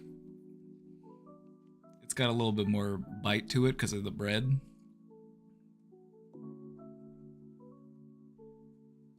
And then you put like cinnamon and sugar in it and stuff. It's pretty good. I've made it with banana bread before, and that's crazy. Banana bread French toast.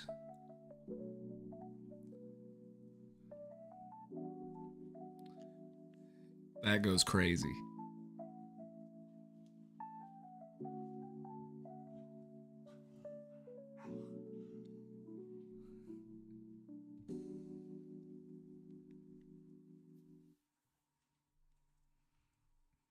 A lot of prep time in that one, but it's pretty good. We have some banana bread. Give it a try.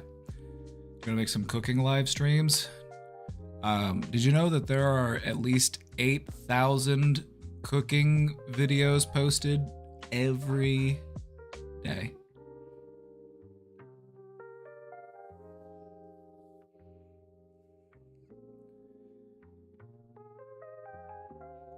If I do cooking, it'll be just for us. It'll be just a little treat. A little treat.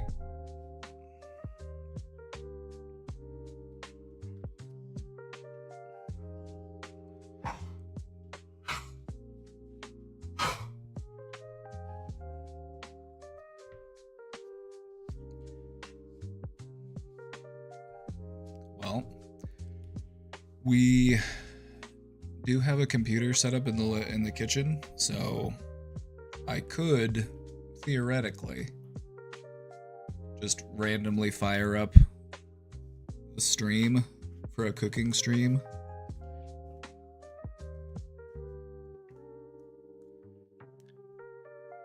Like I just so happen to be cooking something interesting.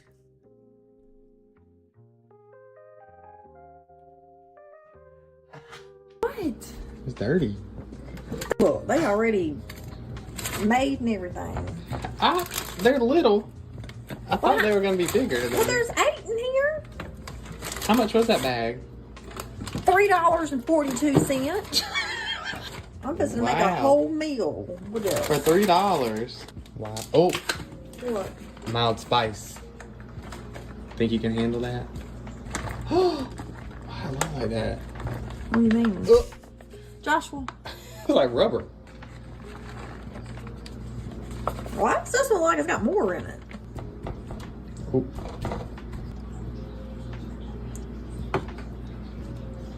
So what is this called?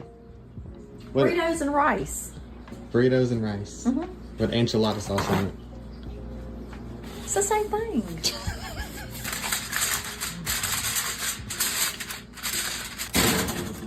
Yeah, it's getting there. I just need another stove, so I need 30 minutes. Oh. So we could have cooked them in the microwave for a minute, Yes. but now we gotta bake it for 30. Yes. What's wrong with them? they either look like this or they look like this when you put them on. Is one inside out? No, see what I'm saying? They ain't the same. Are they supposed to be like that? I don't get it. What? Boom. Alright, I smell it. let's see. I'm gonna put some cheese on this. Cheese. Yes, It does smell actually super good. it does. Anyway, aren't they just so fun? Let's see, what else is on my front page? There's these two guys. I mean, these two aliens. And they critique humanity from the perspective of an alien.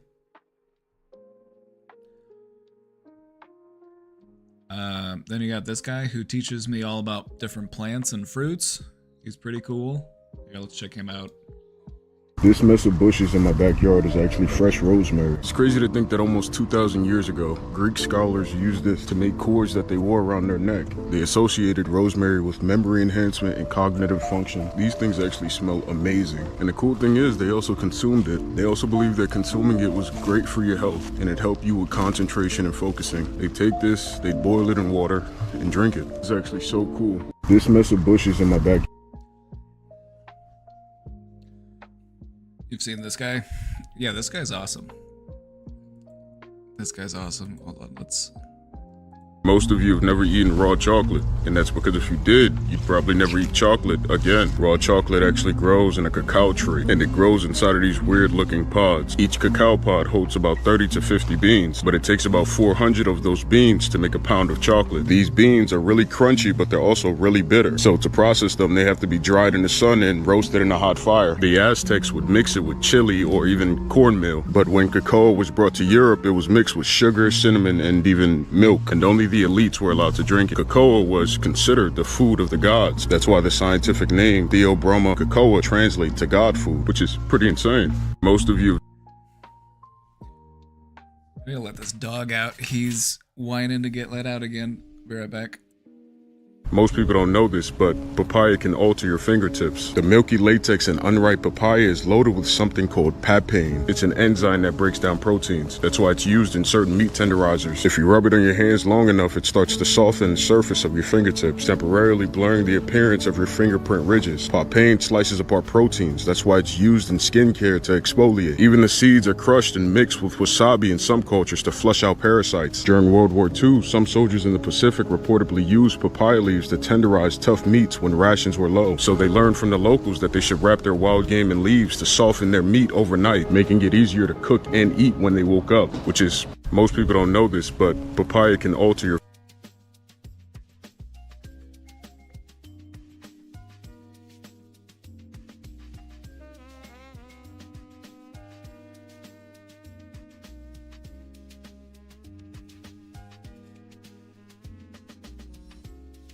Which is pretty insane. One of the most useful crops in the world is actually very toxic. Bottle gourd is one of the oldest plants ever domesticated by modern-day humans. It's mostly grown in India, and depending on how it's grown, it can grow in different shapes. Some of them grow round. Those are usually turned into bowls. Others grow long like a snake, but are usually used just for cooking. But if you let it get too ripe, it develops a toxic compound called cucumber tassins. It's actually so toxic that a man in India died a painful death after drinking bitter bottle gourd juice. It causes bleeding in your stomach, and then you get violent diarrhea. And as that's happening, you get a dangerous drop in your blood pressure. Once it's in your system, it's pretty much game over, because as of now, there's no antidote, which is pretty insane. One of the most useful crops.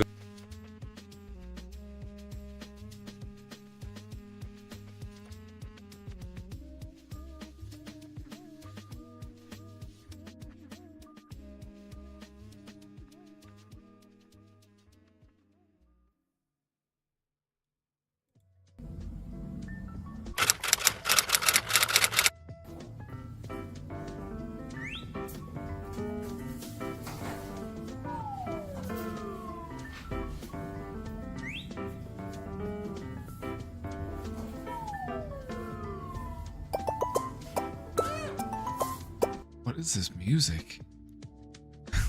What is this circus music?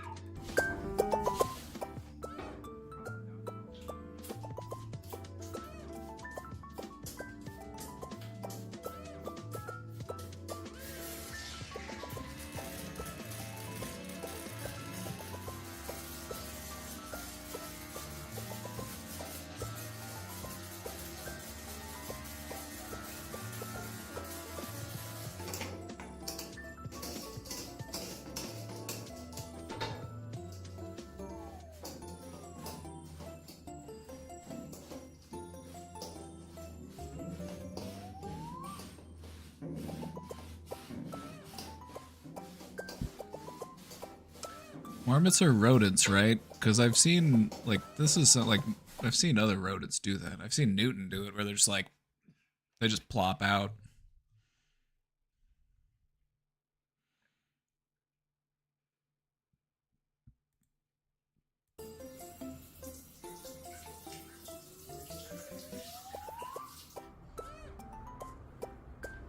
Oh yeah, he's alive. He's just chilling.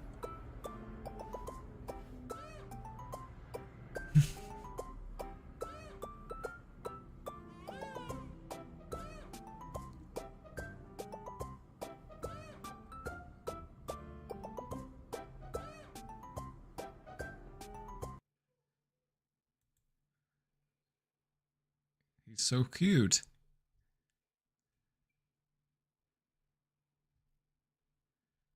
Don't they also make an interesting noise? Hold on. Yeah, they also scream.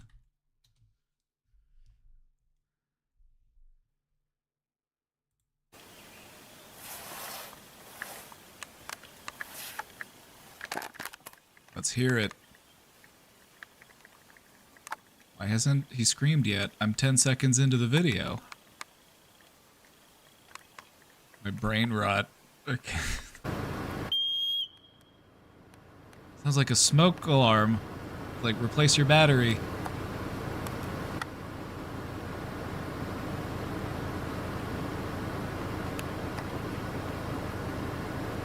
Telling me I went through 37 seconds of video and I only got one scream?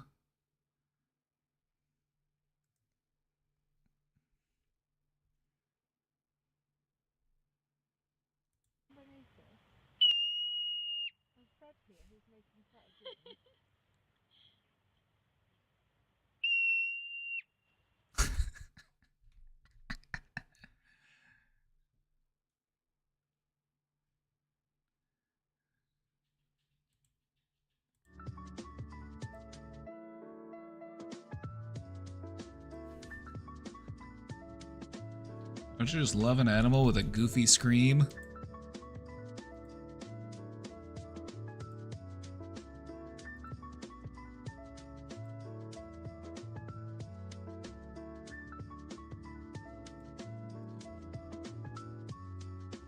Alright, we've got some questions in the box. I'm gonna take a look. Thoughts on Dr. K / Healthy Gamer GG? You know, Dr. K changed the live streaming space for like mental health to have more of a space, so you know, you gotta show some respect for being one of the originals, right? I can't say that I've really watched much of his stuff, so I can't really speak to him that much beyond that.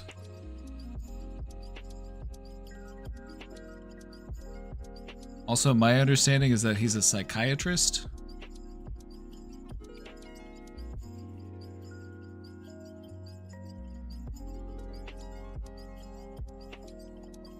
Very apolitical. A lot of like doctor level practitioners tend to be more apolitical because they're like, you know, I've got to serve everyone, you know, like mental health is for everybody, psychiatry is for everyone, I can't afford to be political.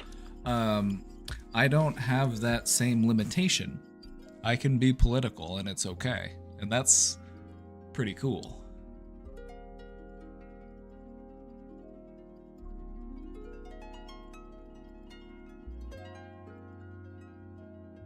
He's a psychiatrist and a psychologist. I like it when people are both. You see some people who just go straight psychiatry and they have a much more just like by the book medical view of mental illness.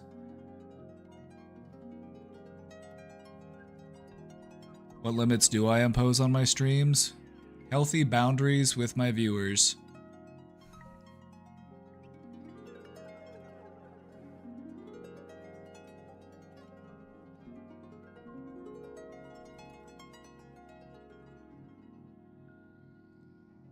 My coworker wants to be a psychiatrist, the one that's a furry.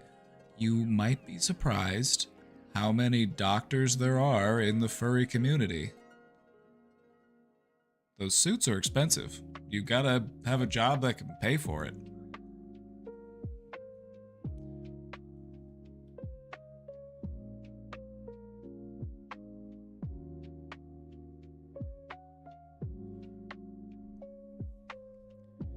Money hoarding is a mental illness. Hoarding in general is a mental illness. It's the type of mental illness where you get run away with your squirrel brain. The part of your psyche that just, let's just go out and grab a couple more nuts. You never know how many nuts I'm gonna need. So let's just get a couple more. What could a couple more hurt? You know, you can't have too many nuts. It's that same aspect of our psyche. It's the one that we're supposed to be able to, you know, have control over because we're all evolved and shit. Dr. K bringing Eastern medicine into Western discourse is good, I think. I also agree. I also like a lot of the Eastern philosophies when they apply to mental health and wellness. Like mindfulness, for example, is really big in mental health now, and that stemmed from Eastern practices.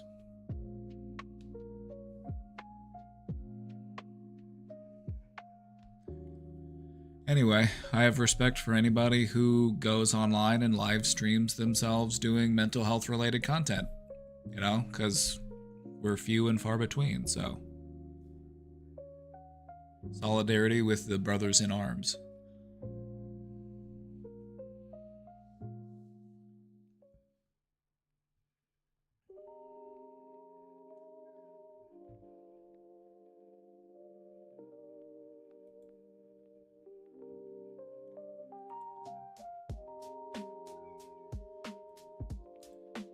Just want to say the glasses have so much aura.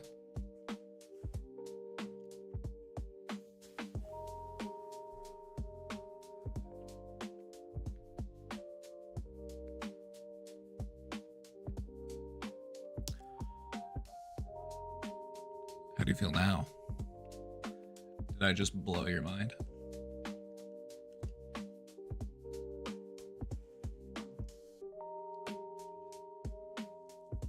It's weird seeing your eyes.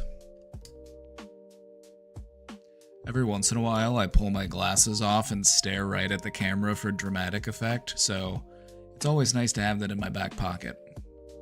You know, just in case I really need to lay it on thick. Just in case I need a little bit extra oomph.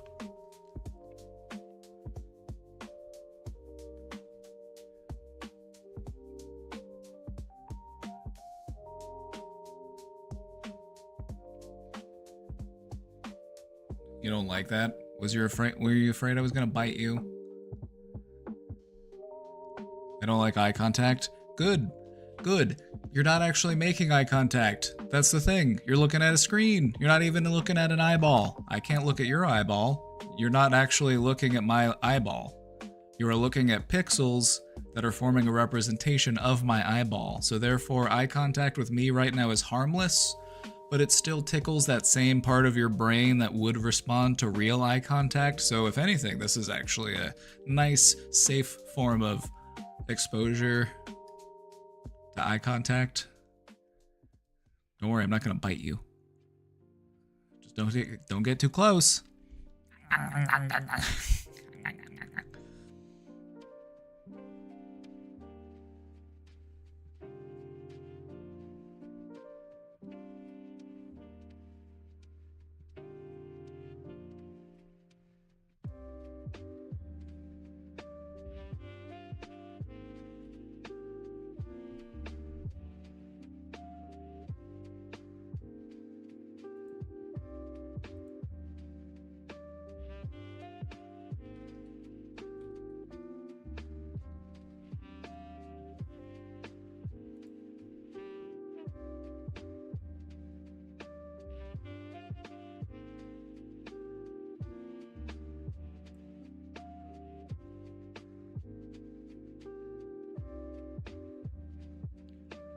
Just a question. Does it make you uncomfortable to look at a picture of an eyeball? Does it help if there's no human face attached to it? It's just an eyeball?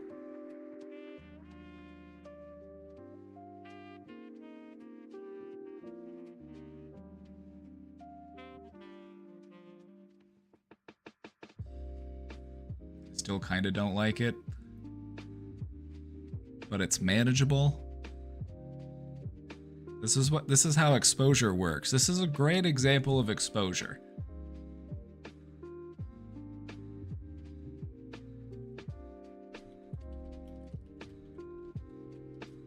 How about if you look at a cartoon picture of an eyeball? Is that threatening at all? Does this make you feel uncomfortable at all to look at it? That's okay. And this is a good jumping off point. It's unsettling. It's unsettling in its own way, because it's a cartoon eyeball, but it's not unsettling. Okay, so how about a slightly more realistic cartoon eyeball? This is a great example of how exposure works. Step-by-step progression. A slightly more realistic cartoon eyeball. How does this make you feel?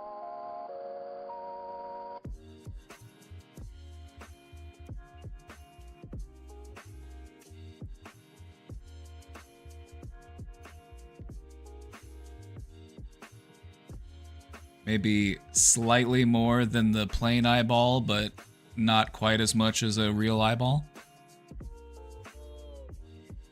Is someone afraid of eyes? For a lot of people, eye contact is uncomfortable. I don't blame them. It is. Direct eye contact is overhyped in many cultures because biologically it's seen as domineering and challenging. It's meant as a threatening gesture. Now, there can be some moments where it can be very intimate and very enjoyable, you know, but that's normally done within a certain context. It's like you and the other person are on the same wavelength. And so it doesn't feel scary to look into their eyes because you know deep down that they would never hurt you. I was raised Russian. We stared at each other. Yeah. Yep. Yep. Some places it's like, what's wrong with you? Why won't you look me in the eye? How about this picture of a slightly more realistic cartoon eyeball?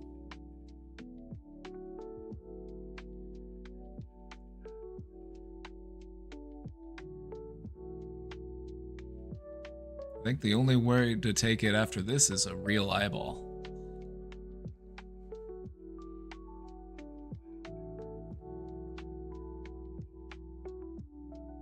It's too much like an eye for me, but you know it's a cartoon. And so take a look at that part of you that feels uncomfortable and show it some compassion and say, it's okay, I understand why you would be freaked out, but it's just a cartoon. You don't need to worry.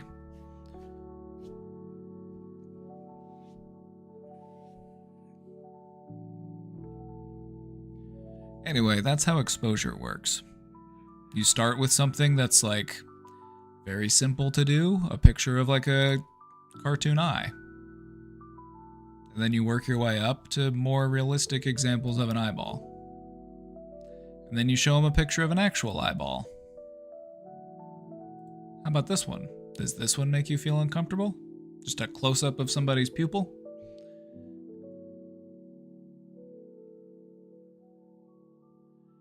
What if the whole eye isn't in the picture? What if it's just the pupil?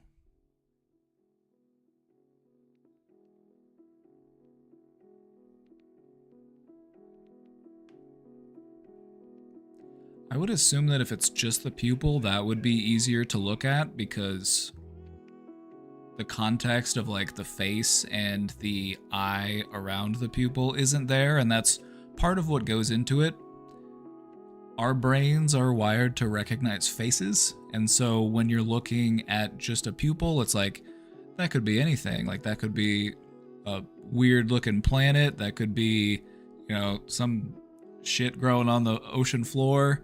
You know, it could be any number of things. We don't normally look at eyeballs that close either. And so it's not quite the same as just looking at somebody's eyeball.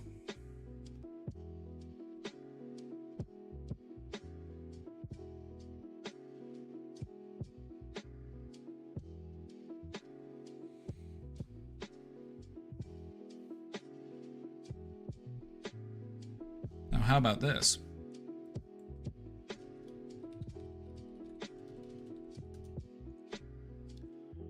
What if it was a cat staring at you? Can you make eye contact with it?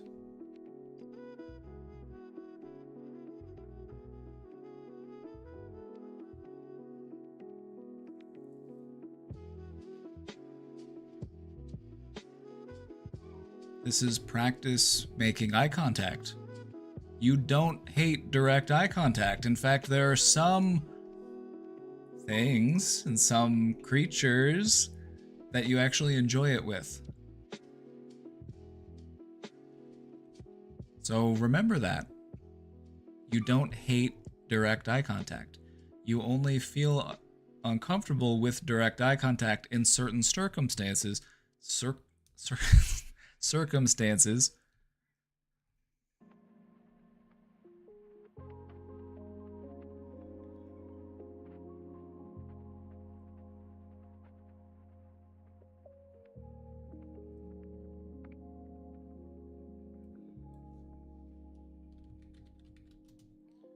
What if it was an orangutan?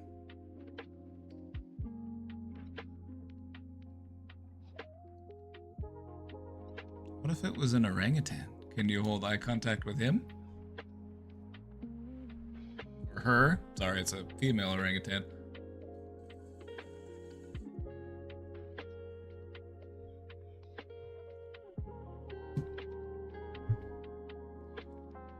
In overcoming fear of making direct eye contact, it's helpful to remind yourself that I don't hate all eye contact. Eye contact is contextual. What I don't like is when people force me to do it or they feel like I have to do it in order to show you that I'm paying attention to you. That's too stressful, that's too demanding. But with people that I really care about, but with things that I feel safe around, with things that I love, it's okay. And that's fine. You don't have to make direct, prolonged eye contact with every single person you meet. That's not what we're asking you to do. It's just nice sometimes to make direct eye contact with someone or something that you really care about. It's just a way of saying, hey, I see you. You see me too. And that's okay. Because we're family. Because we love each other. So it shouldn't be something that you have to be afraid of.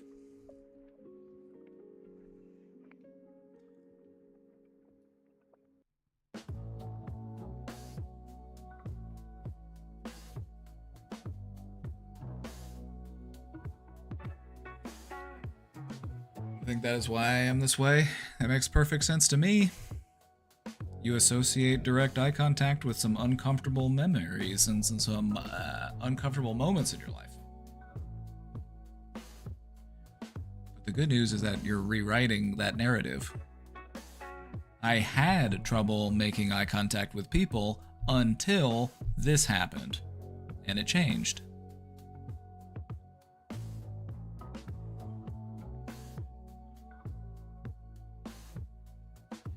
Anyway, just practice it at your own pace. Practice it at your own pace and continue to challenge yourself bit by bit. That's how exposure works.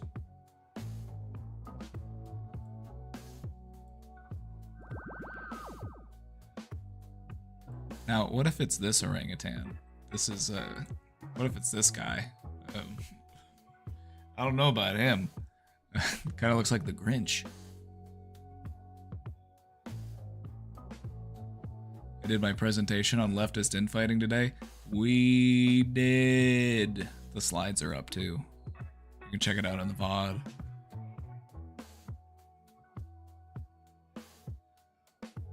Looks like Jim Carrey and the Grinch.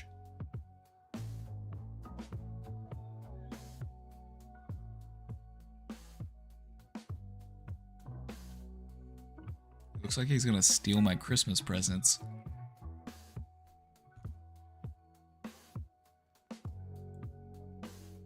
Hold on.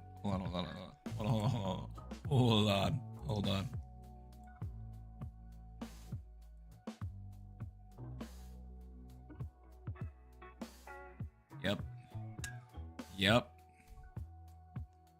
Yep.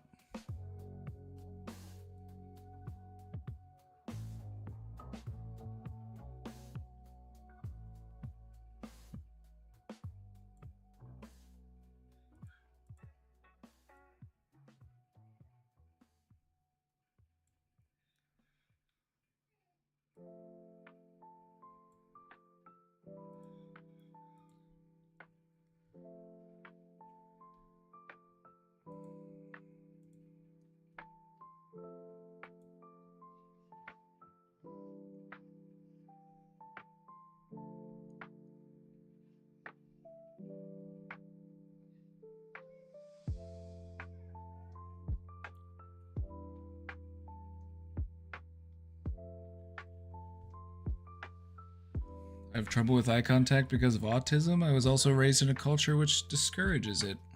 I think as far as eye contact goes, my opinion is save it for the people that you really want to do it with.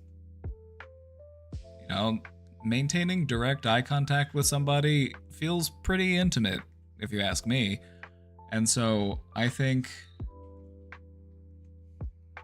you know, just do it with people that make you feel safe and comfortable. I feel like part of the pressure is the expectation that we have to do it with everyone we meet, and you don't. As long as you're oriented towards the person, they'll figure it out. Like, they'll get it that you're talking to them.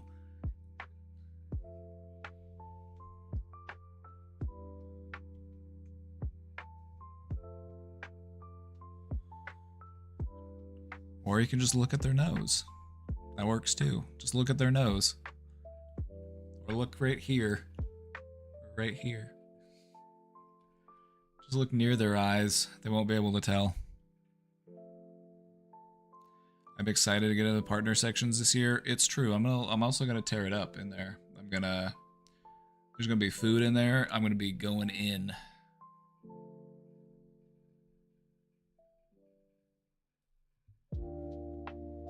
Is there anyone here that's going to TwitchCon?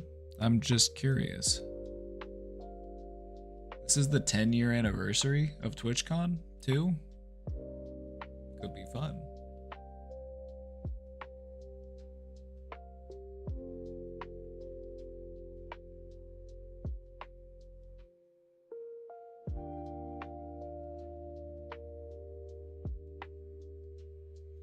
You know what you can also do is practice making eye contact with yourself in the mirror.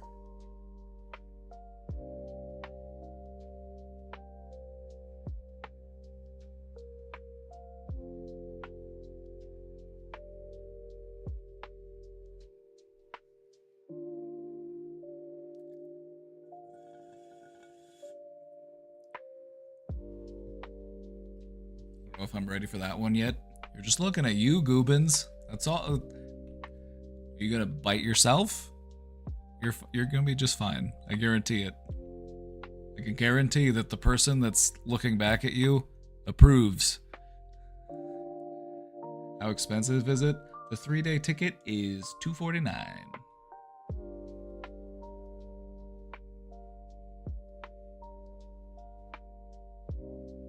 There's also a block party. I think we might be going to the block party. I'm not sure.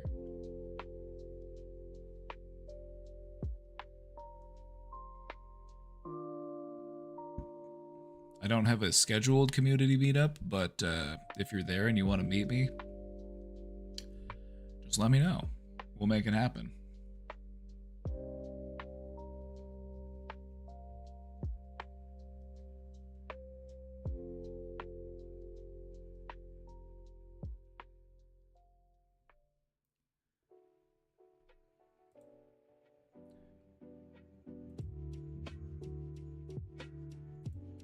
Do hallucinations... Oh, hold on. Let me pull this back up. Do hallucinations really happen if you stare at a mirror for long enough? I really don't want to try for myself. Alright. Let's talk about it. If you stare in a mirror in a dimly lit room, it's not just staring in a mirror, the room has to be dimly lit. Your face will start to look distorted and weird. That is true.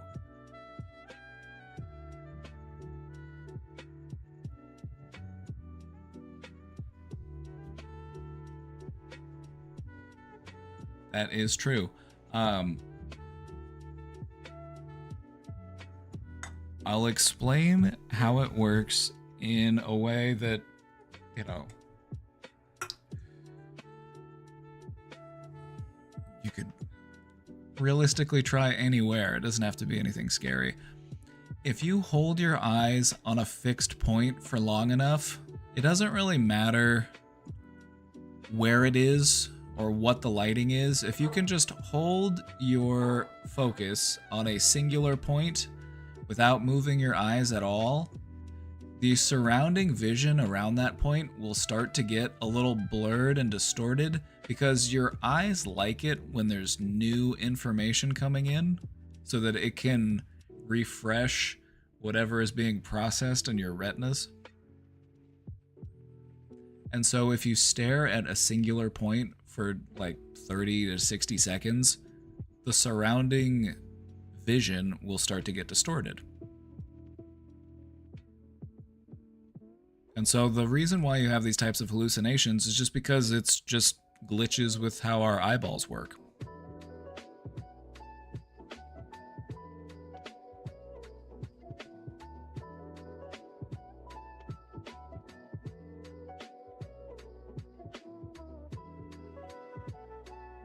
Can it cause damage, or are you back to normal when you look away?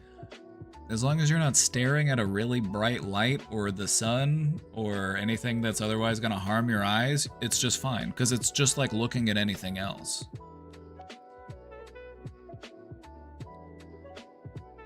I think an easy way to understand it is, you know how when you eat the same thing, you start to get tired of the flavor? It stops becoming enticing.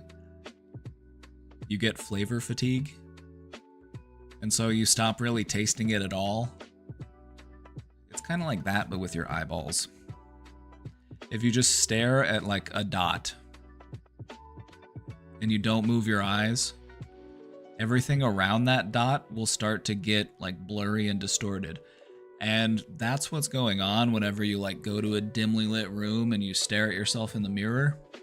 It's that same type of visual phenomenon, but it's also made a little bit more intense because of the low light. Because your brain will just make stuff up whenever there's not new sensory information coming in. Your brain fills in the gaps. Like your brain filters out your nose for the most part. You always see your nose, but your brain filters it out. Anyway. Just another type of optical illusion. Your brain likes to make stuff up if it doesn't have any sensory information coming in.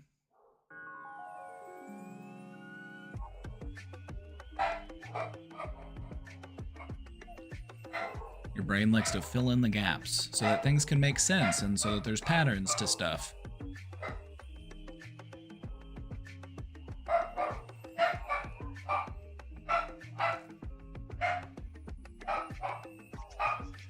My uncle stole my nose when I was 4 and never gave it back. Is it too late to go get it? Is it too late to go get it back?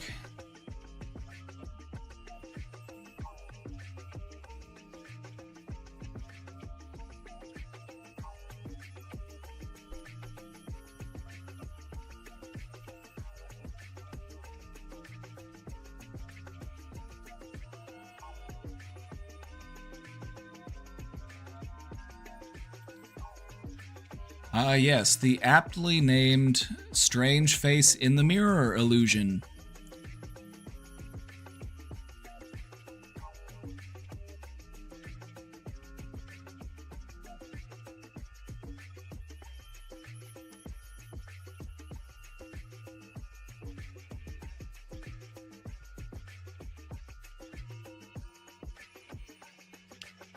All right, so the guy who came up with this, he did a study with 50 people, and they made him do it for 10 minutes.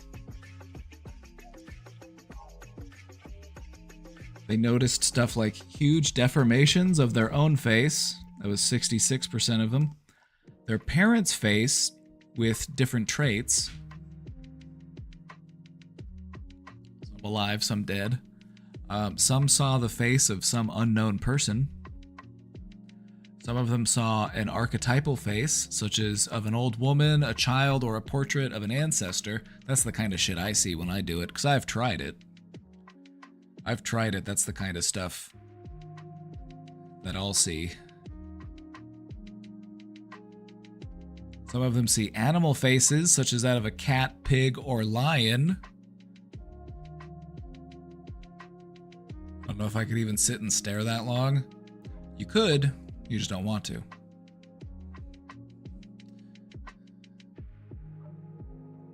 If I had to put money, if you had money riding on it, I bet you could. Honestly, this does not sound like an enjoyable hallucinatory experience.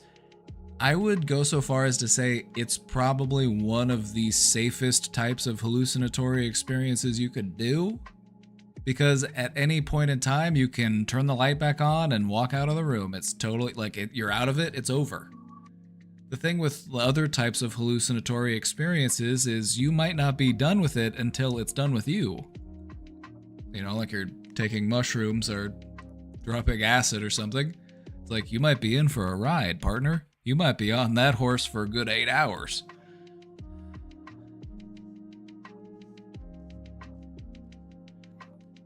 And so this could be a good entry point for somebody if they wanted to have a sort of hallucinatory experience in a safe and controlled way.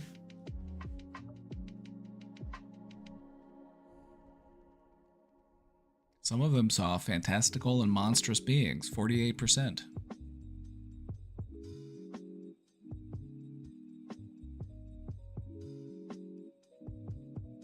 Can I see the hair I want to? Try it yourself, maybe.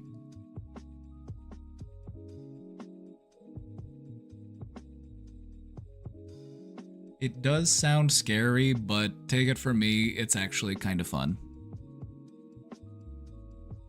It sounds scarier than it actually is. It's not that bad. Because whenever you're done with it, you just turn the light back on and you walk out of the room. You're back to normal. It's totally fine. I'm scared to trip. Good thing this isn't tripping.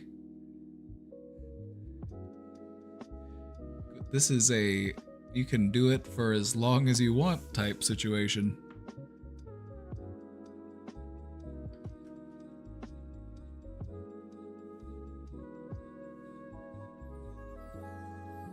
Whenever you're done doing it, you just turn the light back on and you get out of the room. You're good to go.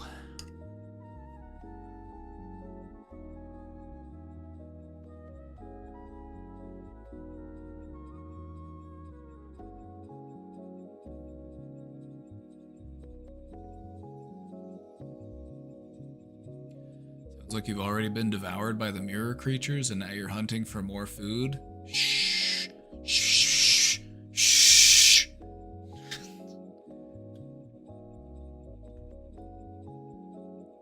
Don't tell them.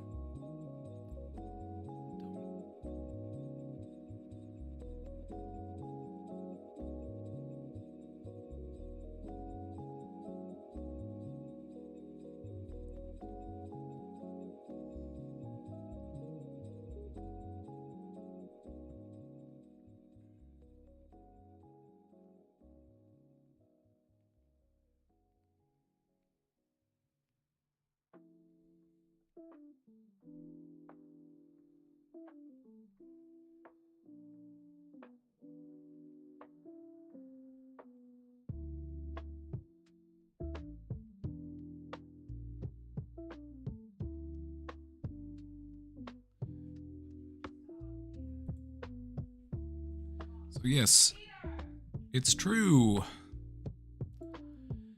It's true. It's just another form of optical illusion. Which sounds freaky, but it's just science.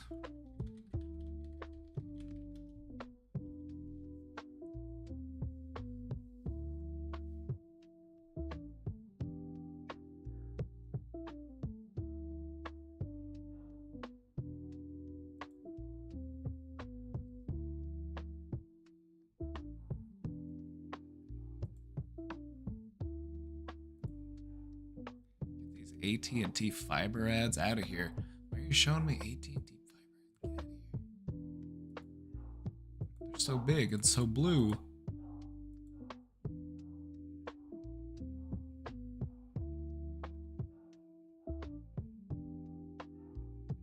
Ooh.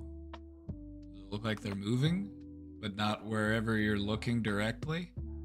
Looks like it's moving out of the corners of your eyes.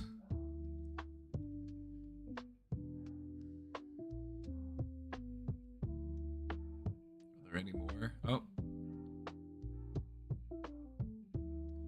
With this one, if you stare at the X in the middle, the dots around the outside will start to slowly disappear. And then you'll only see the green dot.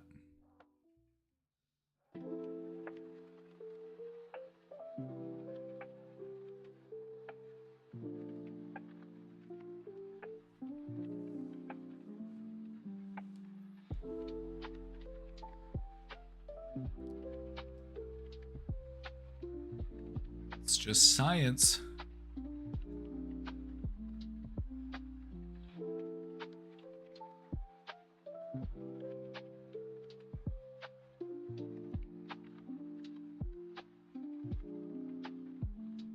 Oh yeah, the color of gray. Oh yeah, the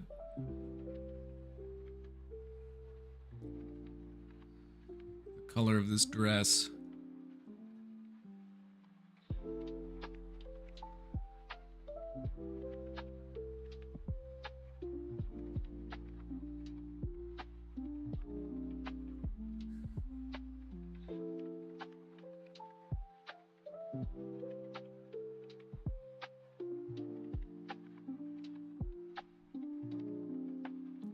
The dress is in fact blue and black.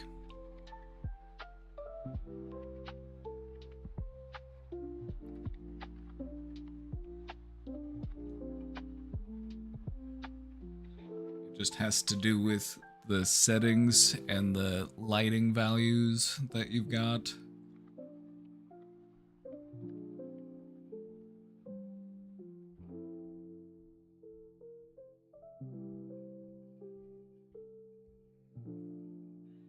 Also, you'll notice that at the bottom of it, it looks more blue and black. But if you scroll up towards the top, you can see the white and gold a little bit easier, mostly because of that big light spot there in the middle.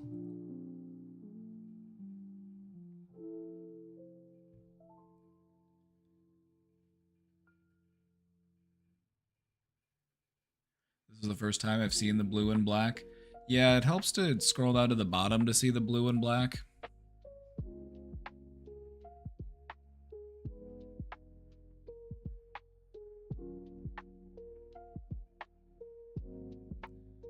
2015, back when the most we had to worry about was what color this dress was. Oh, this one's cool. It makes little, like, kind of like a star. It makes these invisible, or these little lines.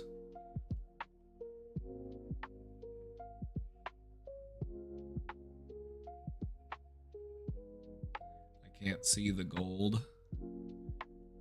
Just focus on this spot right here.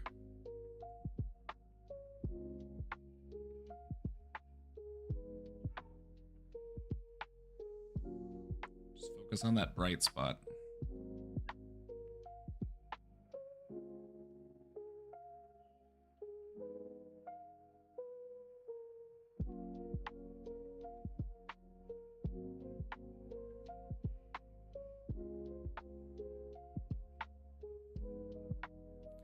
This illusion tricks us into seeing bright rays of light.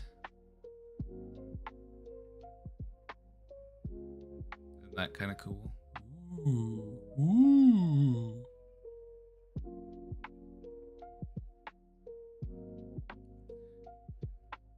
This one's way too zoomed in. Oh, this is the, whenever there's a grid, you see these little gray dots in between.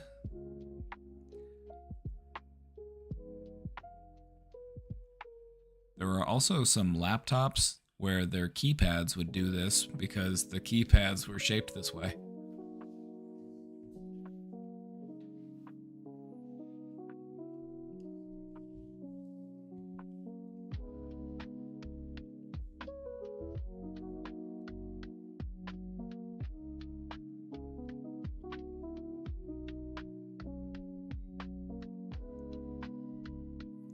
Okay. All of these balls are actually the same shade of beige. These balls are not actually any color. They're all the same exact shade of beige.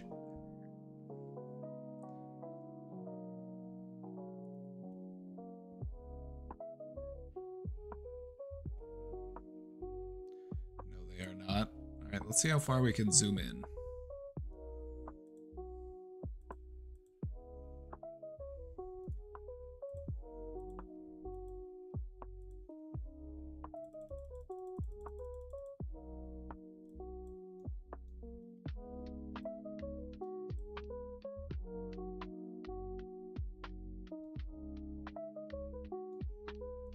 I would need to upload it in Photoshop.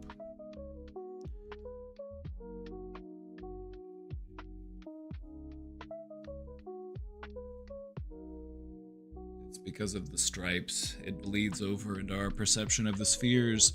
Our vision cares more about shape than it does about color.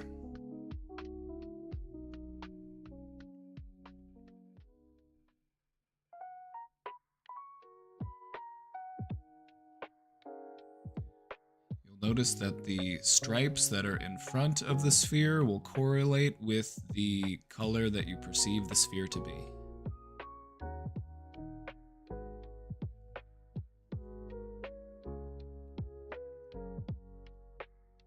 If you try to ignore the lines,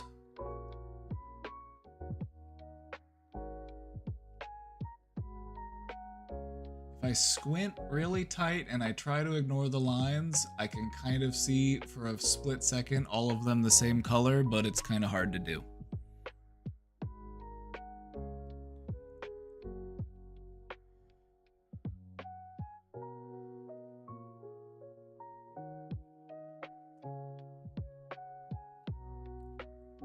Now, humans can perceive a wavy line as an angular zigzag.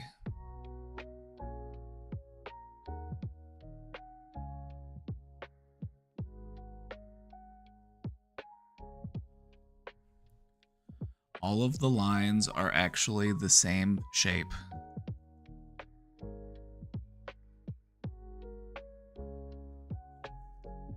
But because of where the shadows are, it makes them look like zigzags. You'll notice up here in the corner with the white background, you can clearly see that they're all the same shape. But when you start going over here, it's like, oh yeah, some of them look like they're zigzags and some of them look like they're rounded.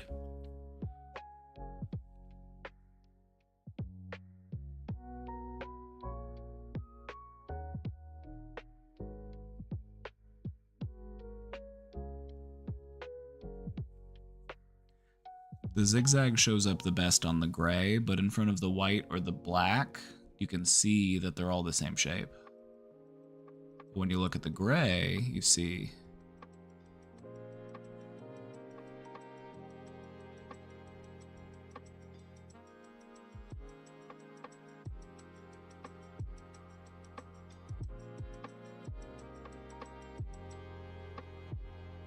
duck or rabbit.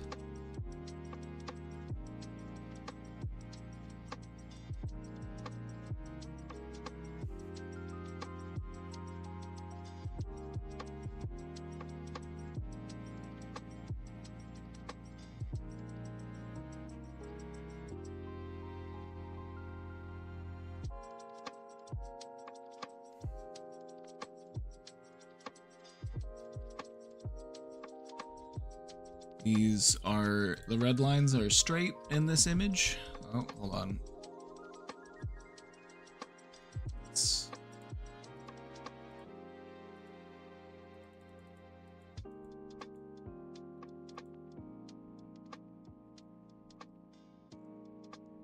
it makes it look like they're bending.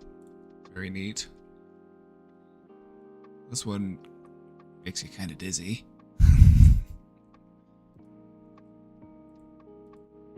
Ooh, ooh.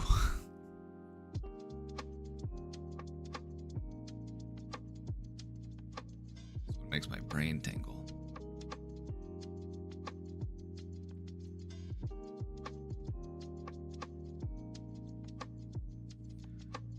The A and the B are the same color.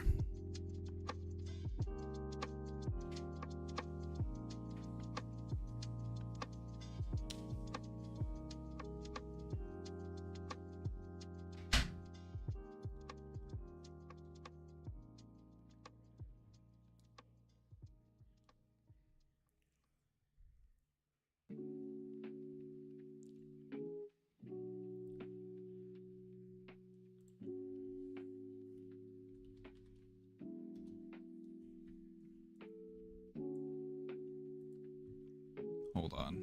Let's test this.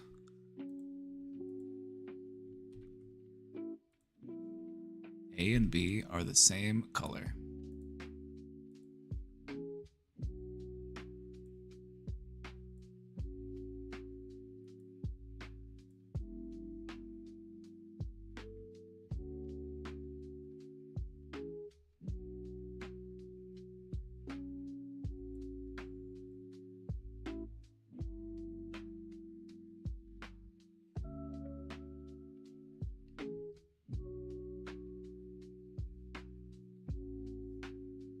Literal letters? No, the squares. The squares.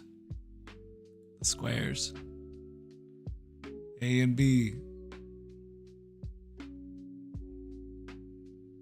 And as I've shown you here in Paint, it's true.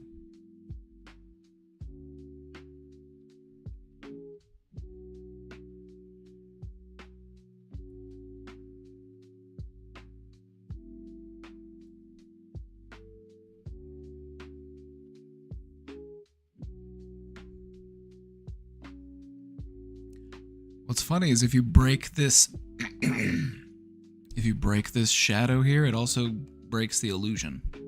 Because the shadow is what creates the illusion. The shadow of this cylinder here.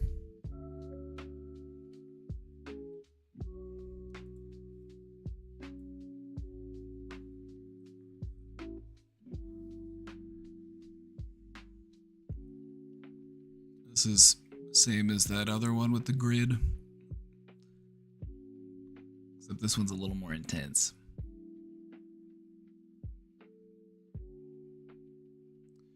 Is it a face or is it two faces? Ooh, ooh. Is it a vase or is it two faces?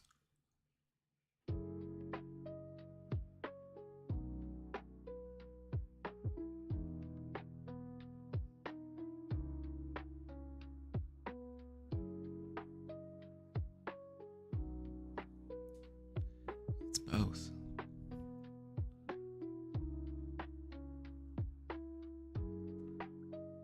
The rubber pencil. Oh, this one was fun to do in school.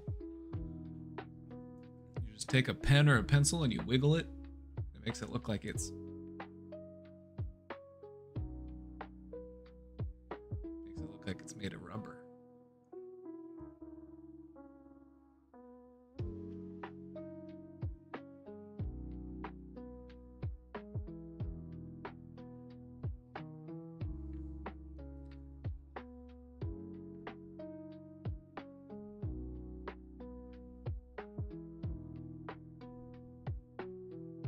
Oh, all right. I think I've had enough. I think I've had enough of the optical illusions. The got your nose trick works every time. Oh yeah, like this. Got your nose.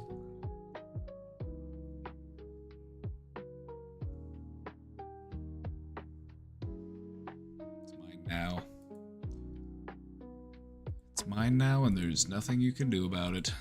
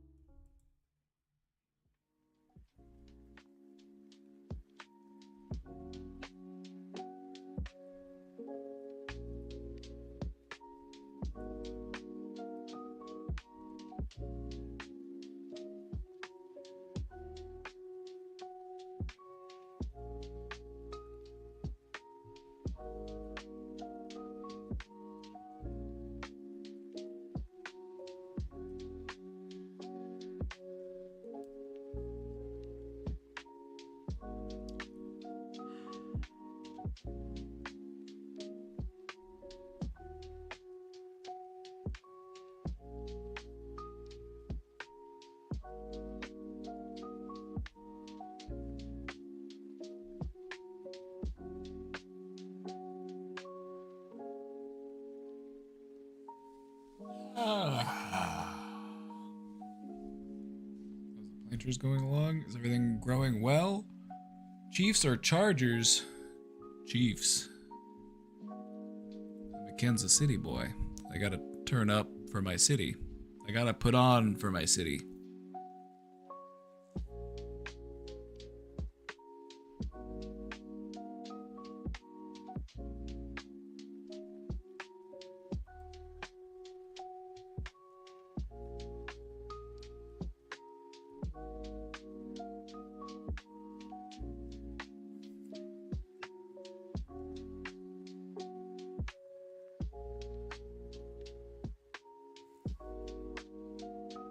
Put on for my city. I don't know about you.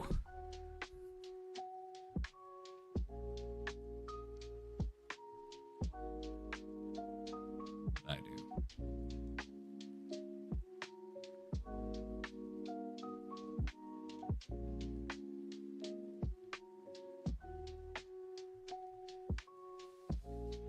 All right, everybody. That's gonna be it for me today.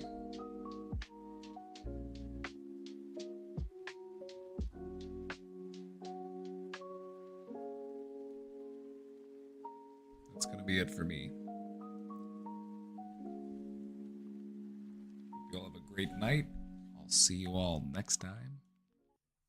Stay safe out there. Until later. Peace.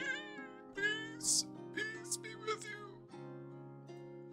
Peace be with you. And also with you.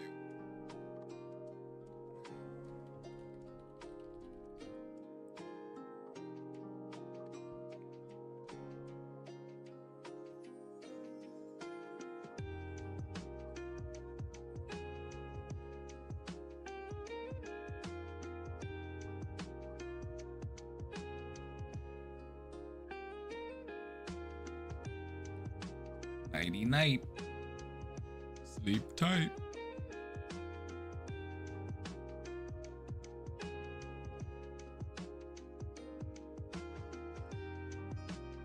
Don't forget your homework. It's due on Monday.